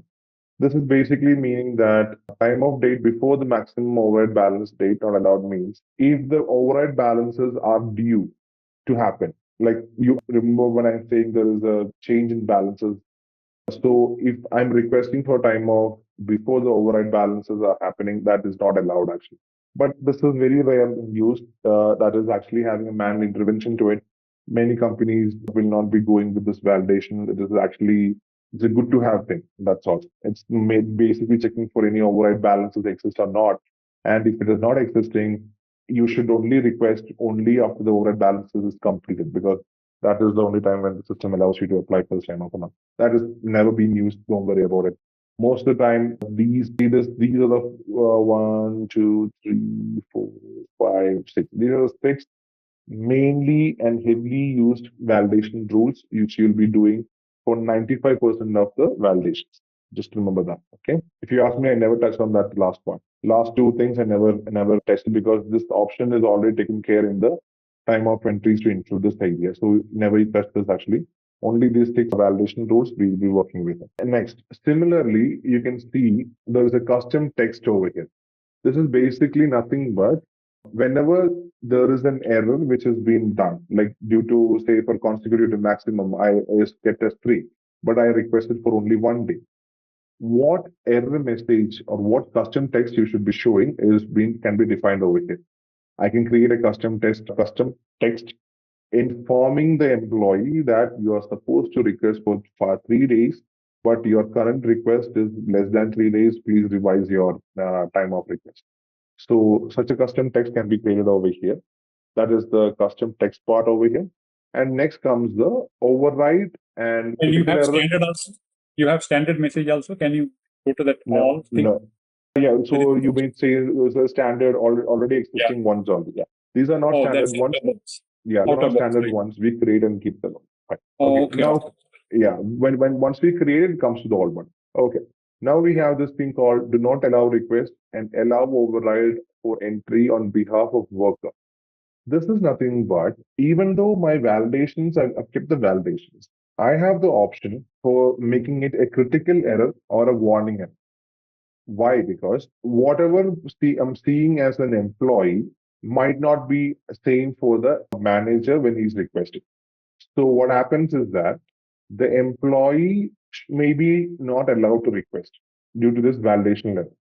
But a manager or on behalf of the same worker or a security clear person for this particular worker, he can bypass this validation and request time. And if that is enough. So if I'm clicking checkbox over here, which means that the manager can override the validation. But if I'm unchecking this, which means that even though the manager is coming to apply for this particular time off for a worker, he will not be bypassing this validation because I did not check over here. It become a critical error. This combination is called a critical error. But if I'm putting over here, it will become a warning, only for the warning for the manager, but a critical error, still a critical error for worker. Now, if I'm not putting this one, if I'm not allow request is not checkbox, No, not checked. Then what happens is that the same validation will become a warning for the worker also. Got it? So this is the major things in the data validations part. I have questions, if I may ask. Sure. Please, shoot. So if you could repeat one more time on the do not allow request, because I kind of got confused. The allow override. Yeah. Allow override, I got it because you just explained. What is do not allow request? Do not allow request simply means that the employee should not be allowed to move forward with the validation issue. Say, okay, I'll give you an example. Consecutive day maximum is 5 days, but the employee is requesting for 1 day. If I'm clicking the checkbox, do not allow request as checkbox, which means that it will be a critical error and the employee will not be allowed to move forward. Got it. That's at the each validation level, correct? Each validation level. Yes. Each validation level, we have that particular thing enabled. Okay. Now I have another question. Sure. Let's say my increment says 1, value 1. Okay. Just making it up. Increment says 1. And the unit of what you call unit is hours, not days. My vacation is in hours, correct? Unit of measurement is hours. Okay. And increment says 1, which means I can only apply for that particular vacation in 1 hour increment, correct? 1 hour, 2 hours, correct? Exactly. Yes. Okay. Now then, if I have that 1 there, and minimum also has to be at least 1, correct? It can be less than 1, but it cannot be more than 1. Yes. Yeah. Correct? Okay. Correct. Then maximum, let's say I have, just making it up again, 12 hours. So does that mean I can submit 12 hours of vacation for that particular day? 1 day, I can submit 12 hours, correct? If maximum says 12, that means I can max submit up to 12 hours, correct? Okay, wait. So your unit of time is hours, and correct. Your increment is in 1 hour, and your maximum is 12 hours. So that means I can go up till 12 hours for that particular day, correct? Correct. But again, I'll keep another validation also. So other validation will be checking for in the time of plan level, whether you exceeding your existing time of your work schedule or not. Because if you are supposed to work only for 8 hours and you're requesting for 12 hours, you don't have the remaining 4 hours. So you can only request for it, you can request for a date range. So if you're choosing only 1 day, say June 6th is the day you're requesting for time off, and your maximum is 12 hours, you can request. But in that particular date, you can only have 8 hours of work time. So if I'm choosing 12 hours of work time, system will not accept it because you don't have that work schedule with you. So what you should do is that you should choose 2 days, 8 plus 8, 16 hours, of which you're taking 1.5 day leave. 8 hours here. I get that. 1.5 hours, 1.5 days makes sense. But I'm saying here, again, it triggered me 2 questions. One is, assuming my schedule is 12 hours, correct? Okay. I work for 12 hours a day. Then if I put maximum 12, I think system allows, correct? Because my schedule is also 12 hours. Exactly. Correct? It allows. Yes. And if my second question, let's say my schedule is 8 hours into 5, 8 into 5, 40 hours a week. Okay. Then I submit for 12 hours. So do I need to have a separate validation here, or system automatically takes care?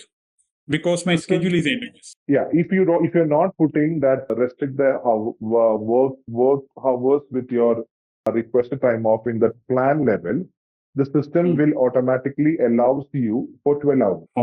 Okay. It is based on your configuration that it will check for so if I'm putting all days, as a calculation of your time off, what happens is that there is no checks and balance for your work schedule and your requested time off. So automatically, if you put 24 hours in 1 day, it'll allow you actually. Got it? So where is it all day? 1 day? You said where is that? Yeah. I'm sure you should. 1 second. It's here. Yeah. It's not here. It's plan level actually. So remember the calculation thing. You remember this one? Days to include work hours exceed holiday hours. This is the one which I'm talking about. But if you keep all days over here, it won't check for the balances. The requested hours. Oh, it won't check for that. Any number Yes. of hours it approves. Maybe more than Exactly. 24 hours, it won't approve, right? More than 24 hours, it No, won't. 24 hours, no. There's a day breaker, actually. It's in the time tracking section. It's a day breaker. There is a day breaker. After 11:45 or something, there will be day breaker. You can't go beyond that. Okay. Okay. So, it's still a configurable one. People who are working in shift, that's a time tracking thing. Don't worry about it. So, this is the one which I'm talking about, actually. Okay. Yeah. Thank you. Okay, perfect. Now, where are we? So we've been finished the validation part, time of plan over. Now we come into the time of plan overrides. Okay. So listen carefully. If you remember correctly from the latest session, the eligibility is defined in the plan level. Okay, time of plan. But according to the latest updates, there are possibilities where an employee will be eligible even without his meeting the correct, desired eligibility. So the employee will be completing 3 months of service to be eligible for this particular time. He will be completing 3 months. But the problem is that he might not be ready for. So the company says that everybody blindly who complete 3 months of service, give them this particular time off. But do keep in mind that they have to complete their probation. So the probation depends. Even though the employee completes 3 months of service, it is not necessary that the employee has done with their probation or not. In such situations, the company cannot say, can keep a validation inside the time of plan eligibility, stating that the 3 months of service should be completed and probation should be completed. No, that's a good way to do it, but that adds another level of calculation the time of plan level.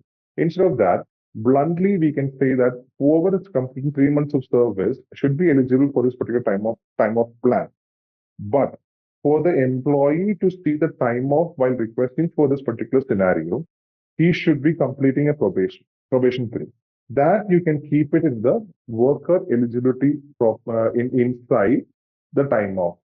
So what exactly the heading means, that time of plan override means that even though the employee is completing 3 months of service, but the probation is not yet completed, the time of plan eligibility is getting overridden by the time of worker eligibility. It simply states that the priority will be given always to time of level eligibility rather than the time of plan eligibility. So this is very, very, very important. It will be very useful for you when you're configuring certain situations as well. The issue with my scenario when I'm creating that in the time of plan with probation is completed and 3 months of service, what if the employee should be able to see the balances in their calendar, but he should not be allowed to request for this particular time off until and unless the probation of his thing is completed. Otherwise, he can only always see the accruals getting updated, but probation, no, it's not working. And without probation, he cannot apply for the particular time off. So in this way, I'm allowing the employee to showcase the balance of this particular time off, but you are still not allowed to request for this since the probation is not completed. That's it. Now coming to the next part, that is the lower limit override. Lower limit override. So if you remember, in the time of plan level, there is an upper limit and lower limit. So what if an employee, I'm not giving any scenarios here because it's a good to have thing. What if the employee, we have defined a lower limit of 0 in the time of plan level, but for certain conditions, I need to update the lower limit to -10 for certain set of people, population. I can define those population and give the value as -10 based on showing. Okay. See here, value I'm creating. It is not -10, the direct -10. I can create a calculation checking, for example, a cost center, ABCY. This cost center whoever is associated with this cost center can go be a negative balance on their time of, say, -10, which is accepted. And this will be based on the all calculations. See the Bell family leave. This will be based on the same time of plan we are configuring. So what happens over here is that even though the lower limit, or which is defined in the time of plan level, is getting overridden by -10 for ABC cost center only. Okay. So this is called, again, all these are all overrides, which is giving the time off an upper hand on certain set of population or certain set of conditions. That's it. Okay.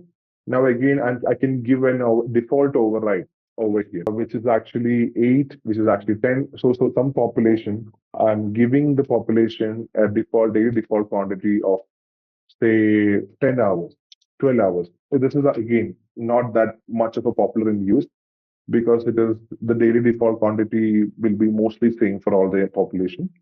So if at all we want another thing, say for example, I'm creating a cost center and this cost center has mostly 12-hour shift people, I have to override the 8 hours to 12 hours. That is possible over here as well. So again, these are all running on calculation engines, which we'll come to it in the latest section. These are the possible calculations which we can run on. We will be defining that in the accruals part, because accruals use this heavily to come to the calculations part. Okay. Now we'll go to the reason section. Reasons are not that popular with Workday, I would say, as per my experience, because we are defining the reasons inside time off, and it is a good to have thing. It is not like there is no downstream impact for this particular reasons. I can choose, say, for family leave. I'll take the same example, family leave. I'm giving the reasons like family outing or children's school anniversary or some reasons I'm defining over here, which means that when you are applying for this particular time off in the absence calendar, you will be given a reason to provide for what purpose are you taking this particular leave. And if I'm putting this reason as required over here, which means that whatever reason I have defined, the employee should be choosing at least one of the reasons. I mean, there's always one reason to be selected, and that reason has to be selected while making this particular time off request. That is being required. That's the mandate requirement. That's all for the reasons for. Second option we discussed, work tax. Again, this is again time tracking scenario, which will be covered while when you take up time tracking.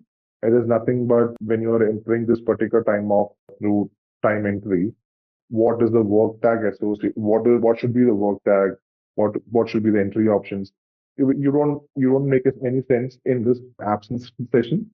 So usually it will be handled in the time tracking part. So as you can see, whenever I'm saying this absence, it is always linked between time tracking and payroll. Just understand that. So that's why it's called PAT, payroll, absence, and time tracking. So once the consultant has been certified in all 3 modules, he'll be called a PAT consultant. Okay. So this will be dealt in the time tracking part. I think we are good. I have one question regarding certification. So HCM is the basic. Before doing all these things, we need to complete the HCM, right? Yeah, Certification. Exactly.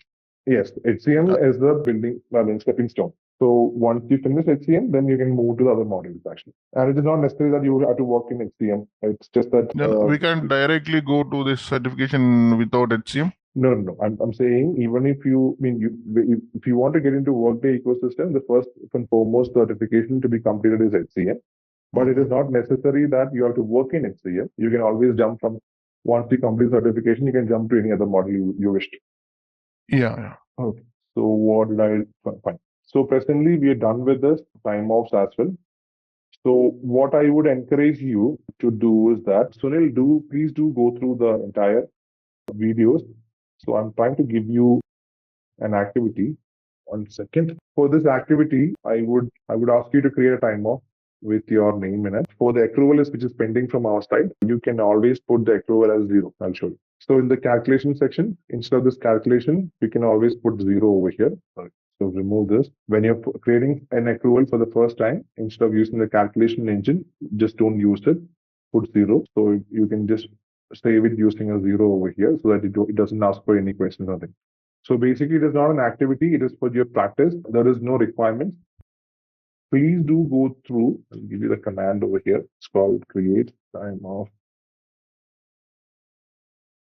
So since we completed majority of time off part, only the very crucial thing which is pending, which requires a lot of time, I'm just gonna save it for the last.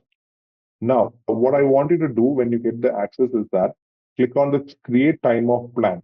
And remember, there is create time off and there is create time off plan. First, always go to time off plan. Okay. And whatever we discussed in the following the 2 days on the hands-on module on this particular time off, try to fit in all the information which you can actually understand and see what are the changes when you're selecting each configuration, what are the changes which is coming. So if I'm putting track balances, automatically the changes comes up and see there's all the delivered options comes up only when you're selecting for track balances. Similarly, go through the entire tab, create timeout, random timeout, nothing. Only naming convention which I would like you to follow is that use your initials. So if it is Srinivas Prabhu, I would prefer SP and put whatever time off you're creating. Okay, if it is Sunil Kutadi, I'll put SK. Okay, S and K hyphen this one. So in the same tenant, create whatever time off you wanted to, give what are the information, go for the trial and error method so that you'll understand what are things you're entering, what doesn't make sense listening to this, like what lectures. So try to make it in the trial and error method, go to it, explore what are the options you have, and come back to me with your possible questions. Are we good? The difference between time off plan and time off. Okay, I understand. So consider it is like a plan. Time off is actually a leaf in a book. I mean, a book has many leaves, pages, sorry. All these pages are called time off, whereas the entire book is called time off plan. So, Okay. say I'm creating a time off plan for vacation.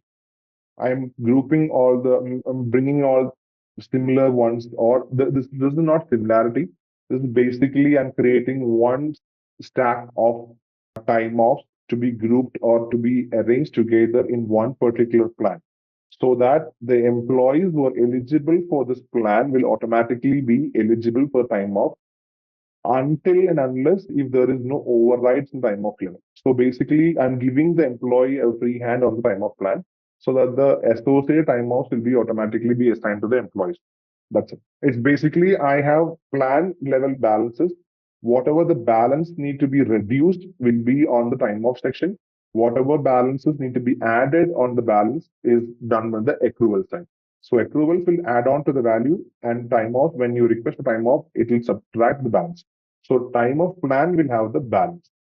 The balance is handling the time off plan level, but reducing and adding is done by the components in the time off plan, which is accruals and time off. Got it? So it's basically balance in time off plan, reduction happens in time off. Exactly. In And the payroll rate. Time off is a subset of time off plan, and time off plan is a superset. Yeah, in a way you can call that way. Yes, perfect. So yeah. do play around this entire thing. Do manipulations, do everything. Come back with information or come back with a lot of questions on this. If at all you get the your tenant access by. Otherwise, leave it. We'll come back again and finish off the accrual, and I'll give you an assignment itself. In the real-time scenarios, do we definitely we will be having the required documents, right? So would you be sharing a sample how the requirement document look like? For example, when we are creating this time of plan, so we have a date, a limit, right? Override allowances and balance period schedule. These all the options are there. So do we get the information from the client, or are we supposed to ask them to provide us those all information? Okay. So to answer that question, it is very simple. Everything which you're going to do a configuration in the tenant, the requirement has to come from the client. So we have a thing called workbook. So we can download it from the community and we can share it with the clients, and the clients will fill in the information required for you and give it to you. Most of the clients will not be aware of what to fill this particular sheet. So we'll have discovery sessions called design sessions. We'll discuss with them and what they wanted, and then they will start filling the properly this particular sheet. But again, the information as always has to come from the client side. In the drop down, in few of the drop downs, we have n number of options over there. Even those informations will be also provided by the client, right? I would not say directly they'll be giving you the answers, I mean the requirements, but they'll say in a lot of words. Say, for example, they say that for carryover, example. So for people who wanted to carry over their balance from this year to next year. So clients will have a different opinion. So they say that, okay, so carryover is something which I need to think about. So I'm thinking like a certain set of people should be allowed to carry forward their data to next year. But the rest of the employees, they should be only allowed to carry forward 10 days of their balances to next year. So now what happens? I have to understand what is the population which is allowed to completely carry forward their balances, and what is the population which is only allowing them to carry forward 10 days of their balance. So you need to understand. Then you need to ask this question to the client. So what is the job roles, or what are the positions, or what are the category which I'll be drilling into, which the employees can carry forward their entire balance next year. Now they say that, okay, fine, okay, I understand. So I let's say who are having the job category of management level and upper can carry forward their entire balances to next year. Now I need to understand whether the job category management or above is being defined in the system or not. If not, I have to reach out to the HCM side people and tell that I need a job category to be defined, which is from management and above. Now what happens, the requirement from your side went to the HCM side. Now the HCM side people will go to their leads in the client asking how should we define the management or above. Then the HCM folks will say this is the stipulated guidelines for keeping whoever is the job category. Now the job category is done. They'll say that Matthew, this is done. This is how it should be doing. Okay, then I'll use the same job category to define what is required. So it's like a chain of commands. Got it? Yeah. I got it. Like based upon the requirement which suits in the drop down list, we need to pick it up, right? Yeah. But the thing is that the clients shouldn't be aware of all these things. I mean, naturally.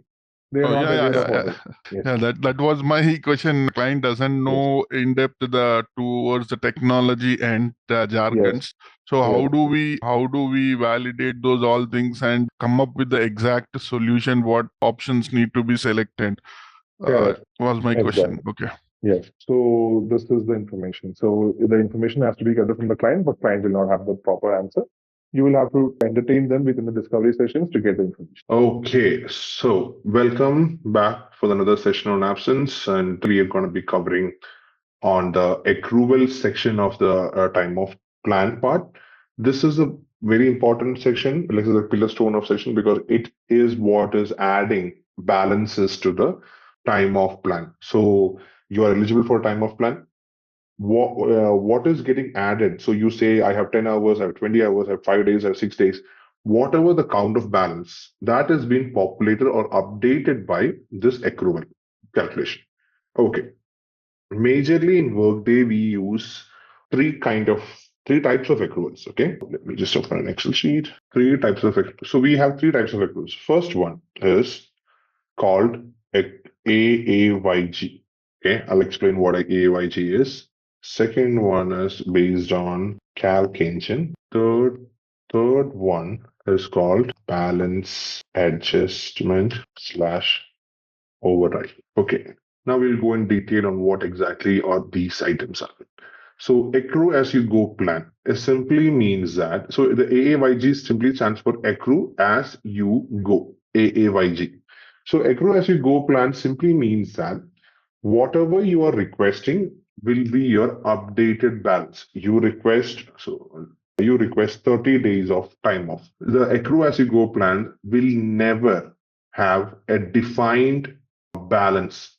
It will be ad hoc balances. So whatever you're requesting will automatically be populated as it balances, and that balance is then approved as your time off. You get the point. It's like a cycle. So for example, the scenario behind this accrue as you go plan is when you hear about this explanation, it will be going to be very, very difficult one, but it is very simple time off plan to configure in Workday ecosystem. I'll explain you how. the scenario is that why we use this kind of scenarios is because the best example is always jury duty or bereavement or other time off plans where the administrators or the plan policy makers can never put a number of hours or days you are subjected to take. For example, in jury duty, this jury duty will never be a defined one. It will be always varying. Some of the juries will be going for 2 weeks, 3 weeks, 2 to 3 weeks, or 4 weeks, or 5 weeks.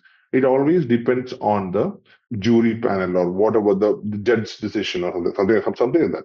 So, what happens if I am requesting, I'm keeping a predefined balance? Say the employee should be defined as 30 hours of jury duty from the start of the month, start of the period to the end of the period. No, that will never work out. It will always be undefined and ad hoc requests. So when you're selecting, so when you see this in Western movies, you'll be seeing the jury duties and what juries are always doing.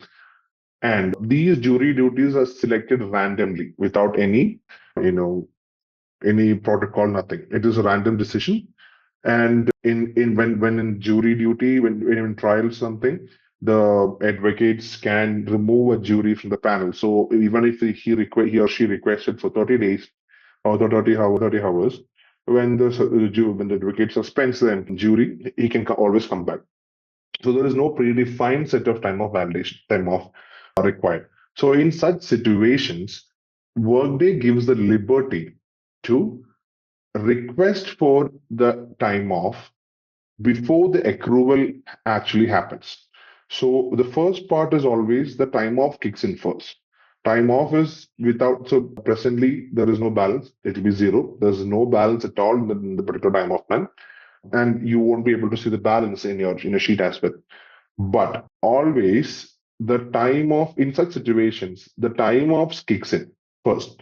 Time offs kicks in when you're requesting for time off kicks in for 30 hours, and it stops in the kickoff places. After you kick off the request, what happens is that there's a thing called ACRCs, absence component related calculations. What exactly which means is that it is widely used in the payroll side. But for this particular scenario, we borrow this ACRCs which has been created when you. So I'll tell you. Let's put it this way. Okay. See this time of total. This is called absence component rated calculation. This is something which Workday automatically creates when you create a time off plan. Whatever it is, whatever be it, sorry, not time off plan, time off. Whatever it is, whenever it is, you click on the save button in Workday. In the backend, the system generates this called ACRCs for each and every time off which we create. That means it's not just time off total. It is, I'll show you other components as well. So this is called, we just copy the text. These are the entire list of ACRCs which Workday creates in the backend. First itself is the first one, time off. This is a time which is already there. That is not part of ACRCs, but it is there. And the other one is time off paid. So when you create a time off, Workday creates ACRCs based on three components. One is the paid component, the other one is unpaid component, and the third one is the total component. Both paid and unpaid in both together, it's called time off total. Okay, so whenever you're creating a time off in the Workday ecosystem, the ACRCs are going to kick in, and they'll create three ACRCs, which is called the paid part of it, the unpaid part of it, and combining both together, it will become called time off total. Okay, so when you're asked to create an accrue as you go plan, what exactly is that? When you're creating, the accrual should not be created first. The first thing you should be creating is the time off part. So I'll show you again. See this one. I am creating a time off. There is steps associated with creating everything. Okay. So for example, I'm giving test time off time of plan. Let's just assume it is monthly, and then anything is fine. Unit of time should be days. I'm saying days or hours, whatever it is fine. I'm gonna give the default one or whatever, some random date. I'm not tracking the balances. I'm not going for calculation. Say this is required field, so I'm just putting all days. Now, next, for a normal time off plan, I can go ahead and create an accrual. Okay, like the calculated one where it is relying on the calculation engine for the updation of the balance, that's the accrual. I can always go ahead to the accrual and create an accrual here. See, this I can create. But when you're doing an accrue as you go plan, you should not create an accrual first. Because why? Because the time off is not yet created. See, there is no time off here. What happens if there is no time off? If there is no time off, the ACRCs are not created. If the ACRCs are not created, when you're going to the, what was the test time of plan? Okay, so if I'm creating an accrual from here, so now what happened is that the accrual, I'm going to create the accrual for test time of plan. But for the accrue as you go plan, I wanted the ACRCs to kick in. See, there is no test time of plans unpaid, total, or paid. There is only AK. I'm not sure. Maybe some other participant might have created it with the initials on, but this is not the one which you wanted. And then I'm going to cancel this. What I'm going to do is, I'm just going to minus this. Otherwise, it's going to throw me error. Time off. I'm going to create a time off, test time off. And one more thing, code should be very unique. You should not change the code. I mean, repeat the code anywhere possible. I'm going to use an existing time off type. This, okay. Now what happened is time off is created, right? But I need to click OK here also, just to make sure that the time off is been saved and linked to this particular time off plan.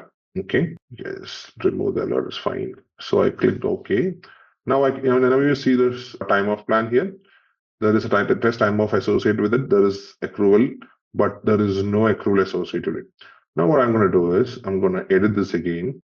Go to accruals, the balance, create accrual. Now if I put test, wait, it is not showing us unpaid rent. But the code is saying check_test, right? Check on. No, code is not required. We're using the name here only.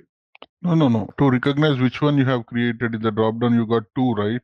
Yeah. When you check the details. No, this is the time off plan and this is the time off.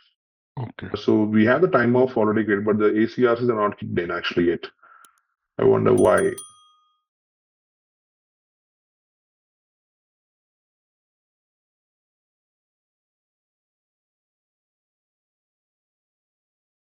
Let's debug. It should be kicking in for some reason. I don't know why, but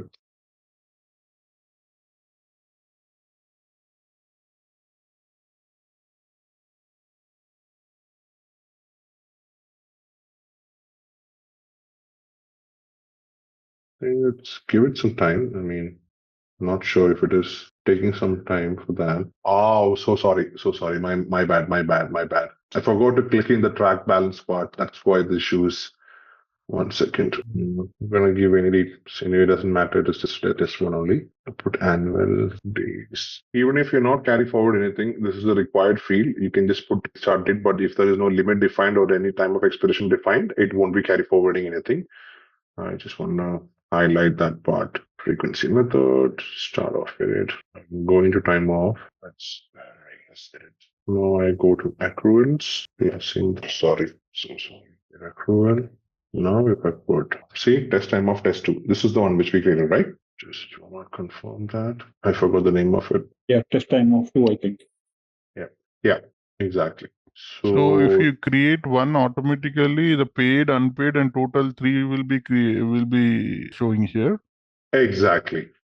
Okay. There are 5 total, right? Yeah, totally there will be 5. One, not totally, there will be, I don't know how to put it, 5. There is 5 components, but the thing is that of the 5 components, 2 we are already creating, which is a plan and it's the time off. That we are creating by ourselves. That is the initial step. But only when you create a time off, the associated calculations which are created by Workday itself without any manual intervention. It is an automated process. So that is the 3 components. That is the paid, total, and unpaid.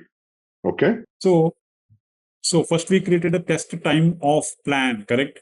To Exactly. store the accruals, correct? To store the Yes, accruals, one that is in the bottom here. Then you created in the time off drop down, you said create time off. You created test time off hyphen test two. That's something which you Yes. created, correct? Yes. That's for the deduction part, correct? Whenever you have, let's say, 100 hours, Correct. when you apply for leave, it keep deducting. That's the deduction to me.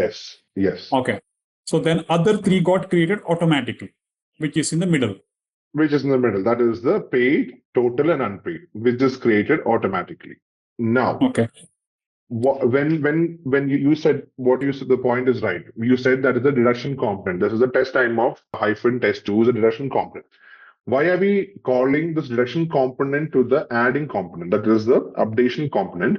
Why? Because there is no accruals predefined. We cannot predefine for this particular process called accrue as you go plan. Whatever you are requesting, that particular amount will be populating the time of total, which will be both paid and unpaid. We are not defining there is no paid and unpaid, but in total, this is the how much we are requesting.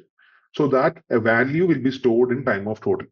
So when you select time of total in this accruals part, what happens is that first you created a time of, you're requesting for time of, that particular value is getting stored in time of total in the ACRCs. We are calling the same component as the calculation for the accrual, which means that I am requesting 30 hours. That same 30 hours is the calculated value of the accrual, which is getting updated as a balance. Thereby, it is a cycle. You request a time of plan for 30 days, 30 hours. The same 30 hours getting updated as the balance, and thereby getting the balance approved. It's like a cycle. Usually, what happens when you request for 30 hours, system checks for 30 hours, do you have balance or not? If you don't have balance, system throws an error or warning, depending on who's applying for it. If they don't have enough balances, they go to LOP or negative balance if that's configured. But in this case, there is no negative balance, there is no lower limit, nothing. It is always checking for how many hours you requested, and you're taking that request as the calculated amount to be populated as the balance. So thereby, when you're requesting for time off, the balance and the time off requested hours and the balance is same. There is no more errors. You're getting the approved time. That's it. So this is a cycle, and this particular configuration pattern is called accrue as you go plan. And this is very much easier. You just need to follow the steps. That's it. It's a textbook thing. Actually, you can do it, and you can bring in more complexities to it. But usually, companies and clients doesn't advocate that. It is always to keep it simple. The complexity will be coming in the time of plan overrides. What happens like I have no sorry in the time off part. I cannot they can limit the employee from requesting 30 hours or 50 hours, 60 hours. They can always put it like you can only request 10 hours or something like that in the time off for a plan overrides in the time off section. But that is again, you cannot put a limit on that because we don't know how much they're gonna request something like that. So it is usually not advised. It'll be simple accrue as you go plans you create and that's it. Okay. So this is the first option. So we learned about accrue as you go plan, and AAYG is something which we generally use as an acronym for this kind of plans, accrue as you go plans. And to identify whether it is an accrue as you go plan or not, we put AAYG at the beginning of the time off actually, or time off plan maybe not, but in the time off to identify whether this particular time off is an accrue as you go plan or not we'll put not in the display name in the code or in the name we'll put AAYG. That is like a best practice. Some companies follow that, some doesn't. It all depends on the person to person. So to identify whether this is an accuracy go plan or not, we put AAYG as an acronym in the beginning or the suffix or prefix wherever it is required. Okay, that's the best practice. Now, based on Calc Engine, I have one doubt. Sorry for the interruption. You have selected total unpaid, right? The calculation you have created, but we still have paid, unpaid also, right? When do we select those options? The calculation. Okay. Yeah. So you're talking about why haven't I chosen paid and unpaid instead I chosen that time of total? Yeah, exactly. Yeah, because when it comes to an accrue as you go plan, there is no differentiation between paid and unpaid because all the hours which you're requesting should be time of total and there should not be a difference between paid and unpaid. Basically, when you're applying for this Accrue as you go plan, you cannot segregate your hours to paid and unpaid. It will be total. You're requesting a sum of this much hours, and it should be paid. There is no that doesn't mean that is unpaid or paid. But this particular time of total will be you. So who's paying you the money? Payroll will be paying you the money for this particular time off. So the payroll will create an earnings thing, or like PCGs, called pay component group. I'm not sure, PCGs. So in that PCGs or pay earnings part, they'll create a thing called paid time offs. In that paid time off for Accrue as you go plan, they'll include Accrue as you go plan's time off total, so that whatever you're requesting will always go as paid as per policy. For June, I'm talking about due duty. If there is another plan like bereavement or something, they say that it is Accrue as you go plan, but you won't get paid for that. You can take as much as you want, but you're not getting paid for that. You can configure this in the payroll side as non-paid, even though it is an Accrue as you go plan. So instead of using paid and unpaid part, we use the time off total, because we cannot segregate in the absence side itself which is paid and which is unpaid. Got it? Yeah. So you mean to say that blindly we can select it the time of total? Blindly, yes. Yeah. That is the practice. It is Okay. always, this is the way we should to be configured an accuracy group plan. Okay, when we create the accruals, it automatically creates paid, unpaid, and total. But in the calculation part, we need to select only the total.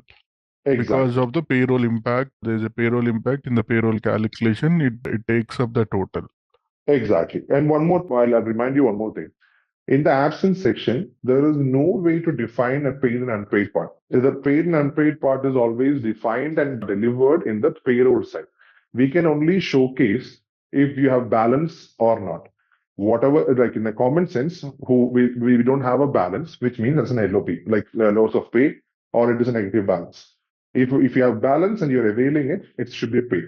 And what if I have balance and everything, but still there are time off plans which is called unpaid time offs, right? By default, it's an unpaid time. In such situations, payroll will group all these unpaid time offs together, so that when the employee still, even though he have balance or not, he won't be getting paid for that particular time off. But that grouping is done from the payroll. In the absence side, we do not group anything for paid or unpaid. It is always on the payroll side we do it. Got it? Got it. But generally, we have the leave types as paid and unpaid, right? Yeah, generally, we are all the leave, not leave types, time off plan and leaves.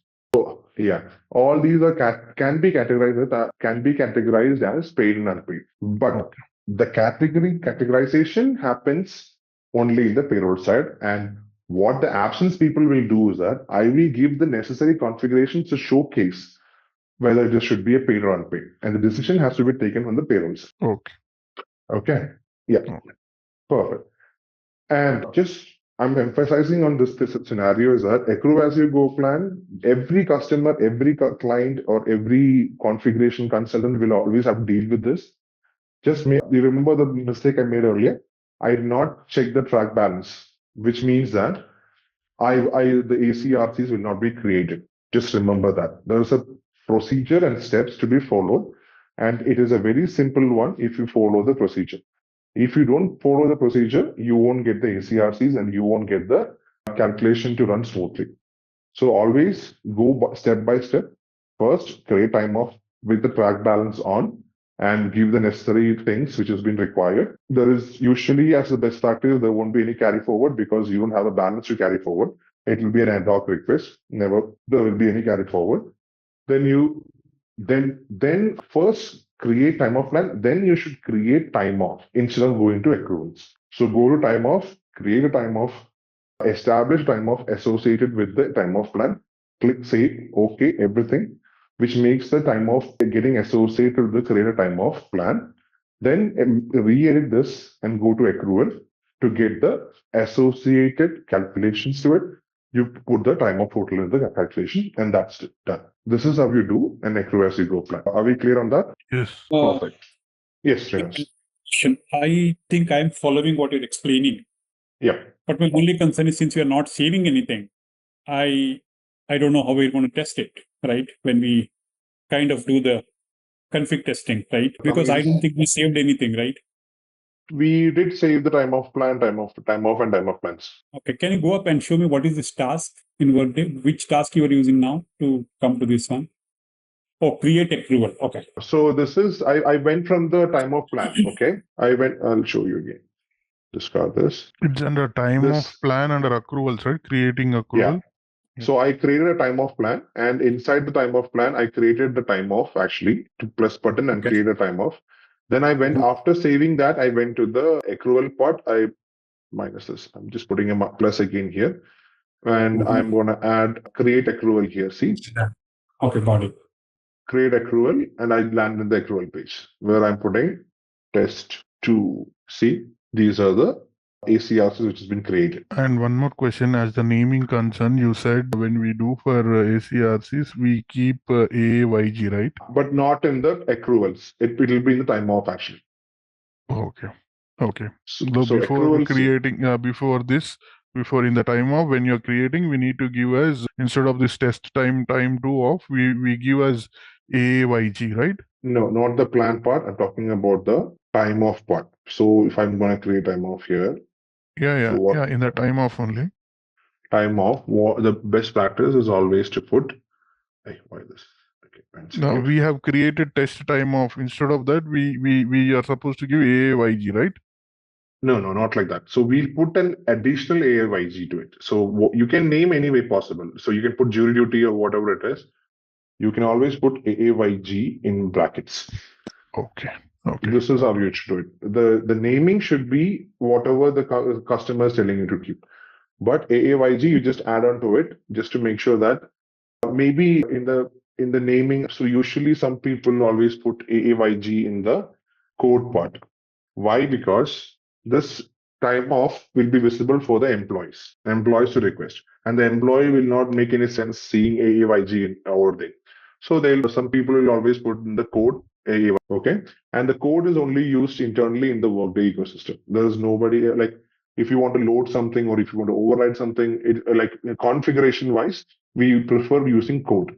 But name is something which has been visible to the employees. Okay. Or there is another method actually. I'll just tell you one more thing to AAYG. No, you are just telling us to differentiate. There are 3 types of accruals you said, right? 3 types of accruals: AAYG, calculation engine, and the balance adjustment. To just get the differentiation between these 3 things while creating in the time off. Under the code, we just give as AAYG. If it is balance calc, we give as balance calc. That's the difference, right? So only for AAYG we do this, not for the other ones. Only for AAYG, because it's a special type of time off accruals. So either we'll put it in the time of plan name and put bracket AAYG, which will be only visible to configuration peoples. Because if I'm putting time of plan, copy this, put it here, which means that display name will be displayed to the employees, but the AAYG part will be only displayed for us. Yeah. Okay. So that is the differentiation factor. Perfect. So I think we are clear with that. Any other questions? Anybody? Okay. Let's move on to the next part then. Yeah, let's use this as the time of plan. Okay. Okay, I'm taking another example to define you what you mean by calculation engine. Calculation engine is a combination or individual calculations which has been used to determine what exactly your balance is. Okay, so I'll give you a pretext on what exactly is calculation engine is all about. Imagine if, like, I give you a scenario. Okay, the scenario is such a way that depending on your shift length, so there are factory workers. So in the factory workers, employees work in multiple shifts. So some people work in the morning shift, some people work in the noon shift, some people work in the late evening shifts, night shifts or something. So depending on their shift, your time of balances need to be calculated in a different way depending on your shift periods. So people who are working in the night shift, they should be given an extra day as a time off. So by default, by normal, whoever is working in shift will be given the noon shift, and the morning shift people will be given every month 1 day time off. Once they complete their 1 month tenure, they'll be given a 1 day as a time off take. And they can accumulate this and they can group it together and take it. But people who are working in the night shift, they should be given an additional 1 day time. That is the 2 days. When they complete 1 month, they'll be given 2 days. As a token of our gratitude, we are giving this. How does the system understands? In such situations, Workday needs to understand a lot of things. First is who's eligible. So we're creating a time off plan. We define the eligibility part. We circle the population. Everything is done. Now, what Workday needs to understand is which population we should give 2 days, which population we should give 1 day. In such situations, we create a series of calculations to understand the desired output. So in this case, I'm going to use first define. Say I'm just need to check the calculation. So I'm just need to check the population. So whoever is working on normal shift, okay, shift 1 and shift 2, example. So whoever's working shift 1 and shift 2, give them 1 day time off. Or if they are working in night shift, give them 2 day time. This particular comparative calculations and logic calculations are called as calculation engines. This is just an example. What if I'm giving another scenario to it. If the night shift people are extending their work to the morning shift as well, that is going to be a time tracking question. So I'm not going to go that. So I'm going to deviate from this example. I'm going to say only give them time off when they complete 3 months of their job, 3 months into the position or something. So that becomes an eligibility part. And to give the balances. So if they complete 3 months of service, they should be given 5 days of or 6 days of time off. Automatically, I can check for the employee's tenure, like continuous service date is greater than or equal to 3 months plus. And again, if this is true, give them 6 days.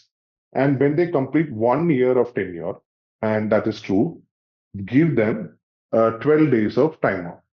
This comparative check, I'm just adding how much checking because I'm taking continuous service date. I'm adding continuous service date with the hire date. So if the hire date plus continuous service date is greater than 3 months, greater than hire months in 3 months, I'm saying that give them 6 months. If it is greater than 12 months, give them 12 days time off. So these comparative calculations, these arithmetic calculation of addition, subtraction, and divisions, and if they have more than this, greater than or equal to comparative, and Boolean statements. If the statement is true, give them this, and if the statement is false, no, 0. These kind of calculations or conditional things, everything sums up the entire calculation. And the accruals are built on a series of calculations. Okay, so now enough of the theory. I'm just going into one of these accruals to showcase you how I reached out the accruals. I'm in the accrual part. I opened the snapshot. Again, all the accruals are also snapshot based. Effective date is very important. Before going to the calculation, I'll briefly touch base on what are the components of an accrual. Again, it is effective date based using the initial snapshot. Same like time off, we have a name and we have a code, and the code should be very unique. And accruals will not be seen by employees and only be configured only by the consultants of the configuration. People will see the name of the accrual. And category, as always, absence and payroll will be both using this particular thing. Allowed to buy time off. This is something which we did explain the time off section. Allowed to sell time off. In the accruals, it will be a buy time off option. So if I check box this, there's another tab which will open up, and we'll explain that later. Okay. Now what? Now is the calculation. We are coming to this later. That is the decision phase. How much the employee should be getting. That is the decision phase of calculation.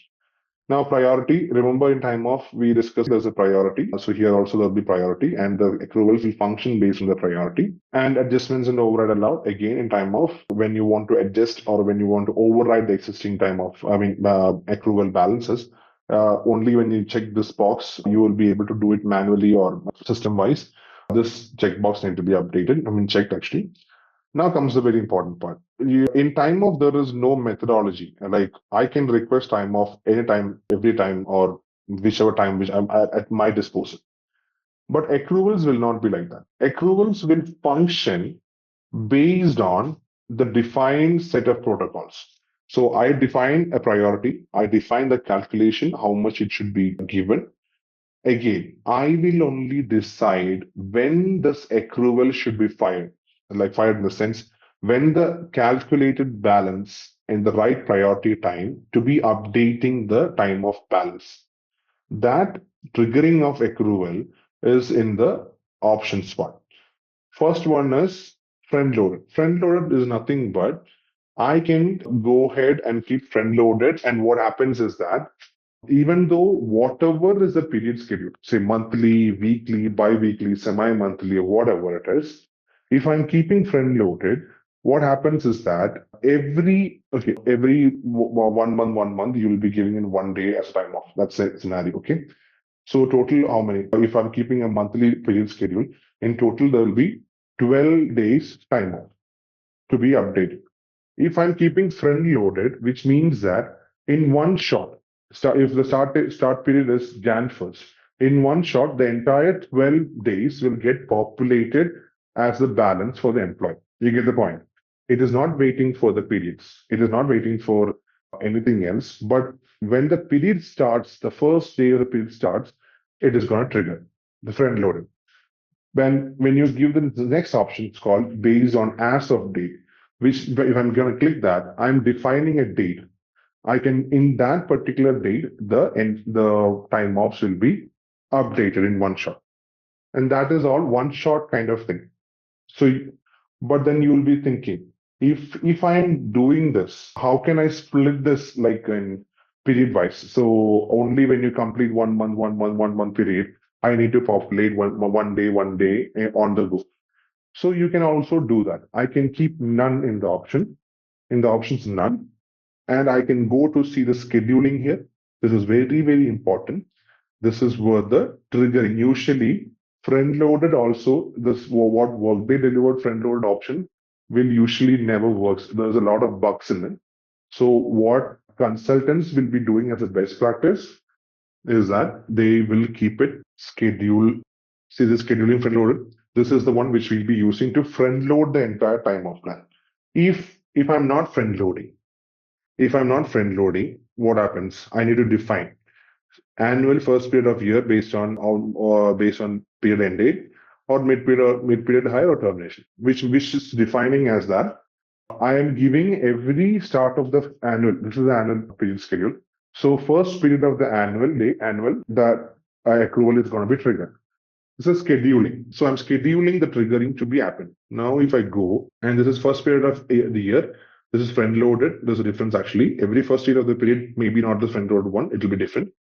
Now, if I have one question. So instead of selecting the front load, we select it as none and coming here in the. Yeah, correct. I lost you. Do you have continuation? Yeah, sorry. Instead of selecting front load, can you hear me? Yeah, I can hear you now. Yeah. Yes. In the options, instead of selecting the front load, we select it as none. Then only we do the scheduling. In the scheduling, if you still want to do front load, we give this schedule front load loaded, Yes. or else we'll write the other Yes. formula kind of things to get triggered. Exactly. Why? Because the front loaded option might cause a lot of bug in the system. It will not be triggering the right way. So it is always safe and secure to use scheduling front loaded instead of the front loaded option. I mean, as per Workday, they say that this is the option, you can use it. And for some reason, they're given us the scheduling front loaded, which works perfectly fine. So always, as to be on the safer side, we put none in the options and use scheduling as a front load if you want to front load the entire balance. Now, if I want to do, there is a lot of options for scheduling here. See this, sorry, I put schedule. See, this is scheduling, see, payment date, month 4th. So on 4th of April, it will be triggering 9th September. There's a lot of scheduling options given by Workday itself. You don't have to create anything. There will be a lot of options for us to be updating. Again, this is all delivered by the Workday guys. So second period of month, worker, so this is the one, scheduling worker hired mid-period. based on recent hire date as a period end date. So you're giving the newly hired, you're considering the mid-period hire prorations as well. So all these scheduling will define when the accrual should be given to the balances, to be updating the balance. Can we select 2 or 3 options here, or only one scheduling should be selected? Best practice is always to choose one, because when you put these in order, what happens is always the first schedule works. And if that fails only, the next one will be going. So it is always good to have one scheduler actually, which covers the entire span. So if I am to choose in here itself, one second, what is there? We have chosen 2 options here. One is first period of the year and put front loaded hours also here. Now what happens is that this will function as an AND, every workday scenario. If you put it like this, it will function as an AND. There are scenarios where you can actually utilize such situations, but if you're delivering based on workday schedulers, it's always good to use one option. But you see, when I remove this front loaded part, and where was that issue? Now if I see this error coming up, now you go through this error. The workday itself is saying that since you have chosen scheduling front loaded, you should also choose these options, either of these options, to be on the safer side. Because workday itself knows that when you use a front loaded option and it won't trigger function properly. So that additionally to acknowledge or support this particular front loaded part, you should either use scheduling first period of the year based on period end date, mid-hire rate, termination. This is the entire thing. Or you should also choose this one option. So either of these options should be added in along with the front loaded to trigger the proper way. So now you see here, I have chosen this front loaded option here. That's why it is causing trouble. And I've given front loaded over here. I'm going to remove this automatically. This should be going. Why is it going? Because I've chosen the same annual first period of the year based on period end date or mid-hire proration and termination. Okay, wait, I think I understood why it's this issue. Okay. See the front load I added and this front loaded 2 options here. So I given front loaded. Since it is already front loaded here, I'm giving front loaded option again. And I'm putting as per Workday's recommendation, I'm putting the annual first period of the year. Basically, this both means the same. Since I have given the option of front loaded, this is actually a predefined one. We do not create that. So it's a predefined one with the front loaded option. So they're asking us to create this scheduling as well to make sure that the accrual is triggered on the first period of the year. And since there was an error, I'm just going to remove it. Now it will not allow it will allow me to save it because I'm not saving this anyway. Why? Because earlier when I used only the scheduling of first period and put the front loaded, and I added a front loaded in the second option. That's in the or option. That's why the error retained. So I added it back to the system. This is like tricks and tips. So when you're using front loaded, be very confident in not using the front loaded option, rather than use the front loaded scheduler in the place of it, so that it won't be causing any trouble for you. So even if you're using front loaded option, you are supposed to use either of the options which the Workday error showed us, to use the annual first period of the year or using period end date proration, mid-hire or termination. So we should use either of these things to support or acknowledge this particular front load. So front loaded simply means that it will be entire time of calculation, so the accrual calculation will be triggered in one day, one start of the period. That's it. That's called front loaded. Okay. And the other schedulers which was available in the list simply means that I can redefine when the accruals should be triggering to update the balance. I can also state that at the start of every period, there is an option for scheduler, which means that if I am using a period schedule of monthly, semi-monthly, bi-weekly, or whatever it is, at the start of the period, give this accrual calculation. At the end of the period, give this accrual calculation, which means that what is my period schedule? I get the period schedule. And what is my period start date? I get the period start date. And the accrual will be triggered on the period start date or period end date. Well, whichever possible way you can configure, do that. Which means that if I'm having 12, so for example, monthly example, if I have 12 days of time, that 12 days will not be given upfront to you because it's not a front loaded one.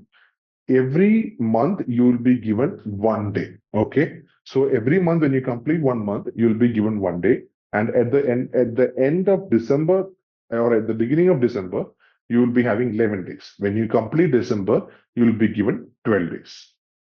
That is also possible. So it is customization is possible across Workday, and that is completely dependent on the calculations. So calculation engine is not only driving the accrual calculation, you can use you can use the calculation engine wherever possible inside absence.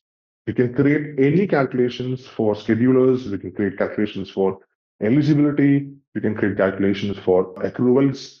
So wherever you, or carry forward. So you can create calculations for the carry forward part. In the carry forward, say for the people who are working as manager and above should not be allowed to, manager and above should be allowed to carry forward their balances to the next year, and who are below should not be carrying forward their balances to the next year, and that complete balance should be forfeited. In such requirements, I can create a calculated field checking for the position, checking for their job roles, and based on the job roles, I can allow them the limit of carry forwards. So these kind of calculations define the entire absence model, time off model actually. So without any further delay, think I give you any questions so far? Yes, Yeah. yes. I have one question. So we are doing the time off and accruals. The basic thing is based upon the leave type, like vacation, the time off type, like sick or vacation or whatever may be the plan. Based upon that, we do these all kind of things, right? We all Yes. configure, right? Yeah. For example, for sick leave, we have different accruals and different time off defined. And for vacation, we have different time off and different accruals, right? So right now we are handling with the jury part. The options which you are showing is been selected for the jury one, right? Again, which options? The class which you are giving us through it is a jury duty, right? We are checking No, I give the jury duty example for the accrue as you go plans. only accruals. Okay. No, not accruals. Accrue as you go plans. Accrual as go plans. Okay. Okay. That's an example. Jury duty is an example. Really, it's like a typical example for everyone. And since you brought up time of types, I forgot actually to mention this. There's a command called maintain time of types, where you can see what are the existing time of types in this tenant. Okay. This will be useful when you are doing some configuration and you find that there is a similar time of plans which uses casual time. This is the casual time is not required. So I can group together this casual time together into one particular time of type, and you call this actually. And this time of type will be visible for the employees. Okay.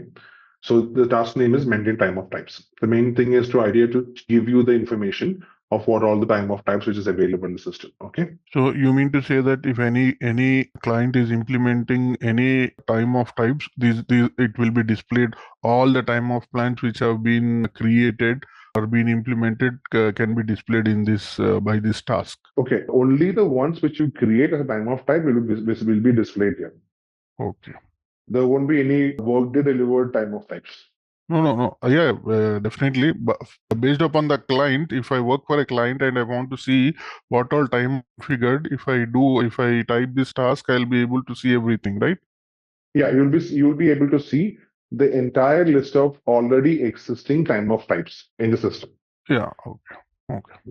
So this is the time of types, and there's no much actions needed. You'll just give three information. One is the ID, one is the name, and the other one is the usage count. Usage count is nothing but when an employee is already requested time of type based on this time of type. That's all. But the time of type ID is very useful for everybody because when you're doing a massive data load, all the IDs and codes and reference IDs are very much important. That's why to get the reference IDs, we use this particular task actually. Got it? Yeah. Okay. Going back to the work. I have a question. Sure, yes. Firstly, great explanation. Thank you for that. Thank you. Yeah. But I don't know how much I grasped it because we did not create or save anything, right? So that's something which I was looking, but looks like we did not save anything. So I was actually looking for creating some accrual here and doing the time off, on employee level and see how it behaves, right? Either additions or deletions. Yeah. We haven't reached that there would yet. help. Otherwise, I was hearing what Sunil was saying, right? Saying, hey, you are explaining AAG violates. I think it get confused. to us, Okay. right? Because you're explaining multiple things, which is great. I appreciate that. Okay. If you could Fine. also create and show us, right, Matthew, that would really help. Got it. That's one. Fine. And two things, right? You mentioned about front-loaded schedule. Yes. And, I needed some information on that. Maybe theoretical also fine. Yes. Second one, maintain time of type. Let's say I maintain time of type using the task, right? Let's say I will add PTO, vacation, something, correct? Yes. So I create the ID and the description. It's saved. Yes. So I also need to tie it back to the, what is that? Time of plan, correct? So where does that happen?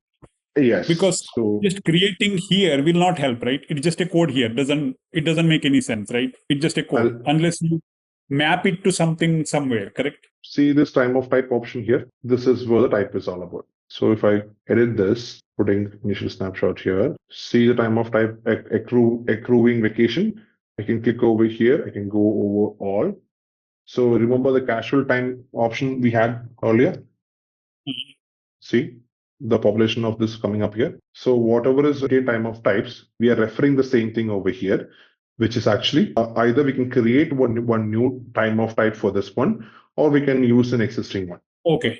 So you mean once we create that in that task, maintain time of type, we need to come here in edit time and map that to this time off, correct? Either way possible. I would always recommend you not to go from the time off and create a time off type and come back and link it over here. That will be a tedious task. When you create a time off itself, you go there and make the create a time off type for your exclusive time of type, or you can actually link it to the existing one from the time of type option here itself. Do not go and create a time of type outside because it's going to get confused with that actually. Okay. Now, layman question. Okay. Yes. Time of plan is the accrual part, correct? It's my bucket. Let's say I have 100 hours of PTO. That's my bucket, correct? That's my PTO bucket. Yes. Time of plan is a bucket, one of the buckets, correct? A vacation is one bucket, sick is another bucket, whatnot, the other leaves, correct? Yes. So that is time of plan. Then time off is a deduction code, if I may say it in a simple layman term, right? Deduction codes. Yes. So to take PTO, I need to use time off PTO or whatever that name is. Let's say 2 days, which is 16 hours. So then it gets deducted from 100 hours. Then it becomes 84 hours, correct? Based on the logic that we have, correct? Yes. So what is this time of type? Why do we need time of type? Okay, great question. Say we have sick as the time of plan, okay? And what if I have multiple sick? Like I'm defining sickness as like my own sickness. I have a sickness for my dependent people. I have sickness for something else. So a lot of sick time off will be there. Okay. I am clubbing all these sick time offs together into one time off plan, the bucket. Remember? Okay. In the same way, I am club. So even though I'm including every time of plans in one bucket of time of plan. I need a front-facing information for the employee to see, right? So, for example, I have 5 different sick time off plans. Sick time offs, of which no employee will be eligible for the entire 5 sick time offs. So, based on the eligibility part, it will be different for different people, right? So, I need one summation of this particular type of time off. That is called the time of type. I'm putting the front face as sick. So when the employee is requesting, the employee is only choosing the type. Sick. Sick is a type. And the Workday will understand what is the associated type and what is the associated eligibility of the requesting employee. And it will automatically go and reduce the balance depending on the eligibility of the initiating employee. Okay. So the employee won't be seeing what type of sick is it. It will be only showing sick, or we'll define sickness, a sick leave or something, sick time off or something. The employee will be clicking on the sick time off. The balance will automatically get reduced from the associated time off plan. That is the main use of this It's basically what to say, a decorative item to club together everything to give an employee the correct experience. That's it. Okay. So then let's say I have a same sick policy for everybody in the company. Okay. Then do I need multiple time off under time off type? No. I guess time off type is an umbrella under which you can have multiple time off, correct? Time off. Yes, exactly. Correct? Yes. So, okay. So then let's say I have one single policy where everybody in my company, wherever they are in that country, correct? It's mostly country-based policy. Oh, okay. So they'll get, let's say, 40 hours per annum. Correct? 40 hours per annum. Then you still think, I mean, we still need one time off type and at least one time off for that? At least one time off?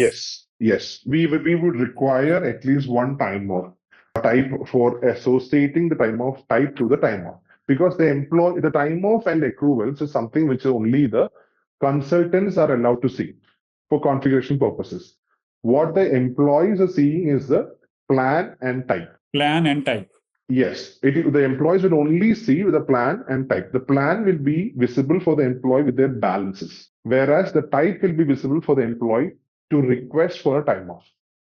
We'll come back. We'll go into detail in the next class on where we will be creating a particular. So since Zarantech is giving you the access to your tenants, we'll be going to the next cycle with the hands-on experience where you will be creating a time off and you will be saving it and you will be experiencing it in the worker level. So since I am going through this theory first to make sure that when you get access, you will be able to understand what each fields are supposed to be. Got it. So I think I'll come back. I'll make sure that I'm understanding. So plan is a balance. Type is a deduction code in employee's eyes, correct? Exactly. So in employee screen, type is a deduction, plan is a balance. Plan is a balance. Correct. But so for a consultant, time off is tied to type, correct? Exactly. Yes. Time off is tied to type, and the deduction happens behind the scene using the type or time off. Time off. Time off code, is it? Yeah. Why? Because the employee is requesting that particular time off using the type. So the type is tied to a time off. So indirectly, the employee, when he is requesting for a time off, the type is being triggered. The type is triggering the time off actually, and a time off is reducing the balances from the plan. Okay. So that also means employee in any given time can have only one time off, correct? Time off can be multiple for the same type, but a particular employee cannot have multiple time offs. Yeah, exactly. Even in the behind the scene, correct? Behind the scene. Yes. That's the behind the scene thing. So usually what happens, like in a very complex or complicated design procedures, there will be multiple time offs in the same plan. Okay. That's why we keep the priority. You remember the priority we'll keep? We'll be defining the priorities of each time off so that when you're requesting for a particular time off, based on the priority, it will be triggered, whatever it is. And it's not like a hard and fast rule that no single employee will be eligible for multiple time offs. No, there will be possibilities where the employee will be eligible for multiple time offs, but that will only trigger based on the priority. You got my point. So when the first priority is, say, for example, normal sick, and the employee is applying for sick, and the normal sick is already having some balances, the priority one will trigger in and reduce the balance. What if the employee does not have the balance for that particular sick, and it is moving to the next possible one? It is finding the next priority where the balances are eligibility and balance is there. It will reduce from that perspective. So there are complicated scenarios like that. Yeah, no, I get it. I think I think those are mostly for the carried forward and brought forward cases, correct? Yes, exactly. Like let's say you have some 16 hours carried forward from this year, it goes to next year. Exactly. The config says first use that 16 hours before using the current year's quota. Correct? Exactly. Yes. So then that becomes priority 1. The current fresh quota becomes priority 2.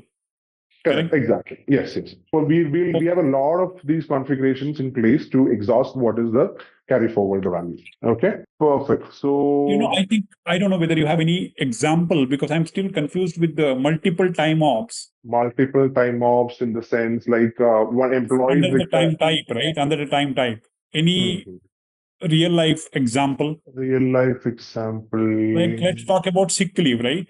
Yes. Sick leave. Sick is a quota, right? Yes. Let's say policy is 40 hours per employee, 40 hours per annum. Sick. Yes. Correct? And it expires at the end of the year, most of the cases, correct? That's what I've seen most. Exactly. Forfeited. It's called forfeited. Oh, yeah, forfeited. Correct. Forfeited expires, at the end of the year. Yes. So there is no carry forward. And correct, let's say type is also sick. Time off is also sick, to confuse even more, right? Everything is sick, sick, sick. Okay. So then I have all three separately. Then in what scenario you think I need one more sick in the time off? Even I'm thinking of a real-time scenario. Can I take this back with me and I come back to you with the real-time scenario? Yeah. Sure. Yeah. So I'll think about this, and I might any have some example answer. Would do. Any example would. Sure. You know what? I'll tell you. I'll give an example. Yeah. Okay. Let's say I have two set of employees. Correct. One is grandfathered scenario. Correct, where you have a merger happened. Yes. Correct. Yes. You have a grandfathered employees where they carry forward from their legacy company. Correct. Yes. So maybe they might need one type of time off, and the regular employees, right, new hires, existing employees, not come from that M&A acquisition. They need a separate time off. Correct. Correct. That's a possibility. Okay. Yes, that's a good possibility. Because we have a similar situation in our company. Okay, we have a grandfather for M&A cases and regular sick time. Maybe in those cases we need separate time off. Correct. So there are several cases where we have multiple time offs for a same employee were associated with a one single time off type. I'm thinking there's one grandfathered where the mergers and acquisition happens and you would have multiple time offs in the past and the existing current company also. That is one possibility. But I have another, I've worked on a different scenario where it explains the right way. I need to go back to my tenants and find that scenario. I'll get back to you with that information. Okay. Perfect. Well, thank you so much. So we have completed almost all the accruals except for the calculation engine, which we'll be triggering next session. I think that's pretty much it for balance adjustment. We'll get back to. This is the balance adjustment. That's very easy. This is nothing. We'll discuss it. It requires only 30 minutes, less than 30 minutes, because balance adjustments is nothing but. I'll give you a short example. Okay. Say you have some hours with you for your vacation, and there is a revision of vacation hours happened in the system, and there's a policy change or something happened, and your HR partner deciding that there should be more hours to be given to employees based on this new revision. Instead of changing, there is possibility that you can change it based on your effective snapshot date. That is one possible way. But what happens? What if even if I'm putting the effective date, it is not going to change what is available in the past. So to update certain sets of what is available in the past, to update that, Workday uses certain scenarios like adjustments and overrides, where I can create an Excel sheet with all the employees and with all the hours to be overridden and export that Excel sheet into the Workday system and update it like manually. Okay. So, manually in the sense the Excel sheet will be doing it the purpose of updating it, and it will be overriding. Say, for example, you have 5 days of vacation and the override is giving you 15 days of vacation. So when you upload this particular file to the system, automatically the system is updating that 5 to 15 hours. So that is called override addition. So for that purpose, we'll keep an accrual with the adjustments and overrides so that to trigger that particular scenario. And we won't be keeping any calculation on that. We'll be just keeping 0 as a calculation so that it can be overridden easily. Now I'll show you examples. Since you're getting the tenant access, I can show you examples of that. Okay. I think we're good to go. Okay. So first thing what we're going to do is over here is that, so follow my steps, what I'm going to do over here. Just remember the steps and you're going to replicate this in a given time. So what our task will be is to Task 1, create a monthly period schedule. Okay. So we're going to create a monthly period schedule in tenant. So first command will be like create a period schedule. Sorry, so I'm going to take this task, create period schedule. So whatever your initials, okay, since put this like this should be the naming convention which we'll follow for this sessions, and that is the name of it. And we're going to create a monthly frequency 1 period schedule. This will be monthly. See, there will be 12 factors. Can be used in a payroll also. It's different thing. So like we give the usages actually. Presently, we're going only for absence. So we're going to choose only absence. If payroll require this particular monthly plan, they're going to come and put over here, put payroll checked actually. And time tracking people also want this actually. They'll also come back and check over here. So what we're doing is only about payroll. Absence, we put absence only here. Now, this you can check it. This is a payroll thing. You don't have to worry about it. Now, we're going to start the start date and end date of this particular period. For first period, we're going to create for the first period, which is actually the month of Jan.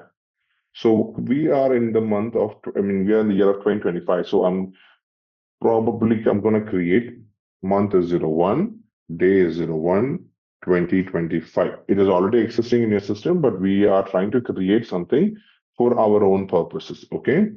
And we have 31st, sorry, it's a month, right? 01, 31st, 2025.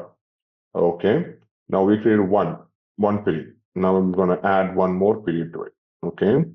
In this period, I'm going to put February 02, 01, 2025.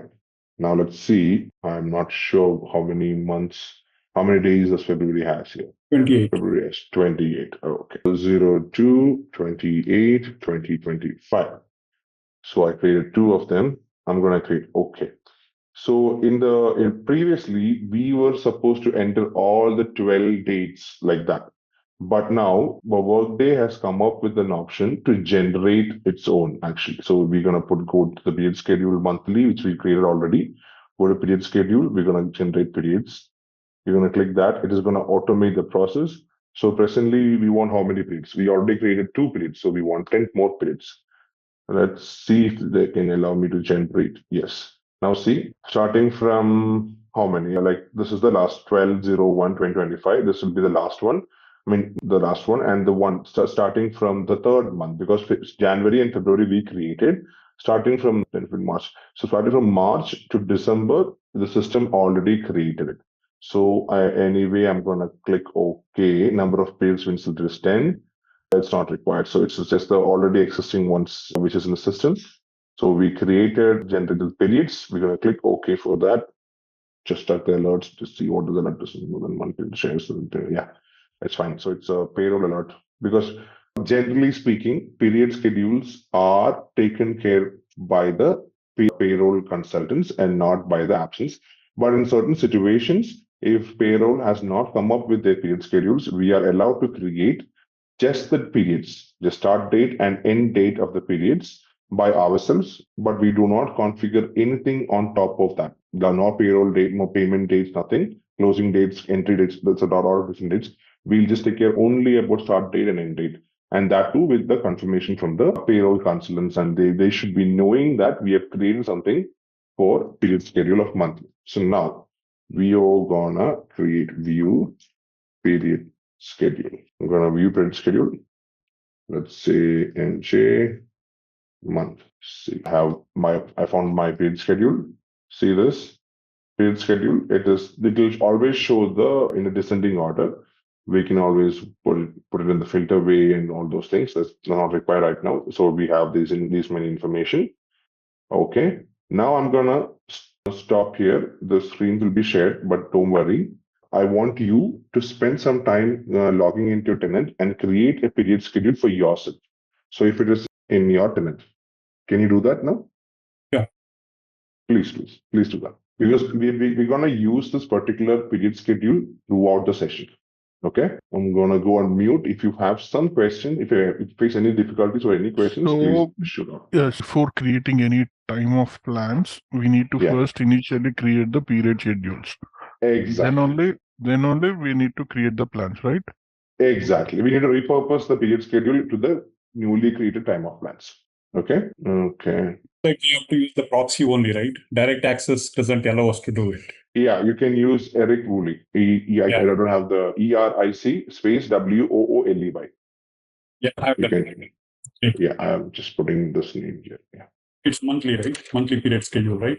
It's a monthly period schedule, yes. So in the usage, we have other options. So simultaneously, if you're using this for payroll, time off, and time sheet, we can select them multiple at the same time, or else for each and everything, we need to create period schedules differently. No, that's what I'm saying.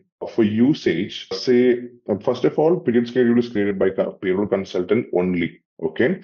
And in certain scenarios, time tracking people and absent people are allowed to create period schedule, but you should not meddle with their payment date. So in that situation, even if we are creating a period schedule, we are allowed only to select the usage as absence, whatever period schedule we are creating. And you should notify the payroll people that, hey, I have created this monthly period schedule.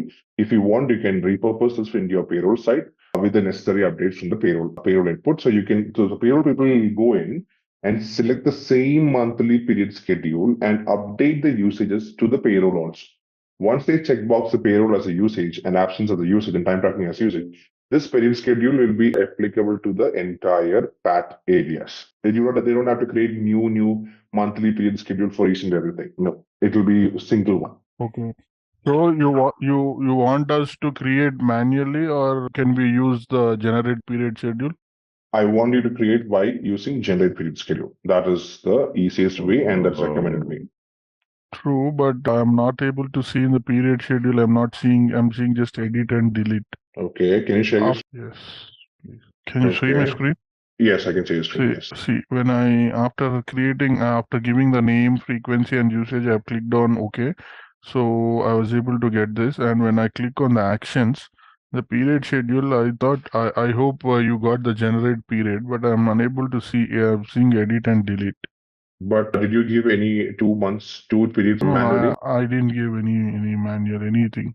Yeah, you should enter 2 periods at least as manually. Then only the system understands what is the difference, like what is the breaker. Okay? Got it. Yeah. Now edit it and add those 2 periods. It worked for me. I gave only one and I said 11.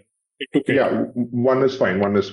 And just add at least 1 period so that the system understands what exactly you mean by monthly and what's period actually. So this is the exact period schedule used for payroll, correct? When they say payroll and absence, both. Yeah, payroll, absence, time tracking, and timesheets always share the same period. So there should not be multiple period schedules on monthly and unless the client is recommending for the consultant to do so. Otherwise, it should always be the same. Because in the same period schedule, some specific reason, correct? Even for client to create it. So there should be specific reason why it is different. Exactly. Why it is different. Usually the clients will not. Yeah, usually the clients won't be doing, because you see the periods in the same period schedule, you'll find a lot of options. This is like we are looking into only the period of started and ended for the absence part. But if you go to the payroll site, see, there's a lot of information for them to be updated over here. And if you go to the time and absence side, so the time and absence, what is that? There will be a closing entry. See if I go to this EDI. Yeah, I'm able to do it. You should have said instead of 12. Instead of 12, I'm saying you should have said 11 instead of 12 because you already have one, right?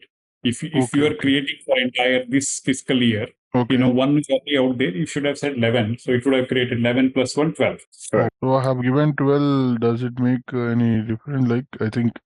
Yeah, it will create an additional one. So totally, so if you enter 2 periods manually and you've given for 12, it will create 2 periods extra in the next year also. 2021, 2026 has been added. Yeah, but that is fine. Okay, you can remove it if you want to, and the minus, so that's fine. So just to answer your question, so see this, we have only entered this information. Period started end date. See this payroll payment date, we can manually enter this also, or we can... You're not sharing your screen. Oh, I'm so sorry. Srinivas, and are we clear with the period schedule? Were you able to generate all the periods? Yes. Yeah. Perfect. So I'm just going to answer your question. See, there is a lot more information to be updated in the period schedule. See, we are only entering period start date and period end date, but the entire thing will be gone for the payroll. But again, if I'm choosing a time tracking, there will be another column for us to understand what should be the open and close date for the employees to enter time. So that has also been tracked in the period schedule. So period schedule will have a bigger picture when it comes to the entire path. So for the absence, we are only concerned about 2 dates. That is the start date and end date. There's no other information we are right now looking into. That's why we are not going into deep into period schedule. And period schedule is mostly covered in the payroll training. Got it? Yeah. Okay. So now we are good. There is an accrual date. Looks like that is different, right? Not the accrual that we have. No. That is the payroll accruals. That's a different story. The accrual for absence is different and the accrual for payroll is different. Okay, perfect. Now let's go into using this particular time off. So using the period schedule to create a normal non-tracking, what is it called? A time off plan. Okay. So what we're going to do is let me just skip that 1 second. Okay, details.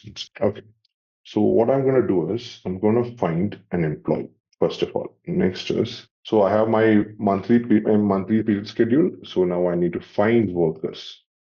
I need to find test workers. I have one more question. We have created only for monthly. If it is bi-weekly or annually, we need to once again create the period schedule for that also. Yeah. If the period's duration is different, like your monthly is different, bi-weekly and semi-monthly all different. If that is different, that is a core difference. If that's the situation, we'll have to create separate period schedules for each type of frequency. Okay, for annually also we need to create, right? Yes. Whatever it is, we need to create. If the frequency is different, we need to create a new period schedule. Okay, perfect. Okay, I need to find out people in location, address, country within the United States. Let's see. Brian Kaplan is Chicago. Okay, let's go for this guy. So I randomly chose an employee with the organization, Brian Kaplan, and I'm seeing his supervisor organization, Global Support USA Group, manager this person. I'm going to his view, worker history. There's nothing much. Okay. So for the time and leave, I have these many requests he already made. See, these are requests he already made in the past. Now what I'm going to do is I'm going to go back to his profile again so that I understood that he is eligible for some certain time off plans. Now let's see. I'm going to go for his time off. See, when I click time off, automatically the system was calculating his balance as of, okay, that's happening in the back end. Just want to bring it to your attention. That's it. Now see, there are 2 types of plans here. One is balance is tagged in days, and the other one is balance is tagged in hours. See over here. So we have floating holiday, leaves, paid time off, all these things in hours, and another one is in days. Okay. Now, see this periods over here. I just want to bring this to attention. These are the periods we created. See the monthly, semi-monthly, Monday to Sunday. That is the periods. Period schedule, that is the period which has been divided. We'll come to it. Okay.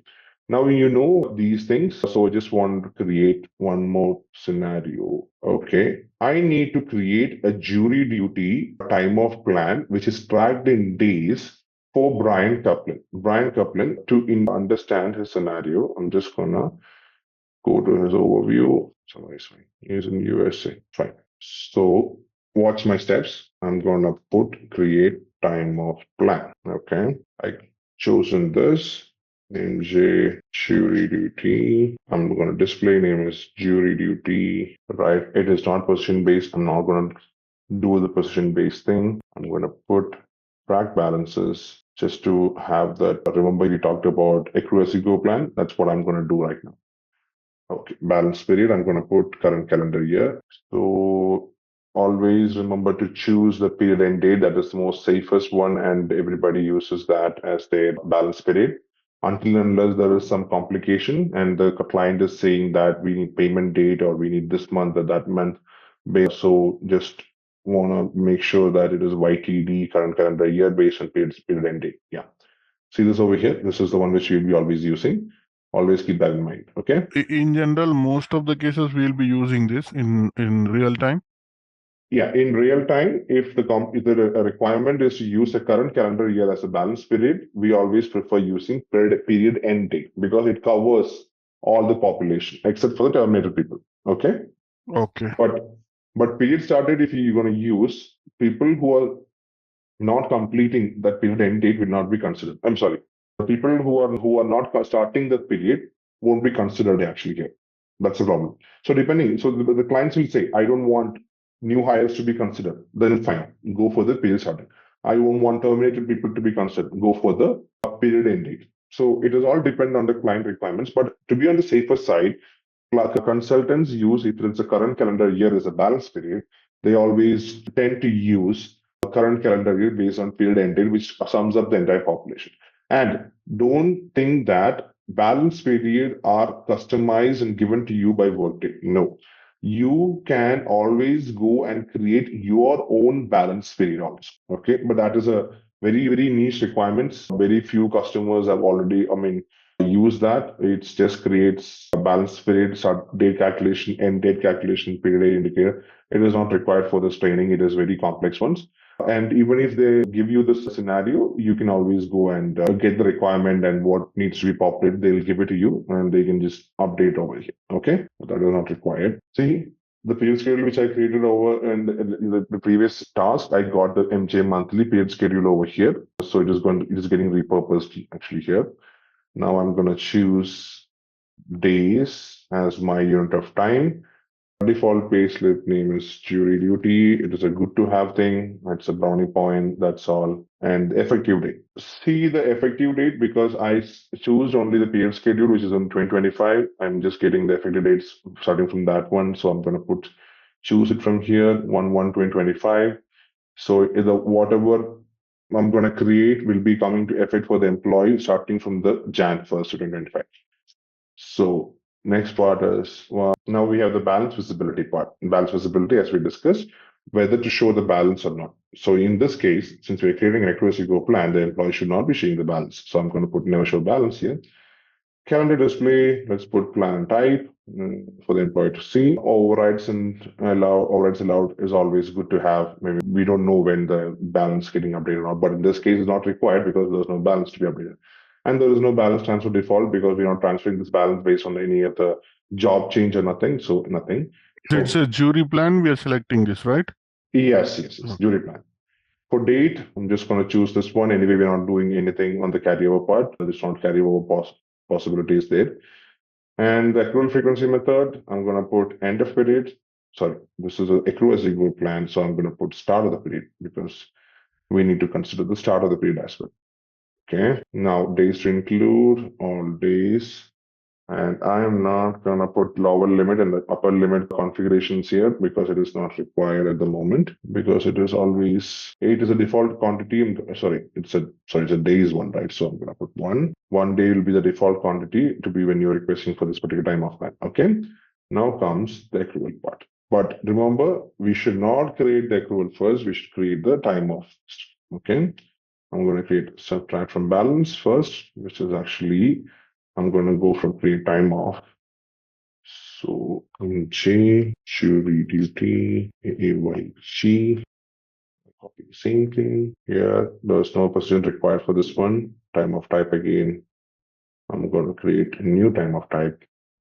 I don't want to repurpose anything extra here. MJ, okay, this is a name, so jury duty. This MJ, I'm just putting it there for the reference. Because what if there is another jury created by another person because it's a shared tenant. That's why I put MJ just to make sure that we identify the right time of plans. Okay, and through I'm gonna put time off only. I'm gonna put Toto.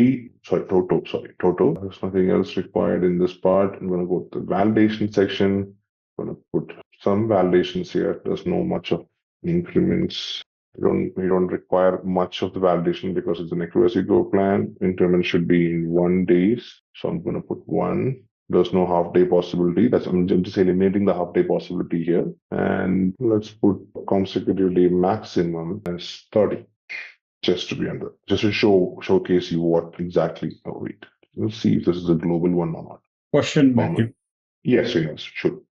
So how did you come to create time off? I know you were create accrual, right? How did you get here? Remember the session which I told you, we should not create accrual for an accrual as you go plan, because the time of balance has to be created by the time of request. So time off has to be created, then we should go and create the accruals. You are not clear? No. His question is, so when we go to the time off tab, in the initial, when we created a time off plan, bottom we have all the options, right? Accruals and time off. Under the time off, once you click create, you'll get this page. So you're asking how did I land up in this page? Yeah. I'm clear. I think I went to accrual because I was trying to do simultaneously with you. Yeah. I was in Oh, accrual. okay. Now I get it. I'm in time. Oh, I'm clear. Thank you. Yeah. Thank you both. Oh, Yeah. I'm good. Just an advice, please carefully see what is happening, then you can replicate this. I'm following. I'm following all the steps. But I thought we also need that. Yeah, that's fine. Yes, fine. So we created this consecutive day maximum 30 and 1.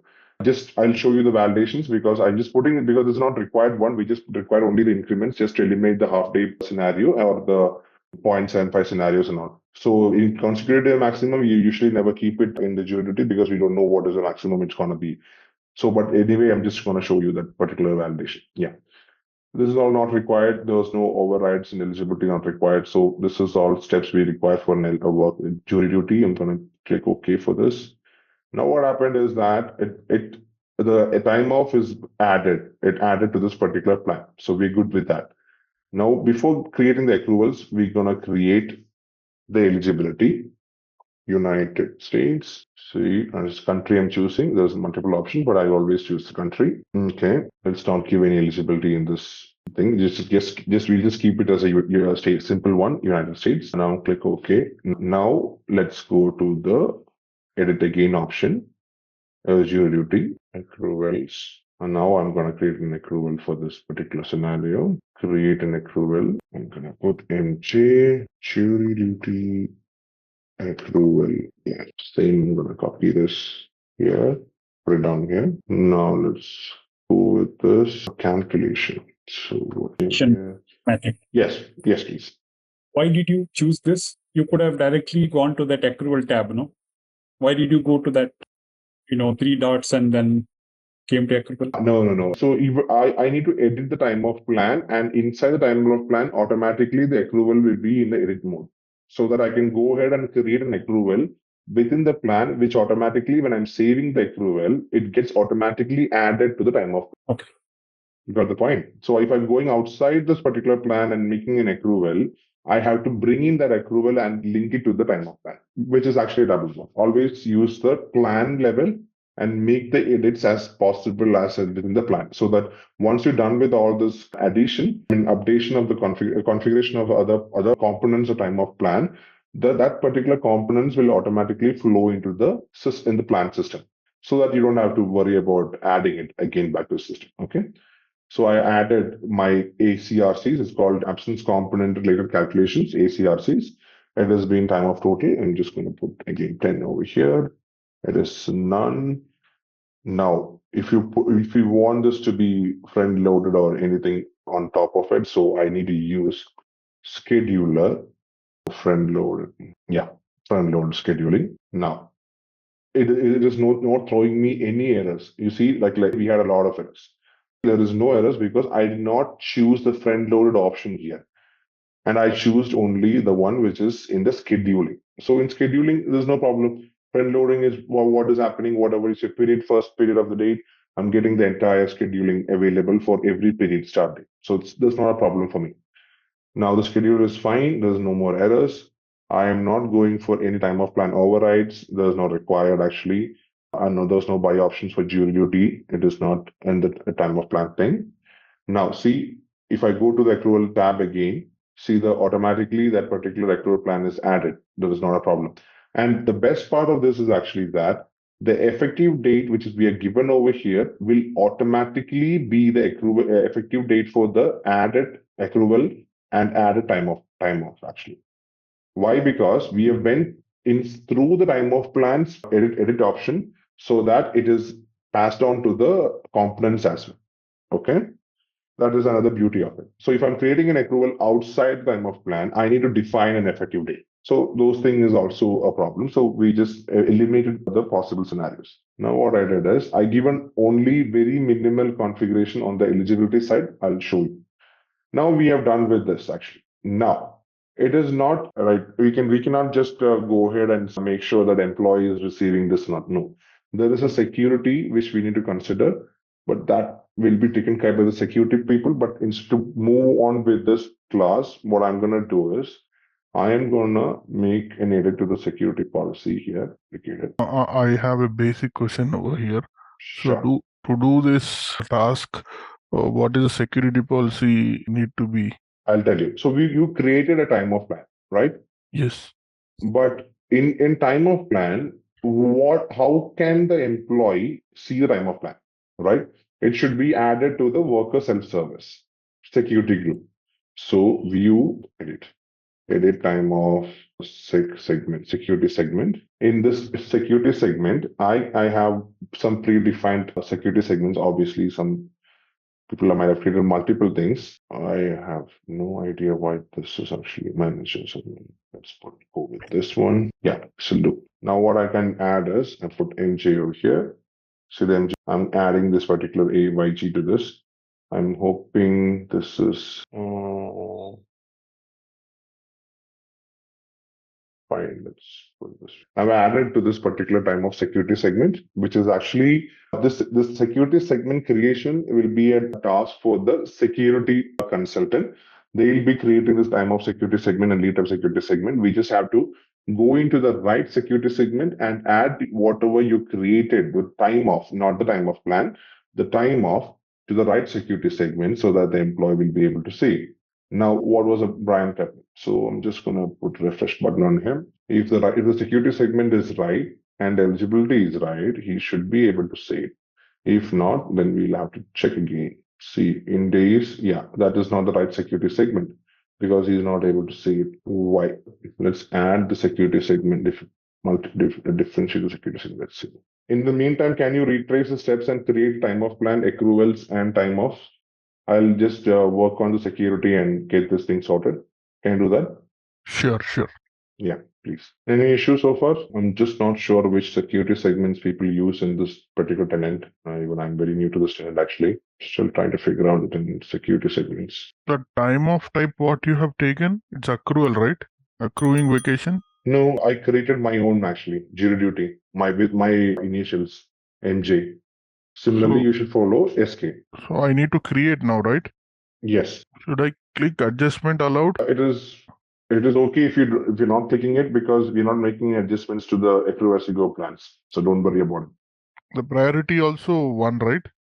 0. No. You should not be used. I forgot to mention. So priorities, it is like never give 1. It is always advisable to use 2 or 3 digit numbers. If you wanted 1 and like first priority, give 10 or 100.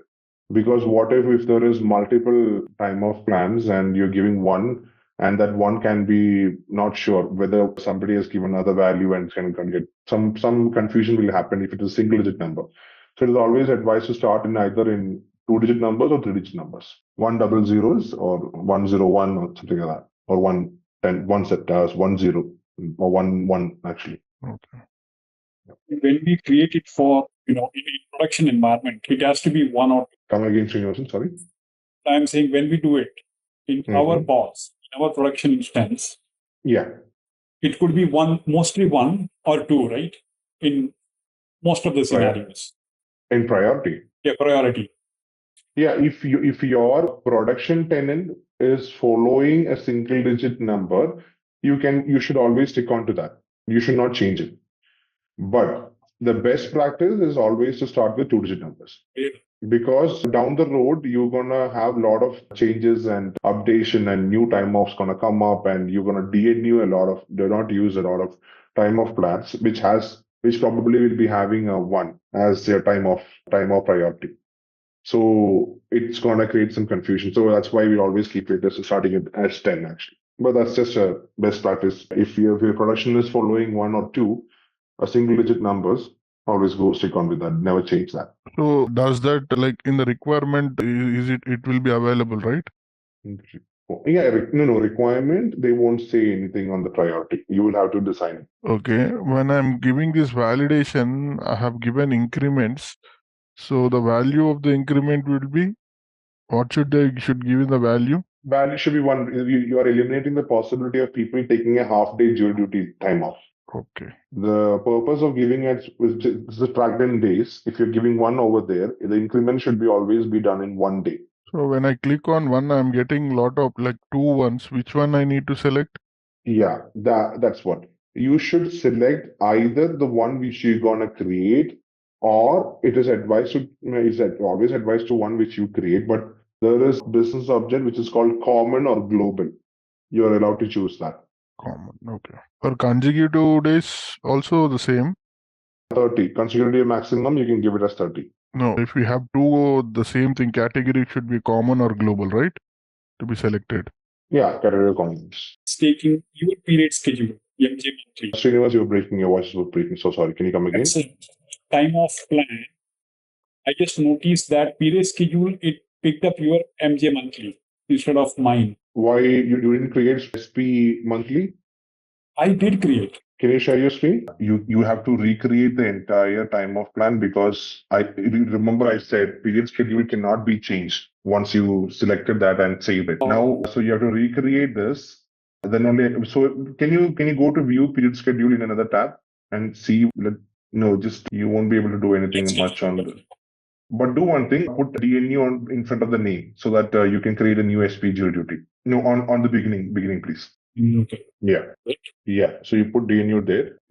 No, you cannot do the edit. So you have to create a new time off plan. But before that, can you give the command view period schedule and choose SP? Oh, get this one. I should have taken this one.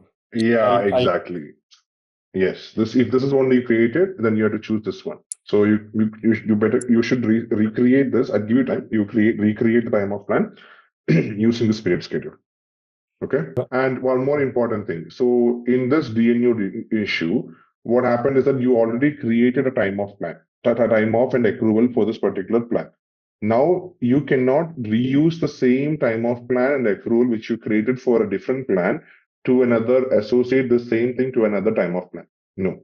Once you might subtract a time off plan from the accrual or time off from the time off plan, Workday automatically deletes that particular complete configuration.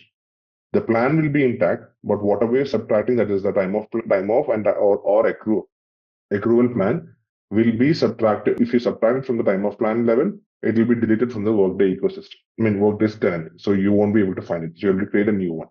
Okay. That's anyway associated with that plan, right? I can't reuse it. Is that what you're saying? Yeah. So already you have attached the particular time off plan to the time off and accrual to time off plan. You cannot reuse it for anything else. And by accident. Because it's part of that anyways, correct? That's associated with that.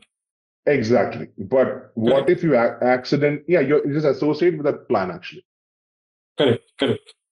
But what if you, right now, this same example, you created a mistake and you wanted to redo the plan, and you want to repurpose the accrual and the time off to the newly created plan, which is in the correct way.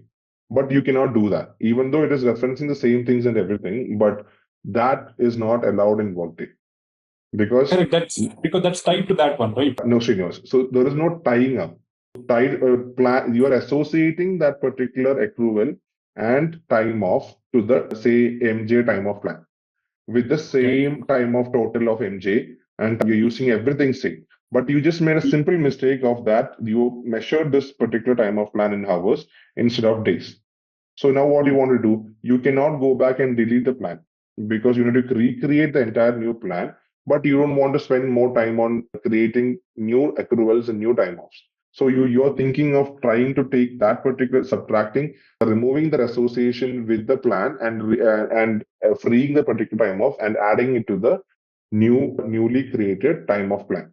That is not possible because the moment you subtract, so the moment I'm going to put the moment, say for example, this one, I don't know who says this. So you mean to say once associated with something, it's not reusable. correct? Once associated, it's done. You can't reuse it. Not exactly for every configuration in Workday, but for in this case, you can always terminate the association. Like you can remove the particular time off from your plan. But one thing which I want you to remember is that it's not the association, it's not the termination.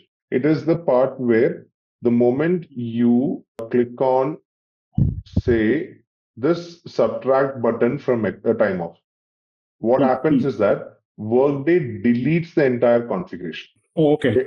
It won't be orphaned. It won't be non-associated. It will be deleted. Completely. Okay. Yeah, it will be completely deleted and you cannot find the trace of it. If there's no undo button for this.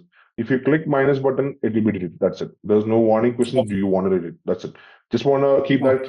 Please do keep that in mind. It is mostly the mistake every consultants will be doing when they first creating this. So just want to remind you that. So you guys, I mean, Srinivas, you can go ahead and create that particular time off. We'll wait. And in the meantime, Sunil, were you able to create it? I'm just stuck at accruals. In the accruals calculation, what should I select in the calculation drop down? Yeah, type in your time off name. Okay. Got it. I need to select as total. Total, exactly. No, I got it. Yeah. So quickly, I'll tell you the steps. One is first create period schedule. Yeah. Then create time off plan. Then time off. Then time off type. Then the accrual. Correct? Yeah. That's it. But before going to the time off, after completing the time off, go to the eligibility and complete the eligibility and save it. Yeah. Before going to what? Time off, is it? No, before going to accrual, I told you, once you create time off, you need to save it. So before hitting the save button, it is advisable to go to the eligibility tab and create the eligibility also.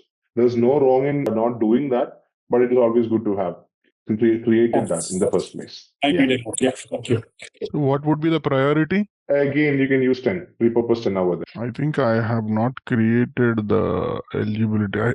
I just created only for worker, employee. I didn't select for United States or anything.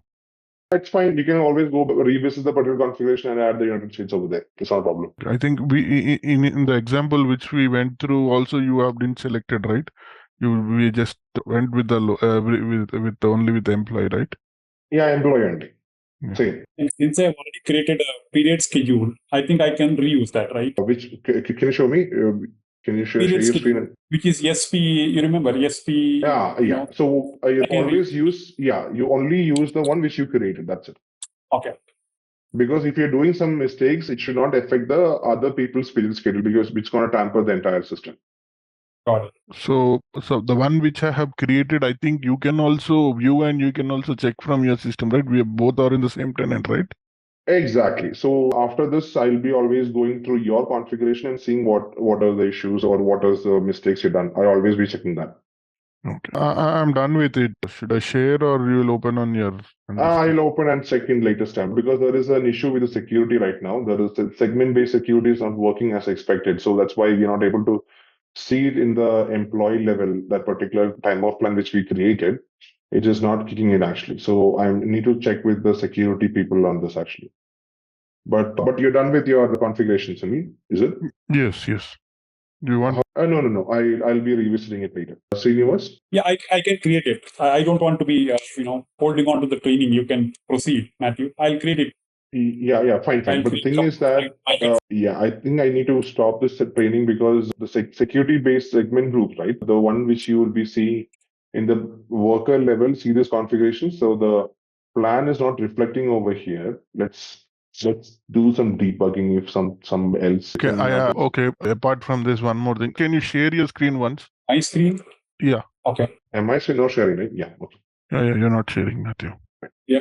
So open anything in the second tab. We are able to see the tabs of your thing, but I am not able to see this tab. Yeah, second tab we can. Yeah. No. In my system, I'm unable to view the second tab actually. It will not work. It's standard behavior of any RDC. You get like this. At a time, you can open only one browser. That's it. Not more than one. That's what it comes like. You have to log out and then use this one. No, that is Even not if the it thing. allows. No. I'm not talking about that. I'm talking about in my tenant, when I logged into this one, I'm unable to see the tabs over the top column.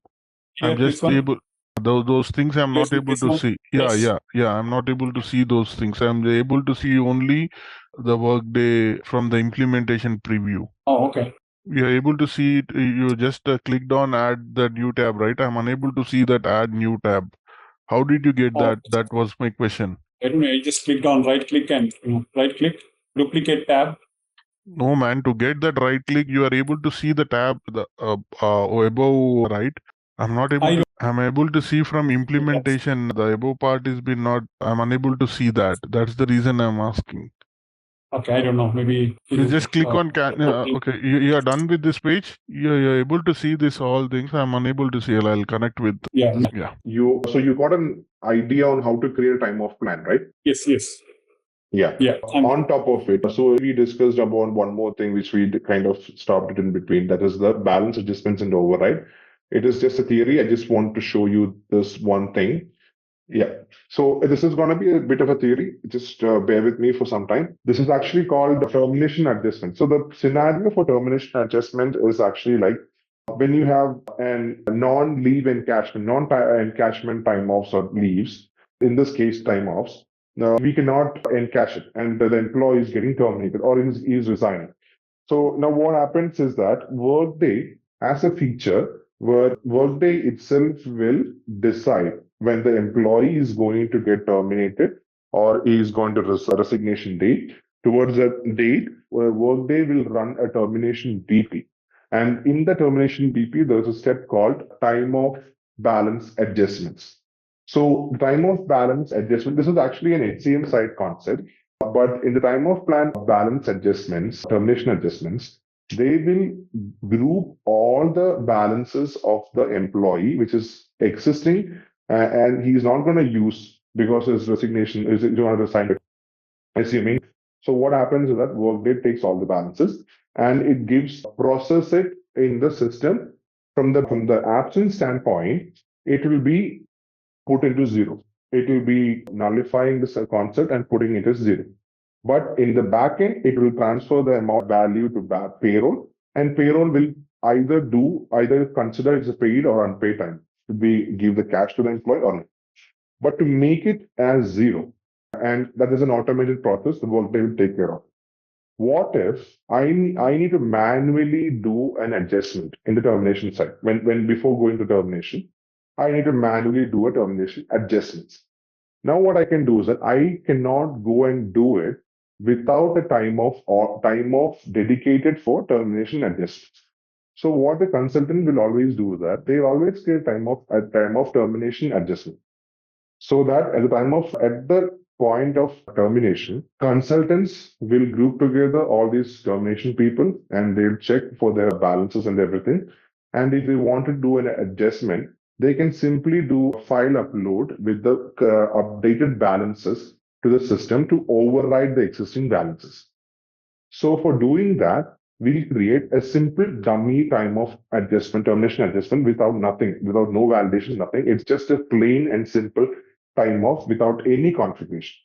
But the configuration, since we're not keeping any configuration in the time off level, that means it is easy for the consultants to go and override it using a manual or an automated web services. So for that, we create a time off termination adjustment. It is the best practice to keep it. Some clients will say that no, it's not required. They'll do it manually. But some clients say that for every time off plan, I want a termination adjustment also, so that the employees, the HR people can go and do the manipulations on their own. So that is the third type of time off which we'll be covering. And there is nothing to say in a broader spectrum. It is always a good to have thing. It is actually used for a very niche purposes for updating the balances at the time of termination. There won't be any calculation, nothing. Even there will be an accrual also designed for that, but that is hardly being used. It is always used in the time off segment and not in the accrual segment. Okay.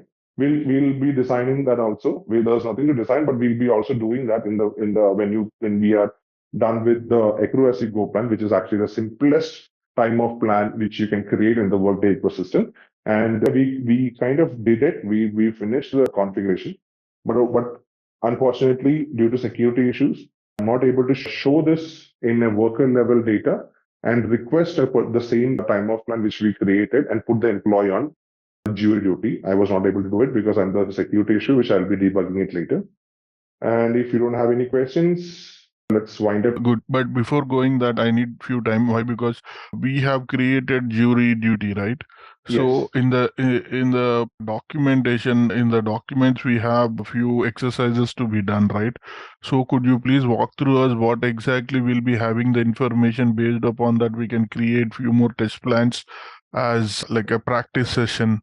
Yeah. My question is, for this we didn't use much options. Everything was like, as it's a jury, we didn't give the basic things, right?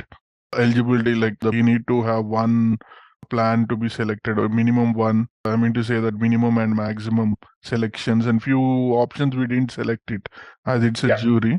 So could you please walk through us one example based upon the requirements, how to recognize which data has been given in the requirement and use it in the system? Definitely. So 1 second, I'll just find a simple scenario for you to work on. 1 second, I'll just get that Because question it's to you. hardly 3 days, definitely we'll forget a lot of things. Yeah. I need to. I'm And planning that's to the do some exercise on the system rather than theory part. got it. But the thing is that since it's only 3 days since it's the first time you got the tenant access, that's why I'm a bit worried on that. But anyway, yeah. And do we have any direct number to reach the technical person? His name is also Sunil, right? Yeah, his name is Sanal, I guess. I'm not sure. You'd be given a certain tech support number. It's general number. We don't have the it goes to the reception kind of thing. Oh, okay. And I'm not sure. He'd be reaching out to me once the session is over. I'll just inform him regarding your issue. Okay. Okay. Okay. I'm going to give you a bit of a complex scenario. We haven't touched base on calculation engine, so you can chuck that part of the calculations. Or you can, if you're confident, you can go ahead and do the calculations as well. Let me just. I'm not sure if you can do this, but keep this in the back burner. We'll be working on this scenario soon. Just getting this information. Even we are able to cover that, right, Matthew? Yeah, I'm yet to cover that, but with the security issue, I cannot take it further. That's a problem. That's fine. Because security, whatever you do for testing this purpose, testing out the right thing to do, security has to be enabled, and you should be able to see that particular update in the worker level. So to request, that's when you know, yeah, it's done. So, but in this case, we are missing that. So I'm just gonna be reaching out to Tech support to get the security online. Not yet. And the tenant was bit down earlier due to the same security issue. Just trying to. Mails are getting a lot of time. That's why. Give me a couple of minutes more. Just wanna. Searching, if I may ask you a question. Yeah, sure. Please. Always. Termination that you mentioned, is it something similar to leave encashment? Which one? The termination part? Yeah, you mentioned about termination, right? Time of termination. Something about the leave encashment. No, it's not part of leave encashment. If it is leave encashment, the payroll side will do the leave encashment part. Like they'll fetch the balance and whatever needs to be paid out to you, they'll do the calculation and give it to you. But for others, like there are situations like if it is non-paid and the workday will automatically make it zero, but that hours will be lost. So instead of that, there some particular situation the HR people always ask the consultants to keep a termination adjustment time off in place for them to do any manipulation, which I am not aware of. It is basically to exhaust an employee's time off before the termination or something, which probably I think Sunil, you might be knowing better. Does something happen when in termination some people do HR will get into their balances and do some manipulations? No, I don't know. No idea. Or Srinivas, any idea on that? So my question is, because when you terminate, right? I know the leave encashment, maybe it happens at the payroll side of the house, but on the accrual in each bucket that is eligible for encashment, that should become zero, right? Once the encashment is taken care. So is this configuration done on the payroll side or on the time side? No, that configuration is on the payroll side. Even making the accrual 0 is also payroll side, is it? Let's take an example. I'll take an example. Okay. So in my bucket, PTO bucket, I had 200 hours. Okay. I'm leaving the company. Okay. And my policy says anything, accrued and not used, accrued and unused can be encashed. Correct. So payroll takes care of that 200 hours and I get paid as part of my final settlement. Correct. Yes. So which configuration makes that existing 200 to 0? Once payroll pays, it had to be 0, right? Is that on the accrual side or payroll team? No, it's not in the payroll side. Whatever the balances you had and it is being made to 0 is not part of the payroll. It is part of the absence. That particular step is handled in the HCM BP called termination BP. So wait, I can show that termination BP. So that's the much more convenient for you. Let's put it this way. I think it has been controlled in the BP of termination, right?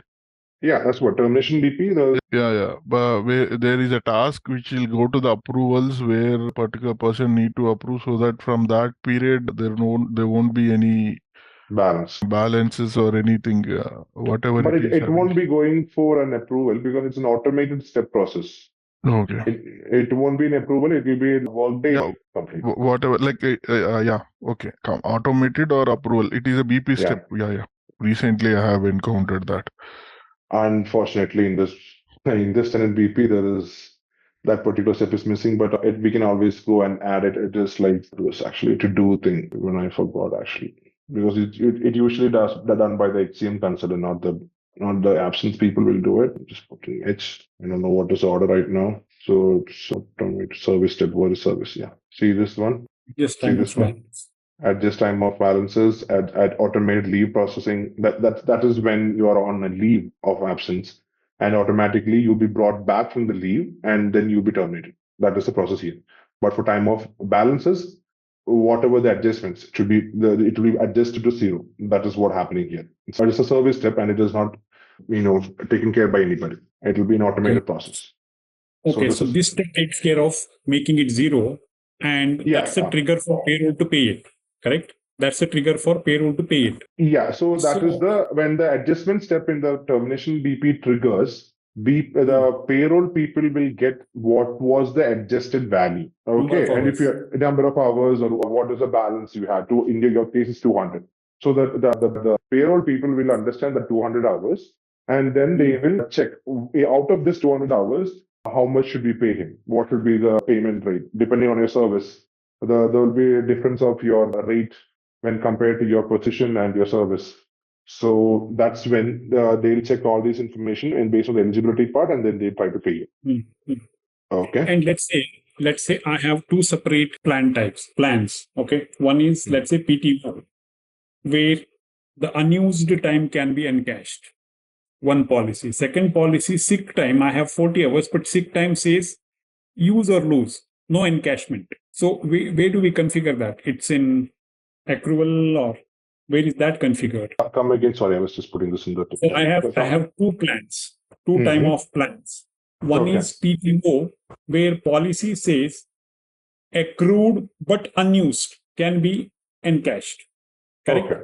Yes. So I know you explained you need a step in termination, so it gets encashed.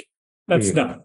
For another plan, which is sick, for example, its policy says, use or lose at the time of, even if you have 40 hours as sick, that will not be encashed. Correct? Most of the company sick is not encashed. Correct? It's use or lose. Yes. So where is that configured? Saying, okay, if this is the plan, this is how we should do. This is the plan, this is how we should do. Okay, I'll tell you. So when you create an absence plan inside absence module itself, but the payroll people will understand, payroll will be knowing that which of the plans are paid and which are unpaid. So in the time of termination, the BP step is gonna adjust time of balances to 0 and pass on the value to payroll. And payroll people will be fetching that value and understand which all plan is coming to the payrolls, and of which plan is paid and which plan is unpaid. They will be understanding and segregating, and whatever is in the paid bucket, that will be encashed to the employee. Whatever is the use or lapse, that will be gone in the way. That's it. So you mean to say, as part of termination, any unused will be made zero in Yes. the accrual every time, like sick, Every time. PTO, everything will be Yes. made zero. Everything will be made zero, but when you get the payroll slip, the final payroll slip, that will be whatever you are getting the leave encashments, that will be mentioned clearly in that pay slip. Correct. That is part of a payroll configuration. Correct. Exactly. So the encashment part is completely payroll configuration. Exactly. The encashment part is completely on the payroll side. We are just giving the information, passing the information to payroll based on our calculations. But we are not telling payroll saying, okay, if you see this particular plan, only then you pay encashment. We don't say that, is that in industry? We do. Yes. I mean, we not. I'm saying, sorry. Absent people will not say that, but based on this plan, pay this. No, we never say that. We configure things, and what we say is what we inform. Sorry, but the payroll people will be getting the information from the client saying that, hey, I have these many list of this, what is it called, time off plans, of which do let me know which are paid and unpaid. So this payroll consultants from the client side will inform them that of which these vacation is paid, maybe family FMLA is paid or something like that. So they'll give a list of time off plans which is actually paid. So what happens in the payroll side is that those people that those time off plans which is categorized as paid, they bucket them together, informing the system that whatever balances in this one should be paid, will be there. I'm just giving a broad example how payroll works. Okay. Yeah. No. That's fine. Yeah. So you mean whatever the plan that is eligible for encashment, maybe on the payroll side, they also need to create the corresponding codes in their module.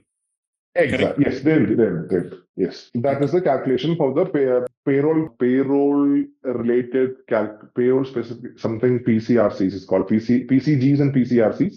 I'm not very sure about it, so that's what they call it. That's a different story in the payroll side. So please take a note of this particular question. It's a requirement you'll be working on when you get a free time. It's just an add-on thing. Basically, it is talking about the eligibility is considered only for the regular employees in UK, Canada, and US, and it should be tracked in hours. Accrual frequency should be start of period, and period schedule is monthly. Balance should be current calendar year, and lower limit will be for US it is 0, Canada is minus 35, I guess, yeah, and UK should be minus 70. Time of validations is unpaid time off is not allowed. Maximum 7.5K. 7.5 for United Kingdom and Canada, and 8 for USA. Accrual should be based on full-time USA. It should be given 10 months. Part-time people should be given 5 months. Canada should be 12 months, and UK should be based on the following point. Based on the service, you should be given this much. Again, in the accruals, whatever you see, it's a completely based on calculation engine, which we are not yet discussed so far, but you are free to ponder around because it is all about, creating conditions, comparing values, and arithmetic addition, subtraction, multiplication, those things. So you're always free to go around and play around with it. So we can always go and create this time off plan. If you are free over the weekend and you have access to this particular tenant, please do start creating this. We'll handle this case down the road. Okay. What is the time off plan name? You can choose. Put your initials always when you're creating something new in the system. Put always your initials. That is SK hyphen. Let's call this vacation. Vacation. Okay.